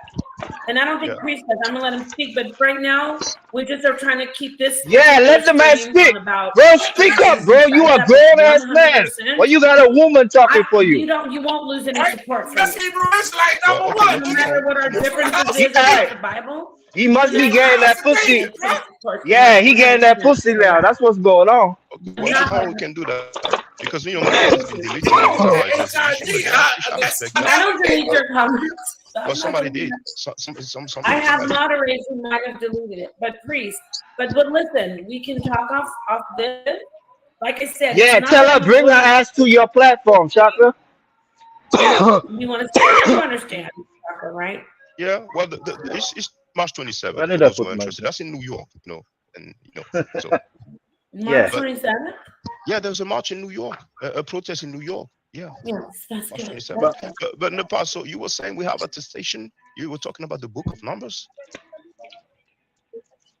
Before we do that, can we get back to Priest and the brother about flat Yes, Earth? of course. But I will address you, Shaka, on the flat Earth. Because you said, oh, Nepal has a bone to be. I know. I got it. Priest, come on in, Priest. The high priest coming in. If you don't address, I want to ask the brother from Nigeria. Thank you, Shaka, for caring about the children and the issue. But right now, we're gonna stick with the flat Earth. And then They full of shit. Real short. Bitch, nobody don't care if the earth flat or wrong. Y'all can't fly out of space anyway. Are you ready to convince us? Because you've been taking a long time. We've been up here for a while, Killer Priest. and you haven't dropped nothing yet. Killer Priest suck. Convincing us that the earth is flat.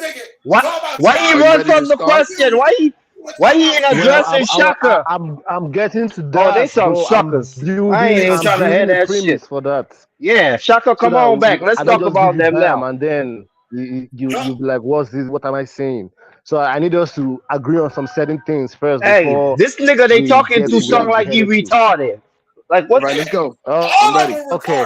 So, all right.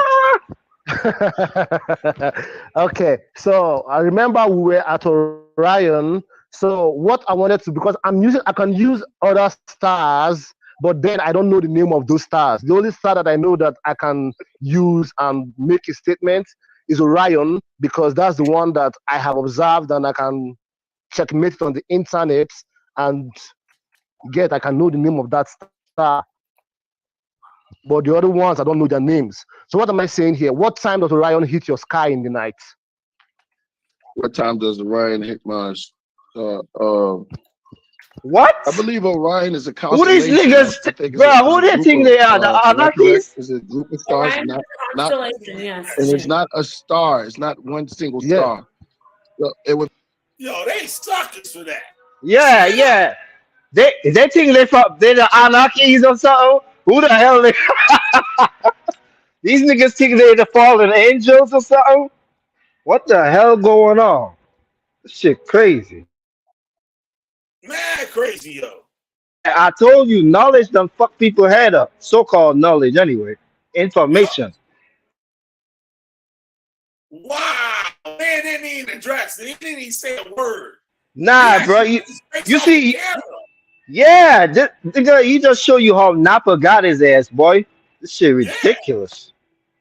Hold on, let me go on YouTube and put something in the chat.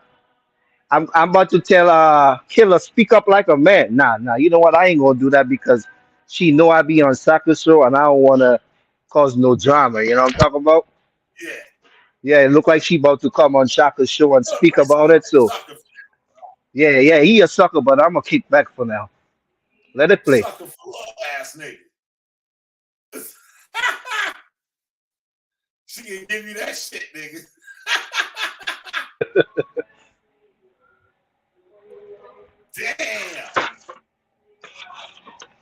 Damn. Unbelievable, man. Yeah, bro. It's up to you if you wanna let it play or leave it. I don't care. Yeah. Leave it. That shit crazy, yo. Yeah. What Shaka said. Let's see the topic of child molestation not be addressed today. Yep. But Chuck Morgan is scheduled for tomorrow, Monday. I just don't know the time. Who the hell is Chuck Morgan? I don't know. I have to look into it. I don't know. Yeah, she didn't want to talk. She didn't want to get into that. Nah. She talking about we will address it. When? You know what I'm talking about? And I know she knows some insights because she was around Sanetta ass for the last 2 years. Yup.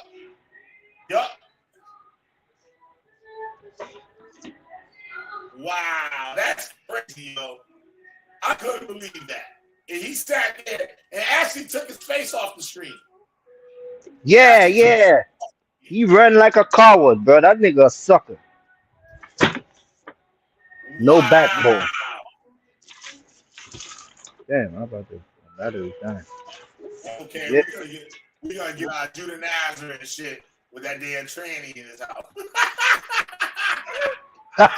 Hey, I need to find out what platform he on because I'm finna press his ass about that shit, nigga. I'm finna be like, so Judah, you used to conduct in homosexual activities before you were saved? Because that's what I'm hearing, bro. You know what I'm saying? That shit is ridiculous, man. These niggas like to come and talk like they the realest of the realest and they the cleanest of the cleanest, and they got all kind of dirt in their laundry. All types of dirt in the laundry. Yup. And what's crazy about it, how he got caught, he said that was never his name, right? He shows his SoundCloud account. And when he goes to SoundCloud, he changed the title of the SoundCloud name, right? But he forgot to change the name in the description of the page. So when you look at the description, you see his old name there, Judah Nazareth. Yeah. Shit crazy. Yep. As you can see the He had an old Facebook message. Oh, I got a screenshot of Judah Nazareth. He sent me a message, right? By accident. It was 3:00 in the morning in Japan when he sent it.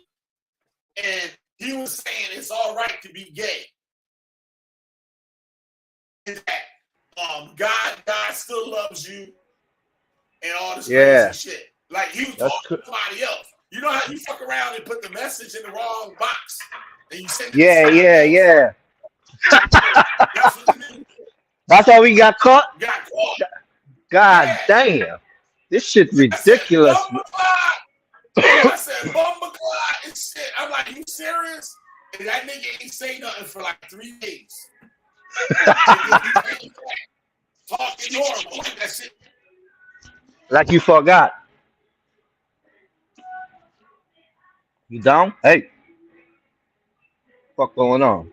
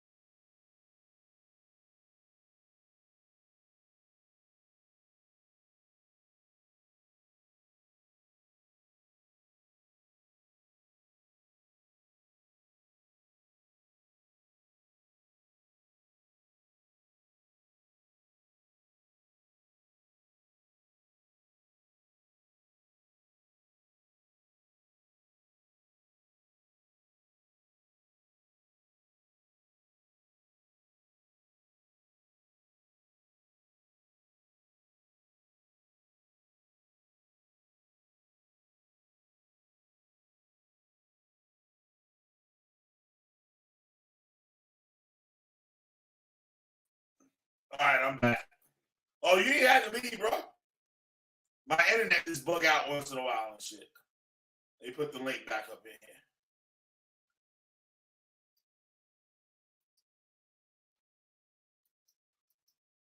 I know the brother had to. They dropped the link back. Yeah, my internet be tripping. So if I go off, you just hold it down and shit till I hop back on. They go to link again to get back on.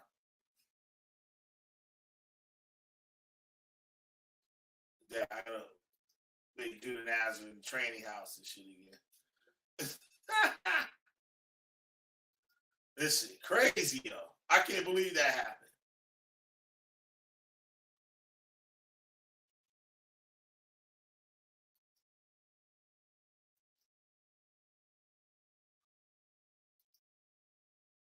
Look at old Gary. Hey, Gary. Hey, Gary. Gary looking gay this son of a bitch. They go to cross-dressing nigga right there. That's it right there.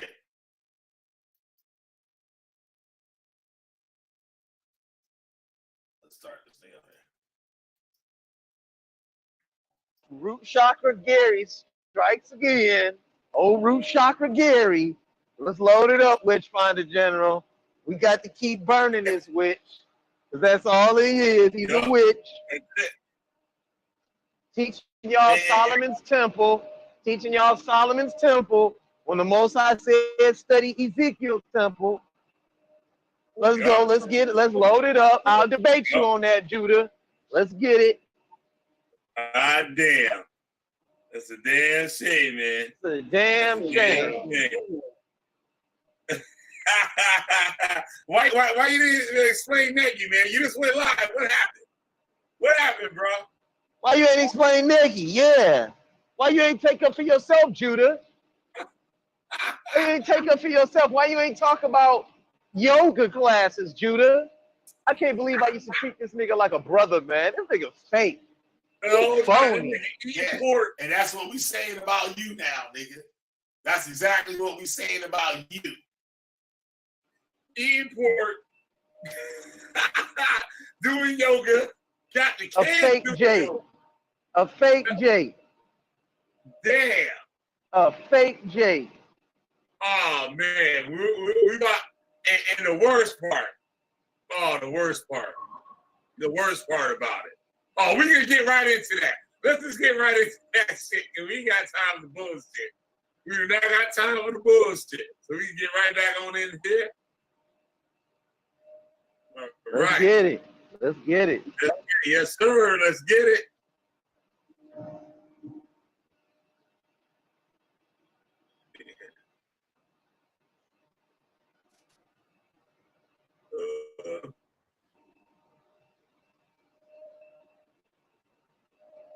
Make sure y'all hit the like button. Is it the whole screen? Can you see it?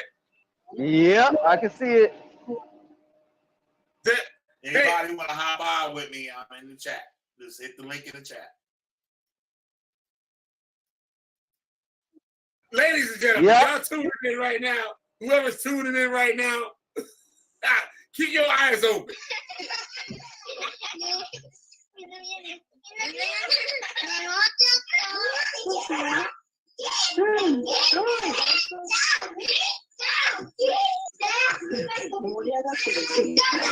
What? I'll see if y'all catch it.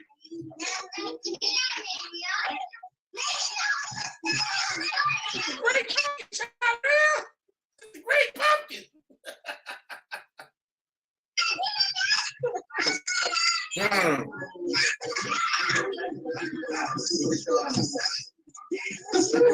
Hey, Mr. Gary. Mr. Gary. What the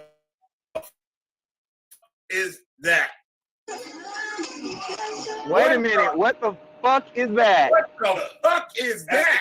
That's the guy. That's the cross-dressing dude. Train guy. He's the actual owner of that house. The fuck is that? Is that a transsexual?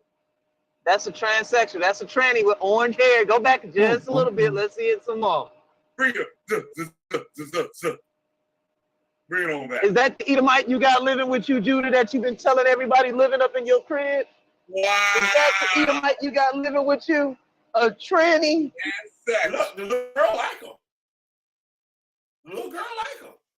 Look, got him by the arm, like, come on, let's go. Transsexual. And Judah, and your daughter seemed like she likes him a little bit, like she cool with him. You're supposed to be teaching her not to be around wicked people like that. Come on, Judah, save the babies. Where is this nigga going? Look at that nigga. He looks like, look at that nigga. Look. Look at that nigga. Look at that nigga. Look at that nigga. Look at that nigga. By the way, everybody and stuff, no longer a homophobe and stuff. This video was done when I was still an Israelite. So I was still retarded as all hell. Let's go. I still ain't all there in the head, but hey, it's a start. You gotta start somewhere. That nigga creeping. If you an Israelite, why do you got the Nutcracker soldier up in the house from the Nutcracker suite?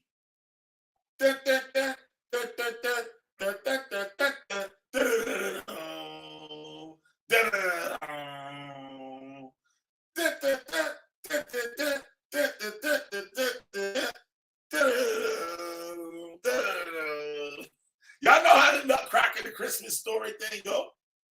They got the Nutcracker suite. That's it right there on the table. See the little wooden toy store soldier? That's for the Nutcracker. That's Christmas stuff. Let's go. Motherfucker. What the fuck? Where he going? That nigga went looking for Nagy. He went looking for Nagy. Nagy was still over there on tour night, so we had a campaign on Nagy too. And it was pretty bad, but everything got cleaned up with that and shit. So we good with that right now. Nagy is not a homosexual nor a child molester or any of that shit. So let's go. Keep moving. Yeah, take the corner. Look. Oh, goodness. Go ahead and take that corner. Hard to take that corner in the back room. He sashayed right around that corner. Look at him twitching. Sashayed around the corner.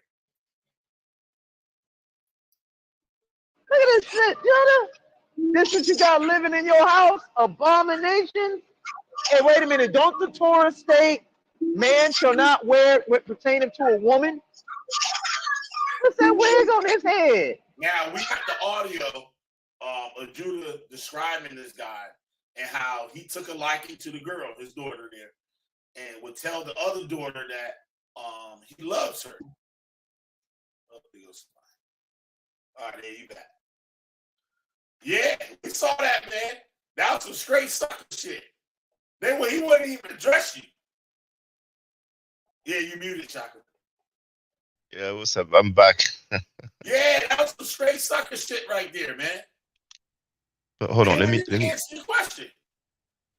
Yeah, well, tomorrow Chuck Morgan is supposed to be there. For those who wonder, this is just how it is spelled. He has a YouTube channel, Chuck Morgan. And he actually told me, like I said live on the air, that he's scheduled over there for tomorrow, but he just didn't know the time yet. And I tried to ask for the time, but hey, I thought at least Killer Priest was gonna answer, but hey, what's up, young hero? But Yeah, she looked like she was trying to get on you, boy. yeah. You're not running things here, okay? Then I said, I'm listening to you. And she said, that's how you moderate people. And I said, that's not moderating, that's bullying. And then she goes like, oh, I can't bully you. You're a man, like as if like I'm being weak because she's a female. And I said that's bullying. But yeah, as you can see, they kept me waiting for a long time. We had the Nigerian brother. She don't want to talk about it. She don't want to talk about it. But that's clear. But even the Bible, she didn't want to talk about it. She started talking about the book of Numbers. Then she kept saying, okay, we're going to talk about the Bible. She even said, you're going to talk about the Bible. And I was waiting. But then she started, throwing subliminal shots. But you're so good, I'm saying? No hard feelings. She let me on, and that's one thing. And she said, I'm going to take her word for it that she's not the one who's been deleting my comments. He's one of the moderators. I even shared the video, Kemet in my art. And within a few seconds, I saw the comment was no longer appearing. So there's one of her moderator, obviously. But there's one thing that is a shame, though. From the beginning, she said, I've been saying some stuff. Then later on, she said, and I said, okay, I'm interested. And she said, oh, don't worry about it. Then later on, she said, oh, you've been saying some bullshit. And I'm sorry for using the profanity. I'm quoting. We know. And then I said, okay, what is it then? But she's not saying, I'm saying? So I'm like, man, I'm not the one who shared the pictures, I'm saying? You're talking about that. Well, no, she didn't say. She didn't say. Yeah. She didn't mention that. She said, I said a lot of stuff, I'm saying? I talked about the money when Sanetta made the accusation, but I'm not known for lying on people. But she may be holding a grudge, but more power to her. She let me on the panel. We got to talk, I'm saying? And we see, tomorrow, if I know the time, I would try to get on the panel over there. But I think she wanted to get at me about some topic. But at the same time, she knows that, she cannot just, she cannot do it by herself. To make the long story short, she will need some help from the fellow Hebrews and all that. But we'll see tomorrow. Tomorrow I'll bring up the topic. Yeah, boy. That's the thing about women, Like Napa, she gone, man. I don't know where the fuck she gone, but she gone in space somewhere. Because sometimes some of the shit she be saying don't make no goddamn sense, bro. Like, come back to earth, my girl. You have too much information in that little brain of yours, and it's sending you crazy. Tonight, she looked like she was well high and ready to get down with Shaka and shit. And Killer Priest wouldn't say a word. Oh, yeah. Killer Priest a sucker, man. He even turned the camera off when you broke up pedophilia and stuff. He turned the camera off. Shook, hide my ain't saying a word. He a grown ass man. If he a Hebrew Israelite, he ain't supposed to have no woman talking for him. Period. Exactly. I heard show. You know, woman she put the question on him and he still ain't answer, bro. Like, she told him, go ahead, speak. The nigga ain't say nothing. Then she starts speaking again and he run in the back. Like, really? You a sucker. Let's be diplomatic. I'm supposed to get back over there tomorrow because you know how they do, man. The way she put me on, it's like I was the biggest troublemaker on YouTube. He's been, so they use everything, even though it's not me saying those things. But I really want to see what's up tomorrow because for those who don't know, Chuck Morgan is going to talk about the Nubians because Chuck Morgan was a Nubian for many years, and he has a lot of the transcript from the trial of Malachi York. Some of it that people don't even necessarily know about, some of them that was sealed until recent time, so because there's some Nubians who are on the world tour on many different YouTube channel, to try to say that York was innocent, that there was no evidence, that it was his son Jacob York that was guilty, that they said there's somebody else that molested. I mean, they're saying all kind of things, but he's gonna debunk all that. You know what I'm saying? So it is scheduled once again on Killer Priest channel for tomorrow, Monday, but I just don't know the time. I wasn't told the time yet. Yeah, so and then go ahead. Have you seen the clip of Polite saying that he don't care if Malachi York was when he spoke to, if he did kid? this thing, he still sees him as his God, the father, whatever. On the bench, with the Noel, I forgot the first name, but he said that he's a victim of York. You know what I'm saying? That was inconsiderate. Yeah, go ahead, brother. And that was on Sign Netter's channel that he did that on. And they still messed with him. But in court for his trial, man, if the prosecution uses that, that's going to be damaging. You're going to be like, look, man, he doesn't even care about that. Some people they don't understand. They have to be careful what they're saying. Even if you like somebody, don't defend somebody's BS. You know what I'm saying? You know somebody, you appreciate the person, you love the person, fine. But when the person is just some straight BS, you don't defend it. You might as well just be quiet, don't talk, don't speak on it. But some people have some reflex. Because I'm cool with that dude, no matter what he does, I'm gonna defend it. And you don't need to do that. Then you go speak on it, then turn around and then act like everything good, and you back friends with him like he ain't do the shit. Like, really? Yeah. Well, like Sanetta did with Polite. Baby York, that York, and besides all of them, bro. All of them. Because I heard Enki is cool with him now. Yeah. After he said he's a pedophile, he literally said that. Enki said that about Sanetta. You remember what he said? The Hebrew, the bald head nigga. Yeah, Mighty Hebrew, the bald head ninja.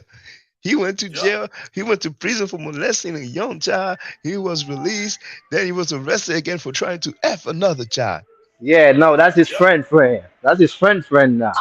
And now, he was 17, she was 15. They waited for him to turn 18. Then they got him. He didn't rape the young child. I mean, this guy is contradicting himself so much. And it seems like he doesn't realize it. And he has so many people, so many moderators, it seems like they don't tell him. And I think he's still on that dope. That's why. Hey, some people have been saying that, but I don't know. And I heard the Hebrew Israelites, they've been slanging that dope. You know what I'm saying? So maybe they're supplying him, and that's why he's cool with them. But this is really conjecture. Hey, Shaka, you know what I'm going. Go ahead. Hold on, Kid B, go ahead. No, I was gonna say, what I'm feeling. Go ahead, bro. Go ahead. You said. No, I was gonna say, what I'm finna do tomorrow when that if he come on tomorrow, that same guy, I'm finna get on his chats and ask him what happened to the video yesterday, because I want to know why he took it down. Oh yeah. The Saint and the Sinner. Yes. Yeah, that don't make no sense. Go ahead. Kid B, you were going to say something. Yeah. Natural Tahuti, right?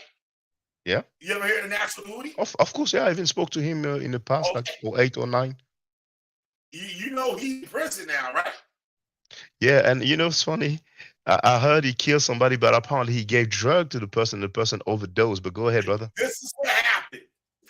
This was before the Black News 104 that he got out. Sanetta had another channel that he took down. Now, Natural Tahuti was Sanetter's main man, right? Doing the debates and all that stuff. Then Polite came around. And when Polite came around, he put Natural Tahuti on the back burner. He put him on the back burner, right? So Natural Tahuti did a video going at Sanetta, saying, yo, you fucked up. Why you putting this dude up and stuff? I'm your man. I done this for the House of Consciousness. I did this. I did that. You doing me dirty. You got this sucker nigga up here and everything, right? So a couple days after that video, they came out with, we're going to do a West Coast House of Consciousness, right? They said we're going to do a West Coast version of the House of Consciousness. and Natural Tahuti was supposed to lead in it. So Natural Tahuti is a dope boy. I know that right off the bat because the way he dressed and everything. I'm like, yo, that nigga so dope, right? So he went out to California. They had him in California, not California, in Seattle, Washington, with some gang members. And at that time, Gorilla Hebrew, Al-Azhar from Sakari, Hebrew Israelites, lived out there. Now, he met up with all of them because Sakari used to be on Sa Netter's channel for a little bit. He actually won an award in the Sa Netter Awards and stuff. They gave him a little award and stuff. Now, he's on there. He's talking about, yeah, I'm going to be heading back to New York tomorrow and stuff, right? So, like 2 days later, you get the news that he was in a hotel in Pennsylvania. The hotel room got raided. Now, he was with, I think, 2 other people. They raided the hotel. They found, like, I think it was like 2 ounces of heroin. They had like 2 ounces of dope in it. And found it, and Natural Tahuti got charged with it. And when Natural Tahuti went to jail, he had some on him somehow. Whether he had a little package he swallowed or whatever in his ass or whatever. But he sold, because, you know, motherfuckers get the drugs in jail, they sell it. So he sold this heroin that was basically nothing but fentanyl to the inmates. And he killed 2 of them. Dang. In jail. In jail. That shit He crazy. ain't been in there but a few days. He Yeah. killed 2 people. And now he doing 60 years. Now check this out. I'm in the comment boards. I said, what's up with y'all House of Consciousness now? I said, what happened to the Black Power shit? What happened to all that Black Panther shit? Yo, I said, y'all went and got that dope. Y'all wasn't selling that dope to no white people. Y'all was selling that shit to the niggas in Harlem. I said, well, where's the Black Power in that? Right? This is when I was still a Hebrew Israelite. Al-Azhar, Gorilla Hebrew, comes on there in the comments. He said, well, you know, we can't judge until we know the whole matter. I said, that's all I got to know. That nigga got caught with 2 fucking ounces of heroin, nigga. I already know what time it is. So he says, this is what Gorilla Hebrew says.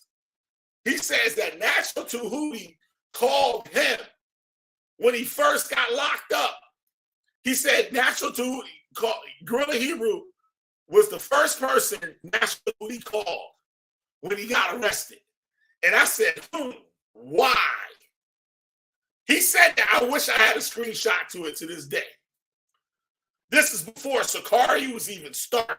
This is when Gorilla Hebrew got kicked out of GMS. He got kicked out of GMS. Why he got kicked out of GMS? Because he got caught selling heroin.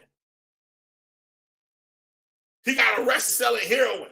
And when he got out, Tahar wouldn't let him back in the cold. So that I'm putting one and two together. Who gave him that heroin to bring back? Who gave him that heroin? Was Gorilla Hebrew? If it was, why would he call him? What, he fronted you that work? Did he front you that work? And now you call him like, y'all got bag, nigga? What happened? Hey, this shit is crazy. I guess the law does together. I'm not saying that's the truth, but I put 1 and 2 together. Why would you call him, nigga? Why would you call him? Why you didn't call Sa Netter? Why you didn't call your family? You call Gorilla Hebrew? I also heroin. That heroin costs bad bread. Like heroin is not cheap. Know what I'm saying? He probably went up there. Sa Netter probably had it all set up. You know, by Hebrew, he got that good work. And shit, you know, we gonna go out there and shit, and we start bringing the dope back, and so we can get this money out here in Harlem, nigga. Harlem, bro, nigga. We about to get this money, my nigga. Hey, that's how they act too. Hey, you a New York nigga too, my nigga? You sound just like him. Yeah, I'm right out there. I'm literally 40 minutes away from Bronx. True, true. I This know shit how these crazy. things get down. Yeah. I'm telling I you. was walking around in the streets. I know how niggas get down. So it's either that or did Sadat or Sid National Tahuti out there on a dummy mission to get rid of his ass. Never know. He's a snake. You know what I mean? These type of niggas are snakes, so you never know. They did like one live stream for that nigga while he was locked up. And he had a phone call maybe twice. He did one live stream to try to get some money donated to him, to the family. Right? And after that, they might have had him on the phone maybe twice. And we heard that from National Tahuti since. And you know, I actually heard the two phone calls, you know. There was a first one when I think he gave a cash app, and the second one he was talking about something, maybe some book that he was writing, but I forgot exactly. But for the record, Tahuti was there. I had an issue with Tahuti because I was writing with Seti. You know, I was on the website BPC, Black Power Cartel, and Tahuti was with Seti. You know, Seti tutored him for his debate with Dr. Wasim Muhammad. Now, yeah, at those the are the main debate, guys. You're right. yeah, and at the debate, you know, there was a question and answer, and Seti asked a question to Wesley, Dr. Wesley Muhammad, and he said first question. Then Dr. Wesley Muhammad said, "Oh no, we're not going back and forth tonight," you know. And he started saying, you know, you could have debated, but you chose not to. You know, he basically, you know, was throwing shots. You know what I'm saying? So Seti was like, you know, give me that. You know what I'm saying? Like asking for the mic. So he was a bit heated. You know, those NOI people, you know what I'm saying? The FOI, you know, came in, try to diffuse the situation. So I know some people in New York, you know what I'm saying? They told me, okay, Seti went like out, you know, to the entry, the hall to cool down. And after the debate, Tahuti made a video with his brother Seville. I spoke to Seville once. I think it was Aman Was Squad show. So that must have been about 2010/2011. And you know, we had a good convo, even though it was short. Seville, from what I understand, is well respected. You know, he's considered an OG. So Tahuti made a video, and his brother was there, and he said, yeah, said he left Tahuti at the debate. Like said he was supposed to do security, and he left, but he didn't leave because like said, he said, you know, they were hugging and stuff. You know what I'm saying? They were hugging and kisses. That's what he said. But you know, said he sent us a message. He said, I don't want nobody saying anything about it. He was like, you know, I'm gonna ride, I'm gonna roll and do my thing. But I didn't like it. So one day my first interview ever with somebody from America, my brother Holip Season, Mr. Holip Season, you know, that was January 2010. Tahuti called. And then I was a bit cold with him because, you know, I didn't like the way he did Seti, you know what I'm saying? Right. And then he got a bit agitated, but then the brother said, no, this is another kind of show. So he kind of put him out the panel. So it's a shame the last time we spoke, I was cold because I said, you know, I didn't like the way you went at Seti and stuff like that. But all this to say what? Tahuti, you know, he had the Black Power United Front or something like that. So he was basically dressed in, you know, fatigues, you know, the military stuff, even Saneda as well. So they had the beret, you know, the hats and stuff like that. And he was like, you know, time to unite, you know, the same old talk, you know, but like people waiting for somebody to say, okay, we have to unite. You know what I'm saying? Like it's clear that all these religion, you know, they're not compatible. The Black Hebrew Israelites, the Black Muslim Nation of Islam, NGE, they cannot unite. They have not united. And I don't even think they want to. But anyway, Tahuti disappeared for a while. Then we saw Tahuti again.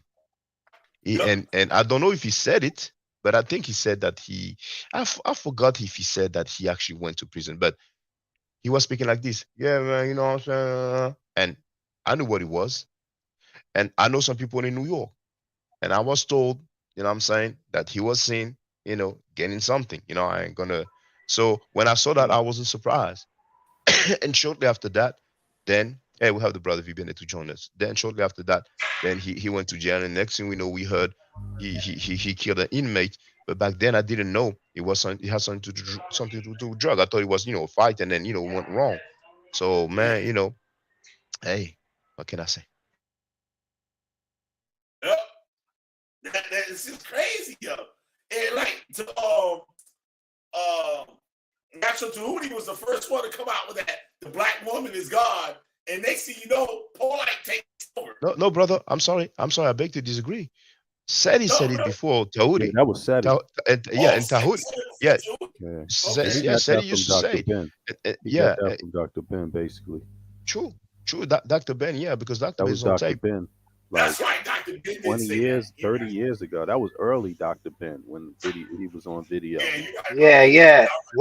When they used to ask him about where humans come from, he used to say through his mother legs, So that's why that's right. Having it between a woman's leg. You say, we talk about God, people talk about people talk about Semitism more, but you talk about my mother. And you see, Seti was saying that. Then Tahuti got that from Seti. This attracts females, this attracts ladies. Guess what? Young Pharaoh, he was saying the black woman is God too. So the young ladies, they heard that, and they like that. You know what I'm saying? It's boosting their egos. You know what I'm saying? So that thing kind of work. But Seti, unfortunately, Sanera got all these people to go against Seti. And like I said, I don't have the video no more. But there was a time. I mean, Sanera said they beefed many times. I mean, he was really Sanera. He's usually beefing with his friends, with his brothers, and then he's cool again. He does that many times. Now lately he hasn't done it like he used to, but before he would do it a lot. And in one of those times, he was in the street filming people and telling, "Oh yeah, there's that guy said he says that what we're doing is wrong, blah blah blah." Just gaslighting. So people will be, "Oh, that's messed up." But we could hear Sanera at one point whispering, "Fuck Seti," and then the person said, "F Seti." So the guy is basically, people don't understand. A lot of that stuff is staged. A lot of their stuff is scripted. He was telling people to say F Seti. So several people say F Seti. You would think that they said that from what they heard, but first the thing they heard is lies, and secondly, he will instruct them to say that. You know what I'm saying? To put the people against, and that's what Saneda does all the time. See the brother Young Heru. He was on the panel yesterday. Saneda came on, started cussing him out. Saneda cannot hold his own. On his own, Saneda is like a baby. Besides, Saneda never teach knowledge. He gets people to talk about knowledge. So Reggie is the same. Reggie was talking smack. I say, hey, we can have that talk. Come on the panel. He didn't come. Even Onk, I said, come on my panel. He said no. I said, I'll come to your panel. He said no. But then when they are together, then all of a sudden they feel strong. Even with Sekou, they cannot even hold their own by themselves. Sekou gave them the business. I know he's not coming on my platform anymore. Hey, he has a right to do whatever he wants. But Sekou gave them the business to Onk, to Reggie, to Garfield. He embarrassed them. Then next thing you know, Reggie pulls out some video that he puts on TikTok and say, "Oh, look, this guy says that African Americans have no power." He's trying to get people to hate him. Reggie's the type of guy, man. If he knows some dirt about you, he will call the police and get you locked up just because you disagree with him. He's the type of guy, man. Reggie is one of the worst person in the community because he's like 57 years old. Yeah. He likes to talk about all these elders who are not rocking with him. We never see those elders with him. You know what I'm saying? And every time, the first time I saw Reggie, he was talking down on Seti, talking about, oh, he's a generalist. And later on, he was like, he's filthy, but Reggie's cussing his behind off all the time. And every time somebody's coming up talking about Kemet, he always goes against that person. He did that with Jabari, you know what I'm saying? And even when Tahuti had the debate with Jabari, Reggie got on the line, got involved, because in his mind, if somebody's coming up talking about Kemet, then he has to show that the person doesn't know enough, that he doesn't know this and that. That's why he says, oh, those guys says Kemet, as if they're brushing their teeth. Kemet was only using the 12th dynasty. I mean, Reggie knows what's up. I told him he's a butler, but go ahead. I don't want to. Yeah. He's a bum, man. Like, it doesn't make no sense. And make it worse, he's supposed to be coming from the teachings of Dr. Ben and Clark, That's the worst thing about it. He tried to act like he was their pupil. No, he wasn't their pupil. He was a traitor all the time, just sneaking around. Yeah. And he gave information to the mighty Hebrew. Saneda asked him, I played it many times. He asked him, now that we know he's a pedophile, don't you have any regrets, Reggie? Reggie said no 3 times in a row. How are you going to be 57-year-old? You claim to teach the people. Hey, Shaka. Yeah, go ahead, brother. When you were 25-year-old scumbag, you won't be a 50-year-old scumbag. Don't get it twisted. I didn't get that. Can you come again, Young Heru? What does that mean? No, I said when you are 25-year-old scumbag, you're gonna be the same scumbag at 55. Yeah. Oh You yeah, feel me? you're put on your Yeah, back. Yeah, Yeah, get put so on your back. Yeah, for real. like all the time, that's what he was. He just used to be quiet about it because he didn't have a name. So now he think he has some kind of name, some kind of credentials. He was jealous of Jabari from the start. yeah. And Jabari will tell you that. Like, he always used to go behind his back and tell people stuff. And the same people come in and Joe, that's just to show you, bro. These guys, their You know what? business all out in the open and it's all a bunch of dirt. But they want to act like they're leaders and they're conscious. Hey, Roo. Now, what you guys think about Jabari? Because isn't Jabari part of? There's an Yeah. organization that Dr. Smalls or whatever, and there's another old school dude. And if I'm not mistaken, Jabari is part of their organization. And I did some research just years ago. I really, but it was in Hold on, California. hold on. Sorry, but somebody got some music in the background, so it's a bit loud. It's good now. Yeah. Yeah, thank you. Jabari and I think Dr. Smalls and some other guy, they have an organization, if I'm not mistaken, what is based in California. Because I was doing my little Villa Beach shit. I was digging up shit. And I found it on Facebook.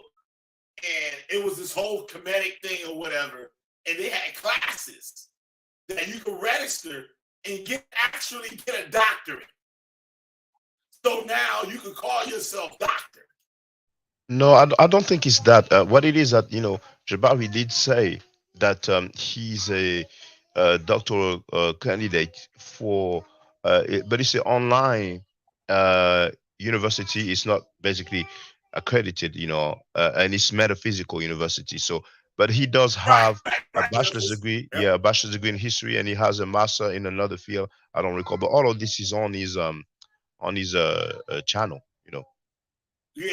So like these people, like you said, you can get it's a doctorate, but it's not accredited. It's not like a real doctorate. But it is an online metaphysical university, but he does have a bachelor's degree. Shaka, stop it, Shaka. Let him speak up for himself. Tell him come on your panel. Stop the nonsense, man. No, I don't have a problem. I like with Jabari, me neither. I like Jabari. You know what I mean? Don't get me wrong, bro.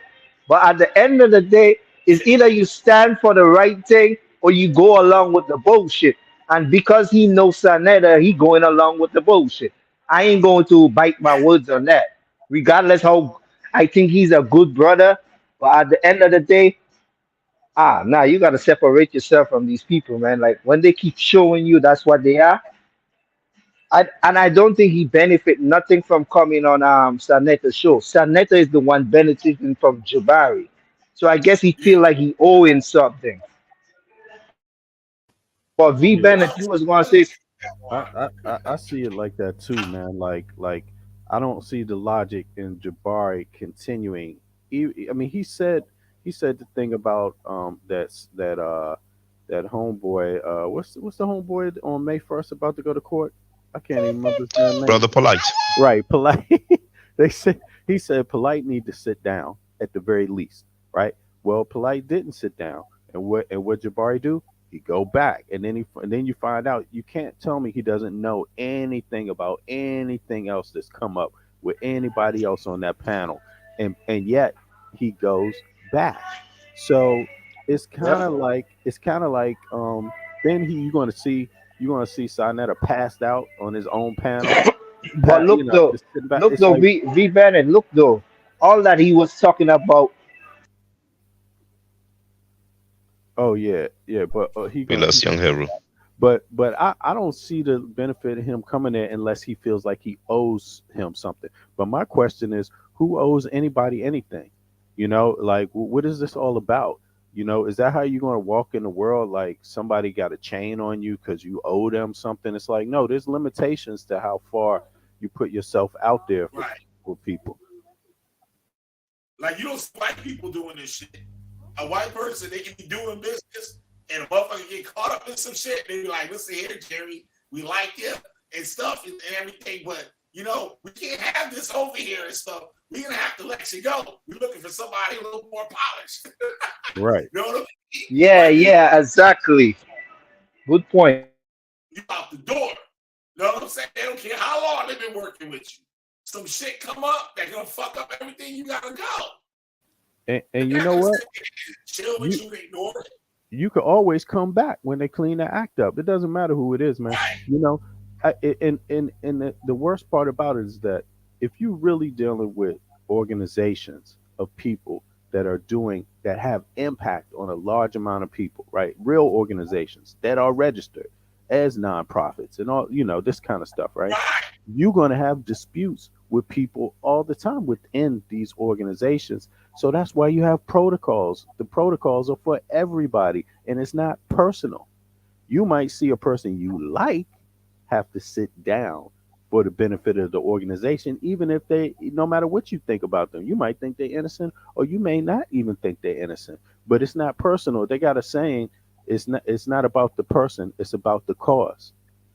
You know, and that lets you know you cannot, for the sake of the cause, you cannot let your personal views contradict the ethics and the morals and the goals of the organization.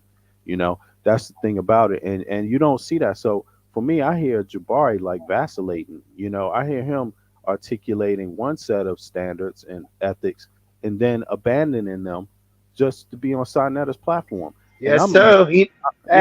And I'm like, he did that. He did that the other day. Sorry, Bennett.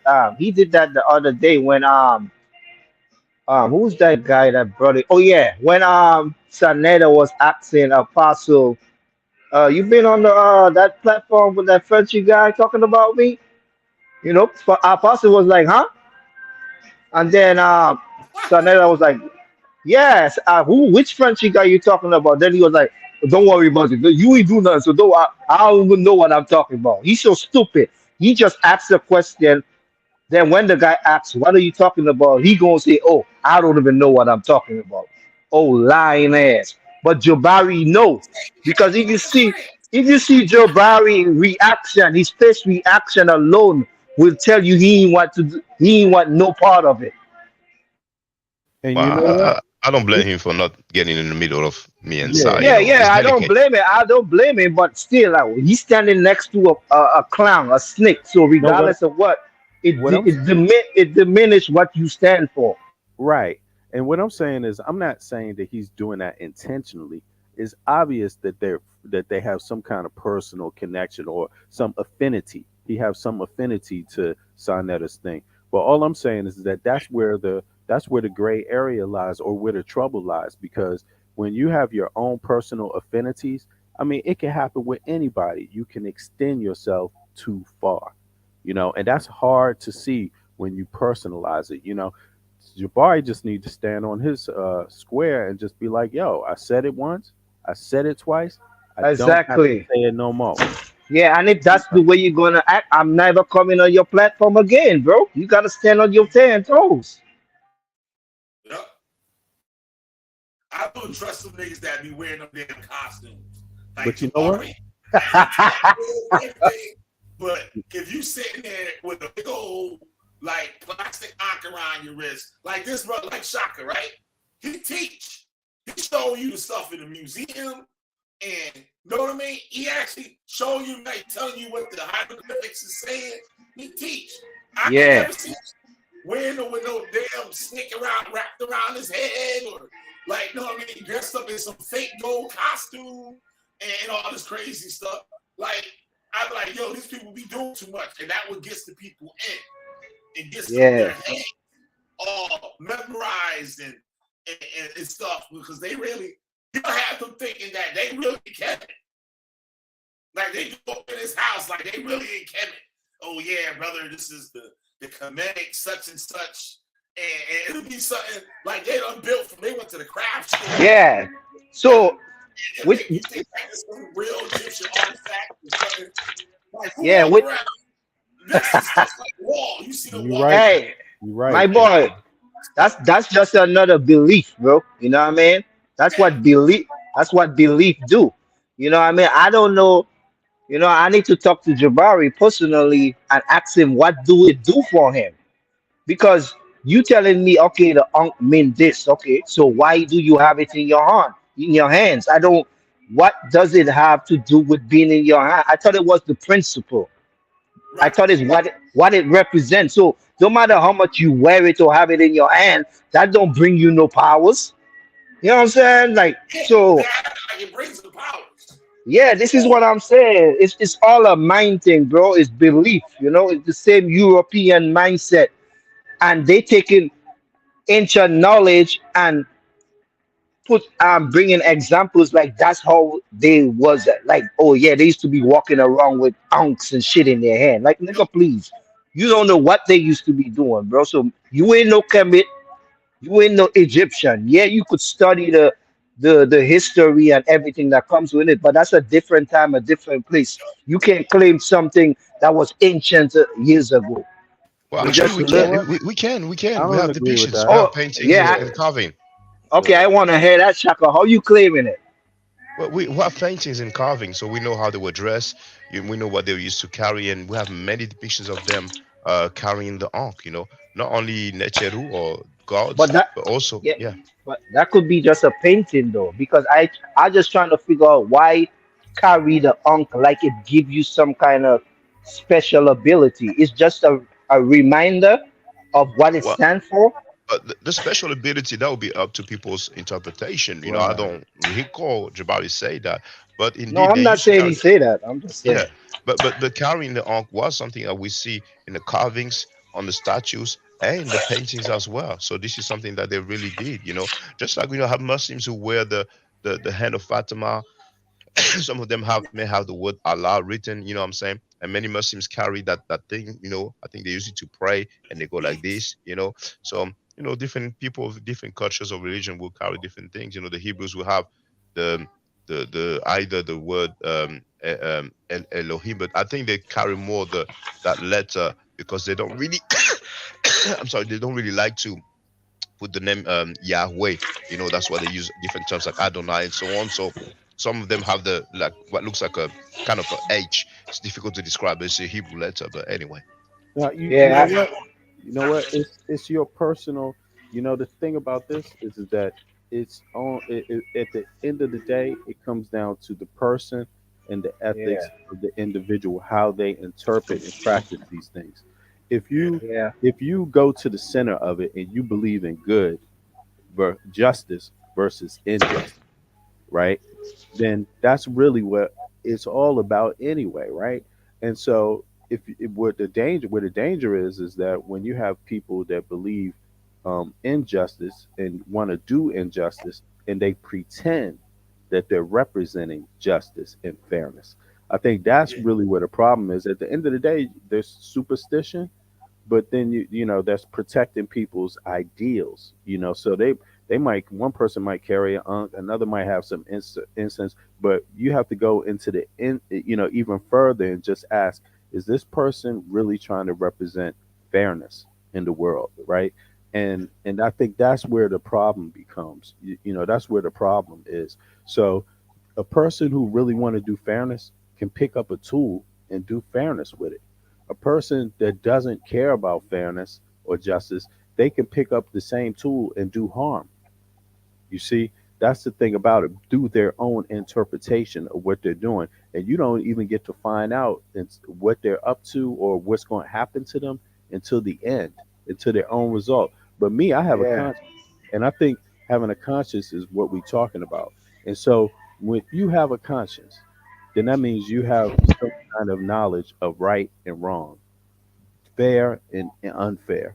But a person with a conscience is going to bring all those deeds that they did with them, right, to their dying bed. They're going to bring it, and when they're dying, when they're there on their last minutes, all that shit going to be flashing in their head, and you got to wonder if it's too many bad flashes, too many negative flashes. You got to wonder, what does that mean?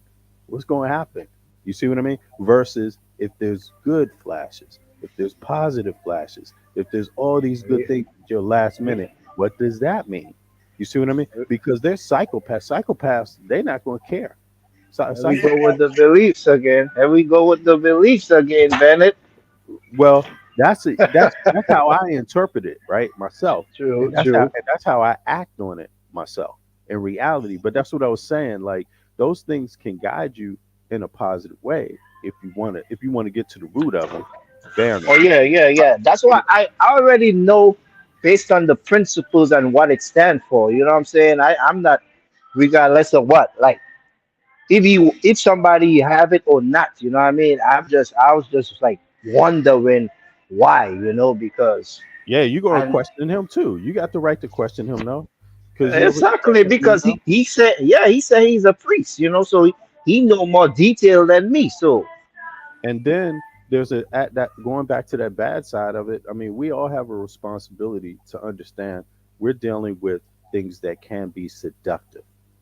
So when we wear the garb, when we talk these things, we have to understand that this is very seductive to some people.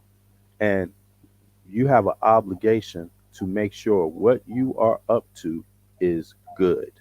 What you are up to is just, and that you are being that person you claim you are to the public. Because if you're not, then what you're involved in is seducing people to do some harm. You see what I mean? For your own benefit. And that's just wrong, man. You just got to be straight up about what you're doing. You don't have to be a mystical, magical person. You could practice it in a conservative way, or you could practice it in this outward, way where there's plenty of ways to practice this stuff. Nobody telling you how to practice it. You know what I mean? And that's what I like about Shaka. He don't come out and open up his panel, spreading the incense around, throwing up a because he knows it's about your own self-practice first. That's the main thing. It's your own self-practice first, and if you look at Shaka, you see him consistent day by day. So you see what Shaka about. He's not out there trying to stretch your imagination to get him to follow him or listen to him. And that's his way of practicing that. You know what I mean? So I wouldn't take that away from a person. And I also equally, to be honest with you, I wouldn't take nobody's faith away from them. Right. Regardless of what their faith is. I think when we get into the debates about Christianity and Judaism and Islam and Kemet and all that, these are debates on an intellectual level, historical level. They're not to take away the fact that maybe somebody can practice, that there's some good in it somewhere. You see what I mean? That's the thing, Bennett. They're taking all the wrong shit from it and trying to put it on people as in the physical realm. Like, they need to stop that, bro.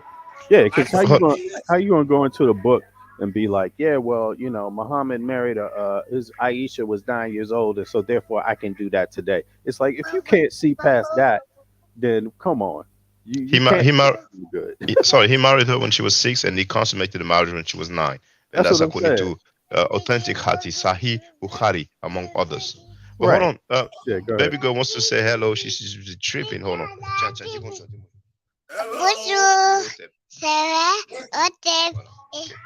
Bonjour.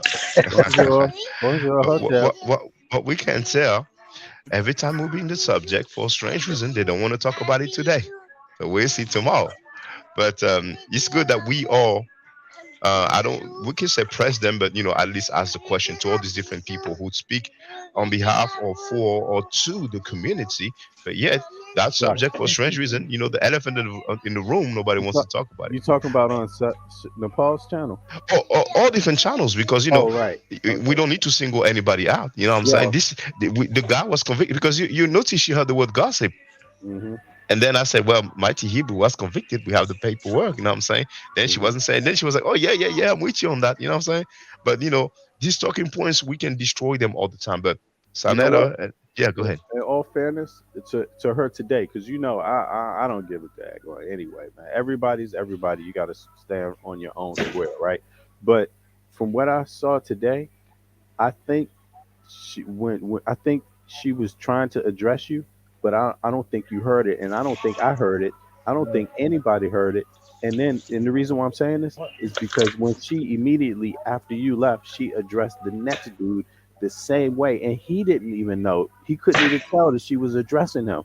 He didn't say anything either.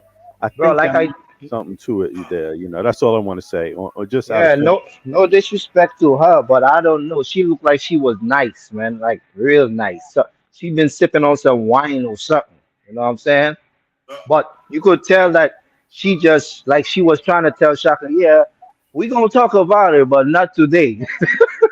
Yeah, Basically, yeah, she can't focus too much tonight. She been smoking that nice green. You know what I'm saying? Oh, she's sipping you on know some what? wine. I even think she was capitulating on that, man. I even think she was like, Shaka Ko, all right, well, you can talk about it. Just answer this first, though.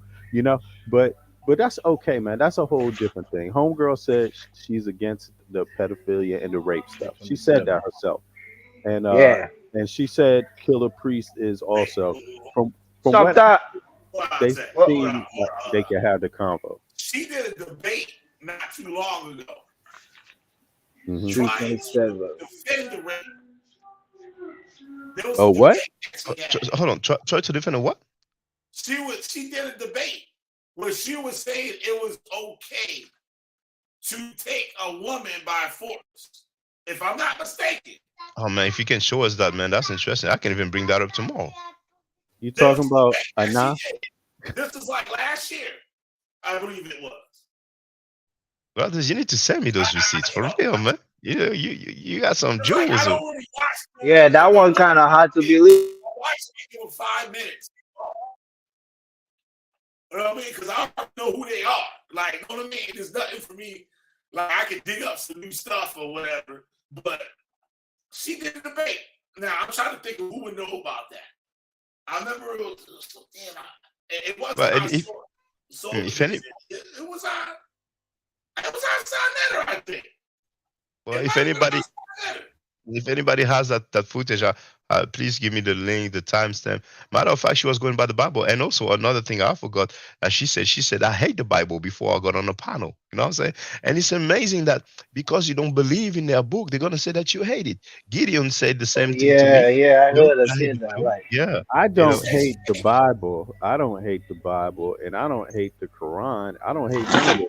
But I think I don't love it neither. I don't love it either. I don't love it either. But I don't hate or love it. I think there's good things in there. But I think the real problem is people. People don't know how to read something that, first of all, you got to know the history. These books are not pure.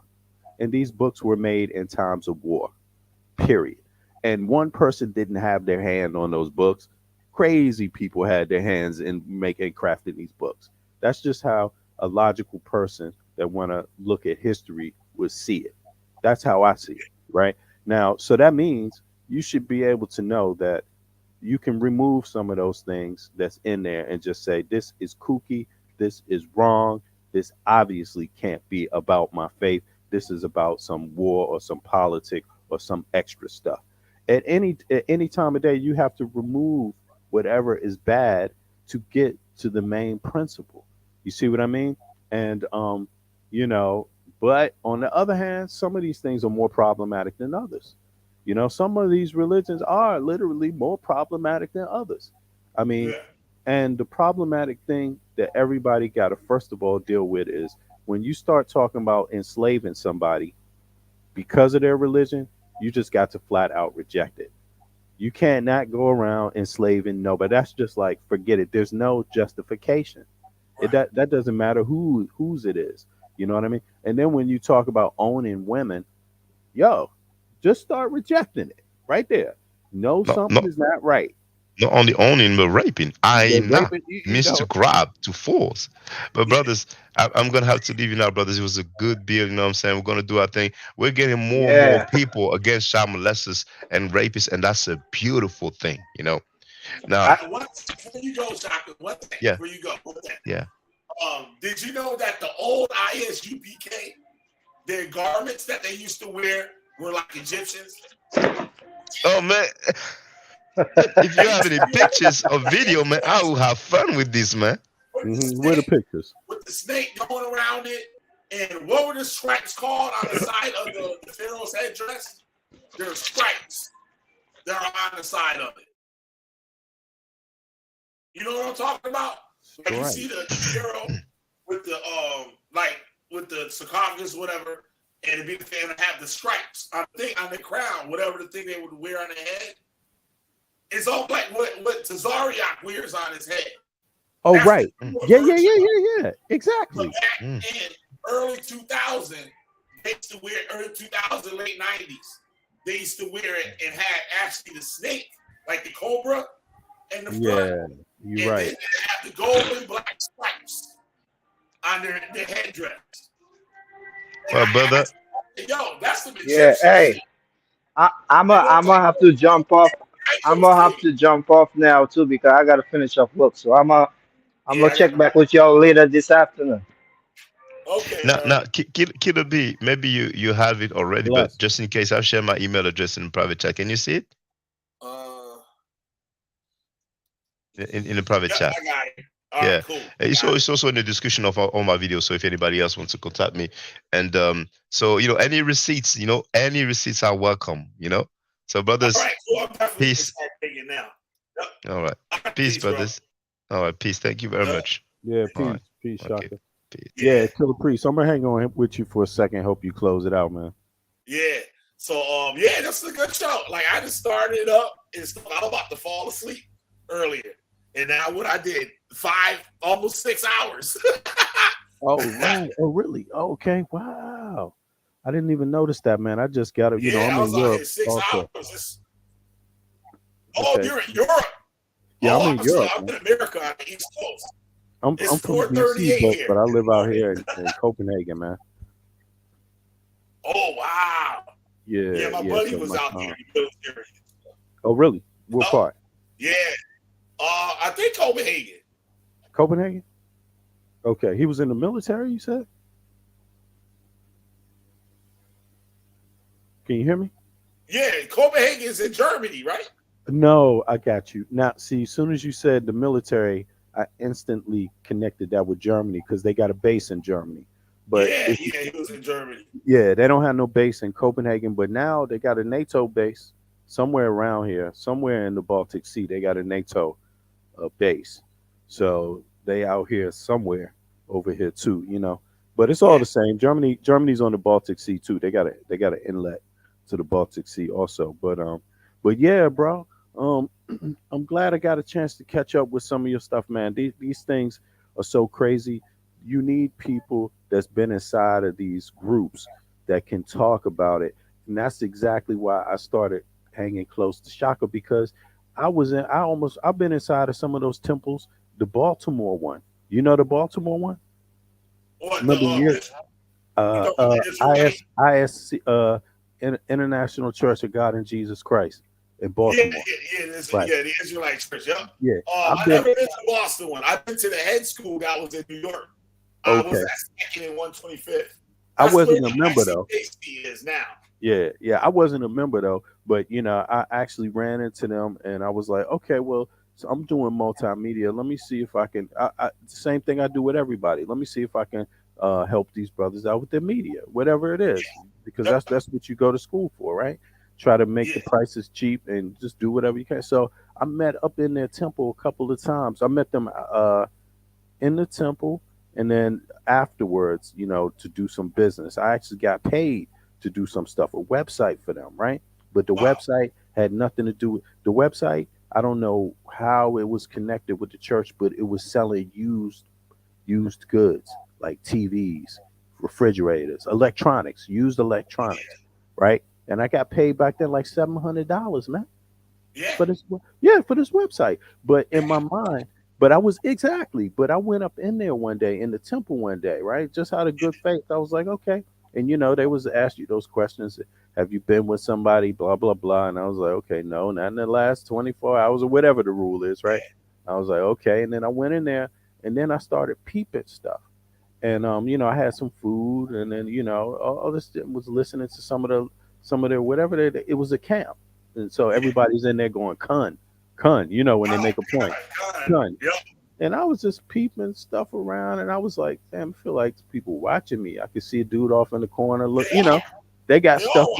They trying to figure out who's who, what you about, how you read, I could feel that. all types of stuff. Yep. I could feel it. I could feel just, something is like, right. There's something more going on here, right? This is not just us in a room talking about the Bible. You know what I'm saying? And so after that, I took note to that. And then there was also another brother looking at me like, he had this look on his face like, brother, don't come in here, man. Get out of here. Run. I was getting different vibes, different energy, man, from cats. People think I was lying when I told them my experience there. Right? Now I hear in your experience, it is parallel with mine. It's parallel with your okay. Yep. When the first time I went to the New York one, the head school, right? Where it all began. I was going to recording school, audio recording school in New York, in Manhattan. And I started to go there, right? And the first day, I had some weed in my backpack and stuff. I was still smoking weed. I ain't care, right? So I had like a little half a blunt in my backpack. I go to school and stuff, right? I walk in the door. You got 2 security guards. 2 niggas sit there, they security. They grab my bag. They going all through my bag. They found a half a blunt. They were like, nah, you ain't coming in here. Nah. I was like, shit, I throw it out, like, because I was hungry for the knowledge and stuff. I was like, I'll throw it out. They were like, nah, just come back tomorrow, right? So next day I went back. I hid my weed a little bit better that time. So, I had class and stuff, and they had the guards. It was real serious. So I was going there for like a couple weeks or something. 1 week I went there. I think this was Johanna, the one that heads the IUSUPK today. But this is before the one he runs today is something new. Right. Yeah, I got you. It's a spinoff. Right. So he in there talking about the scripture, have you robbed God and your tithes and offerings? Right. They passed the basket around to collect the money. And then he got back up there and said, we ain't got enough money. This nigga went and passed the shit around again. Right? Then the nigga said, we ain't got enough money. And I look at the door, I'm like, shit, I gotta get out of here. I ain't got time for this shit. I gotta go take my train back home to Connecticut. Like, you know what I'm saying? I'm not fucking around with you like that. I gotta get the fuck out of here. So I look at the door, the 2 niggas is guarding the door. Like, you ain't getting out. Yeah, ain't nobody getting out. Like, you ain't getting out. That was the last time I went there. I said, what the fuck? They were shaking brothers down. And I was like, I would get my little $2, leave my little $2, right? Make sure I have my little $2 to get my little like Muslim chicken sandwich. They had the little halal spot on 125th Street. Then I hop on the train and go back to Connecticut. So I was like, you niggas not getting my last $2. I'm like, fuck that. Dang. So, and like, they was literally shaking brothers down. Making sure they get all their money. I had this thought, bro, because I've been thinking years later, because at that time I just knew something ain't right. I didn't really know. I wasn't into trying to research none of that. I just took them. I just said, okay, maybe they're a little kooky, but something ain't right. But okay, I just went on with my life, right? But then later I started looking into these, the Black Hebrew Israelites, trying to figure out like. When I got word, after a while you hear more stories and hear more. You tell people your experience, they tell you yours, and then you find out more stuff. Then you start researching on the net, and you'd be like, "Damn, they really into this kind of stuff." Right now, check it out. I started thinking later. I was like, "Is this website a place where they selling stolen goods? This used electronics thing, like, because I could never figure out." Why am I making a used? I thought I was doing something for their real program, and yet I'm making a website for used electronics. That's funny you say that, right? Because the people out there, Dimona, Israel. Mm-hmm. You know how they got there? Exact. That's what I'm telling.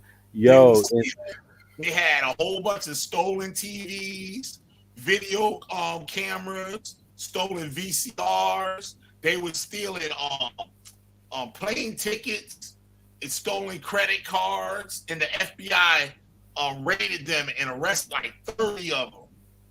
Yep, They I read used that something like that. to get into I, Africa, and then from Africa they went to Sierra Leone and yo, Liberia.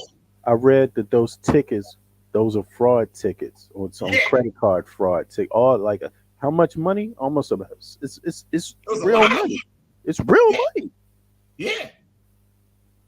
And now they want to kick out a lot of those people that's in Dimona. The state of Israel want to deport them, but they don't got no paperwork. Right. Oh, they don't have no Where they paperwork, came from. so they can't kick them. They don't got no paperwork on them.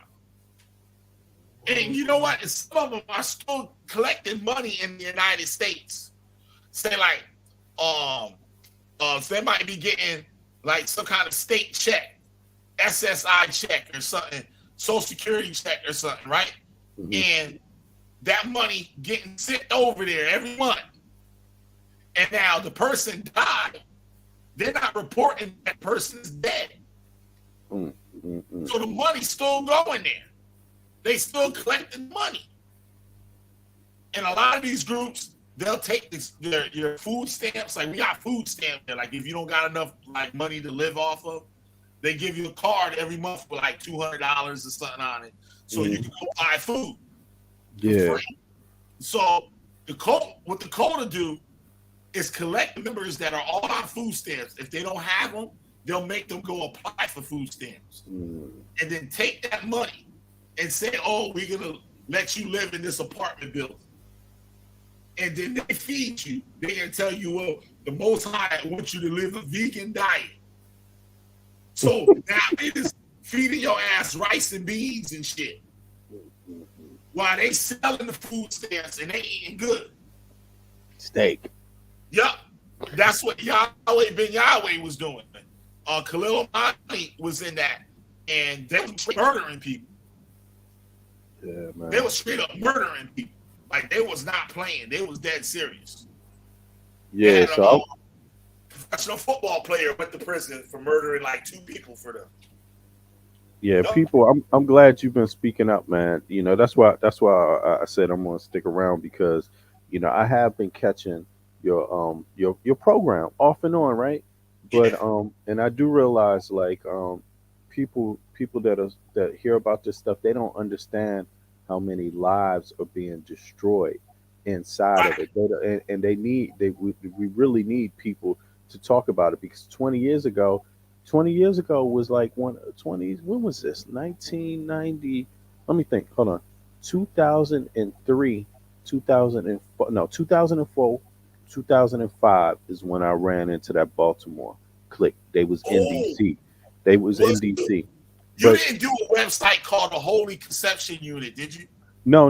I only did one that was for some used electronics. And I didn't really care because I'm like, I'm getting $700. I don't give a damn.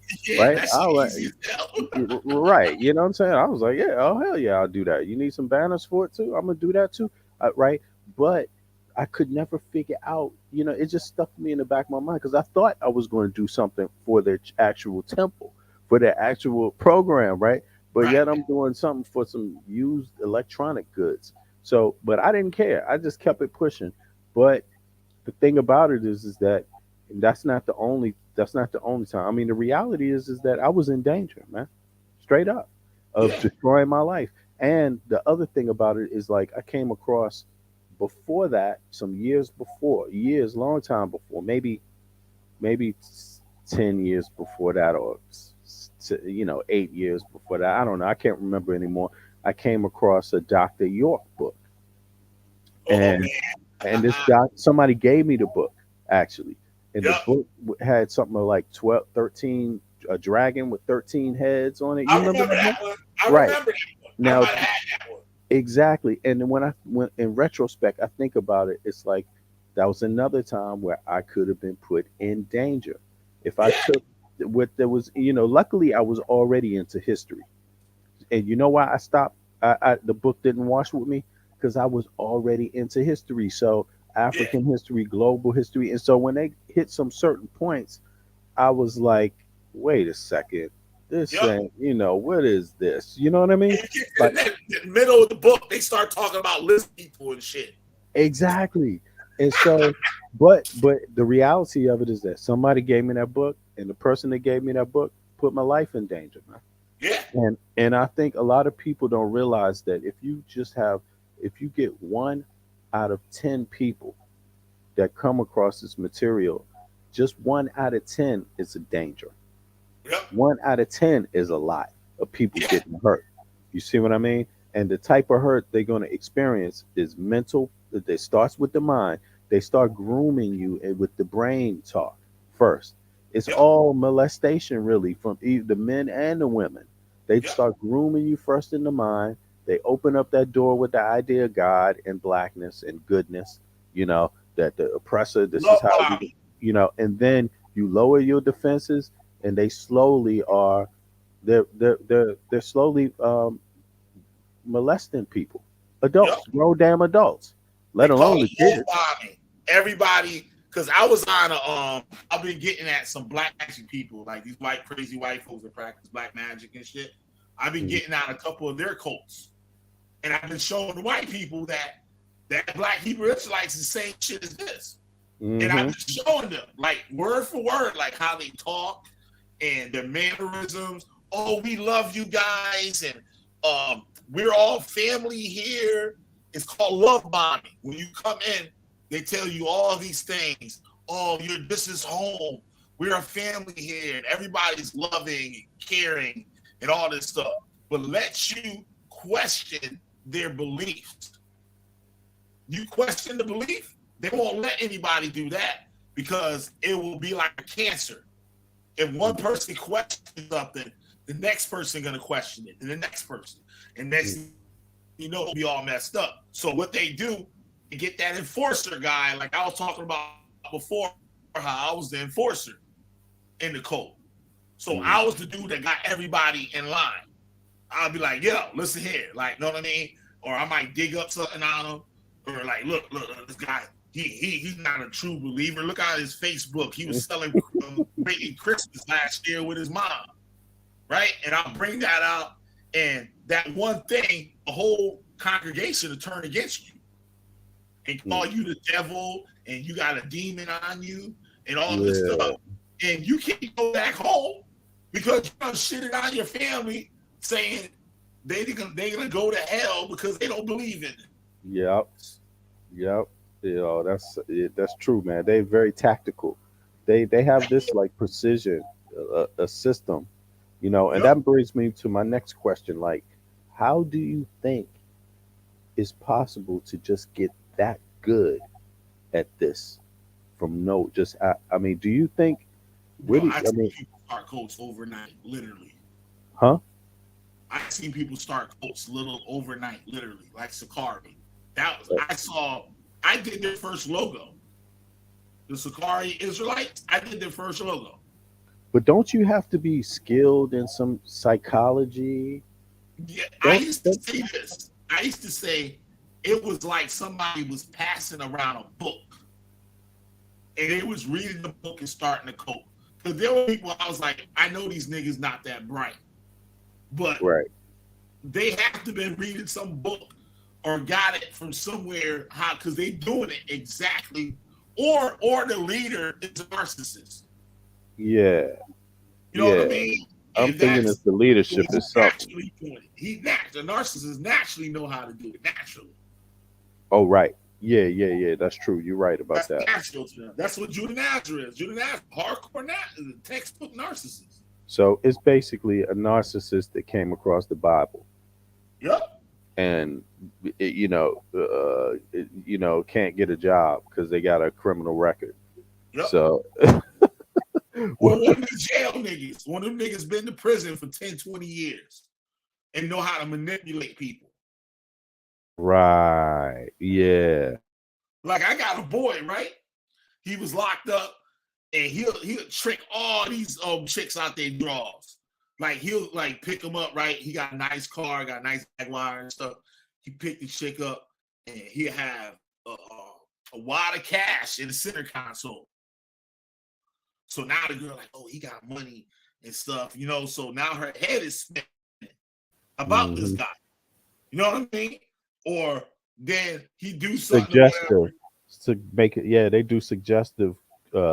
They make suggestive comments or suggestive actions to make you think that would normally lead to something, you know, attractive or strong or powerful, but actually they just playing you. I see them go to a jeweler and have a jeweler make a receipt for some jewelry. And the girl like act crazy. He be like, see, bitch, I was just about to get you this diamond ring or a bracelet or whatever, and showed her the receipt. And the bitch fall in line. Yep. I see them all eyes, and I just be sitting there. I be like, wow, this is crazy. This is some real coach shit right here. Yeah, and it's sociopathic, you know, in a sense, you know, like, you know, because to go that deep into a lie, that's serial. That's crazy, man. To have a system like that, to be so skilled like that, you know, it's yeah, man. These dangerous people, bro. They'll take everything from you. I was going to college and they had the 2000 prophecy. They said Christ was coming back in 2000. And I came into the cult in 99. I was going to college. I had my own thing going on and like, you know what I'm saying? Work, everything. And they was like, what the hell are you going to college for? Y'all was shy coming back next year. My dumb ass stopped going to school, hanging around these niggas. You know what I'm saying? Stop going, visiting family. Like they have the gatherings, you know, Christmas, Thanksgiving, and all stuff. I stopped going to that, saying it's wicked, it's evil, and they going to hell if they celebrate it. I got family in my own city I haven't seen in 20 years. In over 20 years. And now that I'm out the cult, I'm like, hey, like, you know what I'm saying? They don't want to fuck with me. Like, nigga, you wasn't around for like 2 years. Yeah, you got to live your life free, bro. Hey, brother, I got to check out on you, man. I got a couple things. It's early in the morning over here. I got to take care of. But I appreciate you. Yeah. All right, brother. Good to have you on. You're more than welcome. Thank you. Yo, thank you, bro. I'll be back. We're going to continue for sure, man. Yep, no doubt. All right, bro. One. Yep. All right, y'all. Thank everybody that viewed and stuff tonight. We had a lot of fun. Shout out to all the people who came on. Vengeance. We had Young Heru, his brother V Bennett, Mahat Forever. We had Built for Speed up in the chat. We had Takahana, something, that dude with the crazy African dude on his avatar. I didn't say that.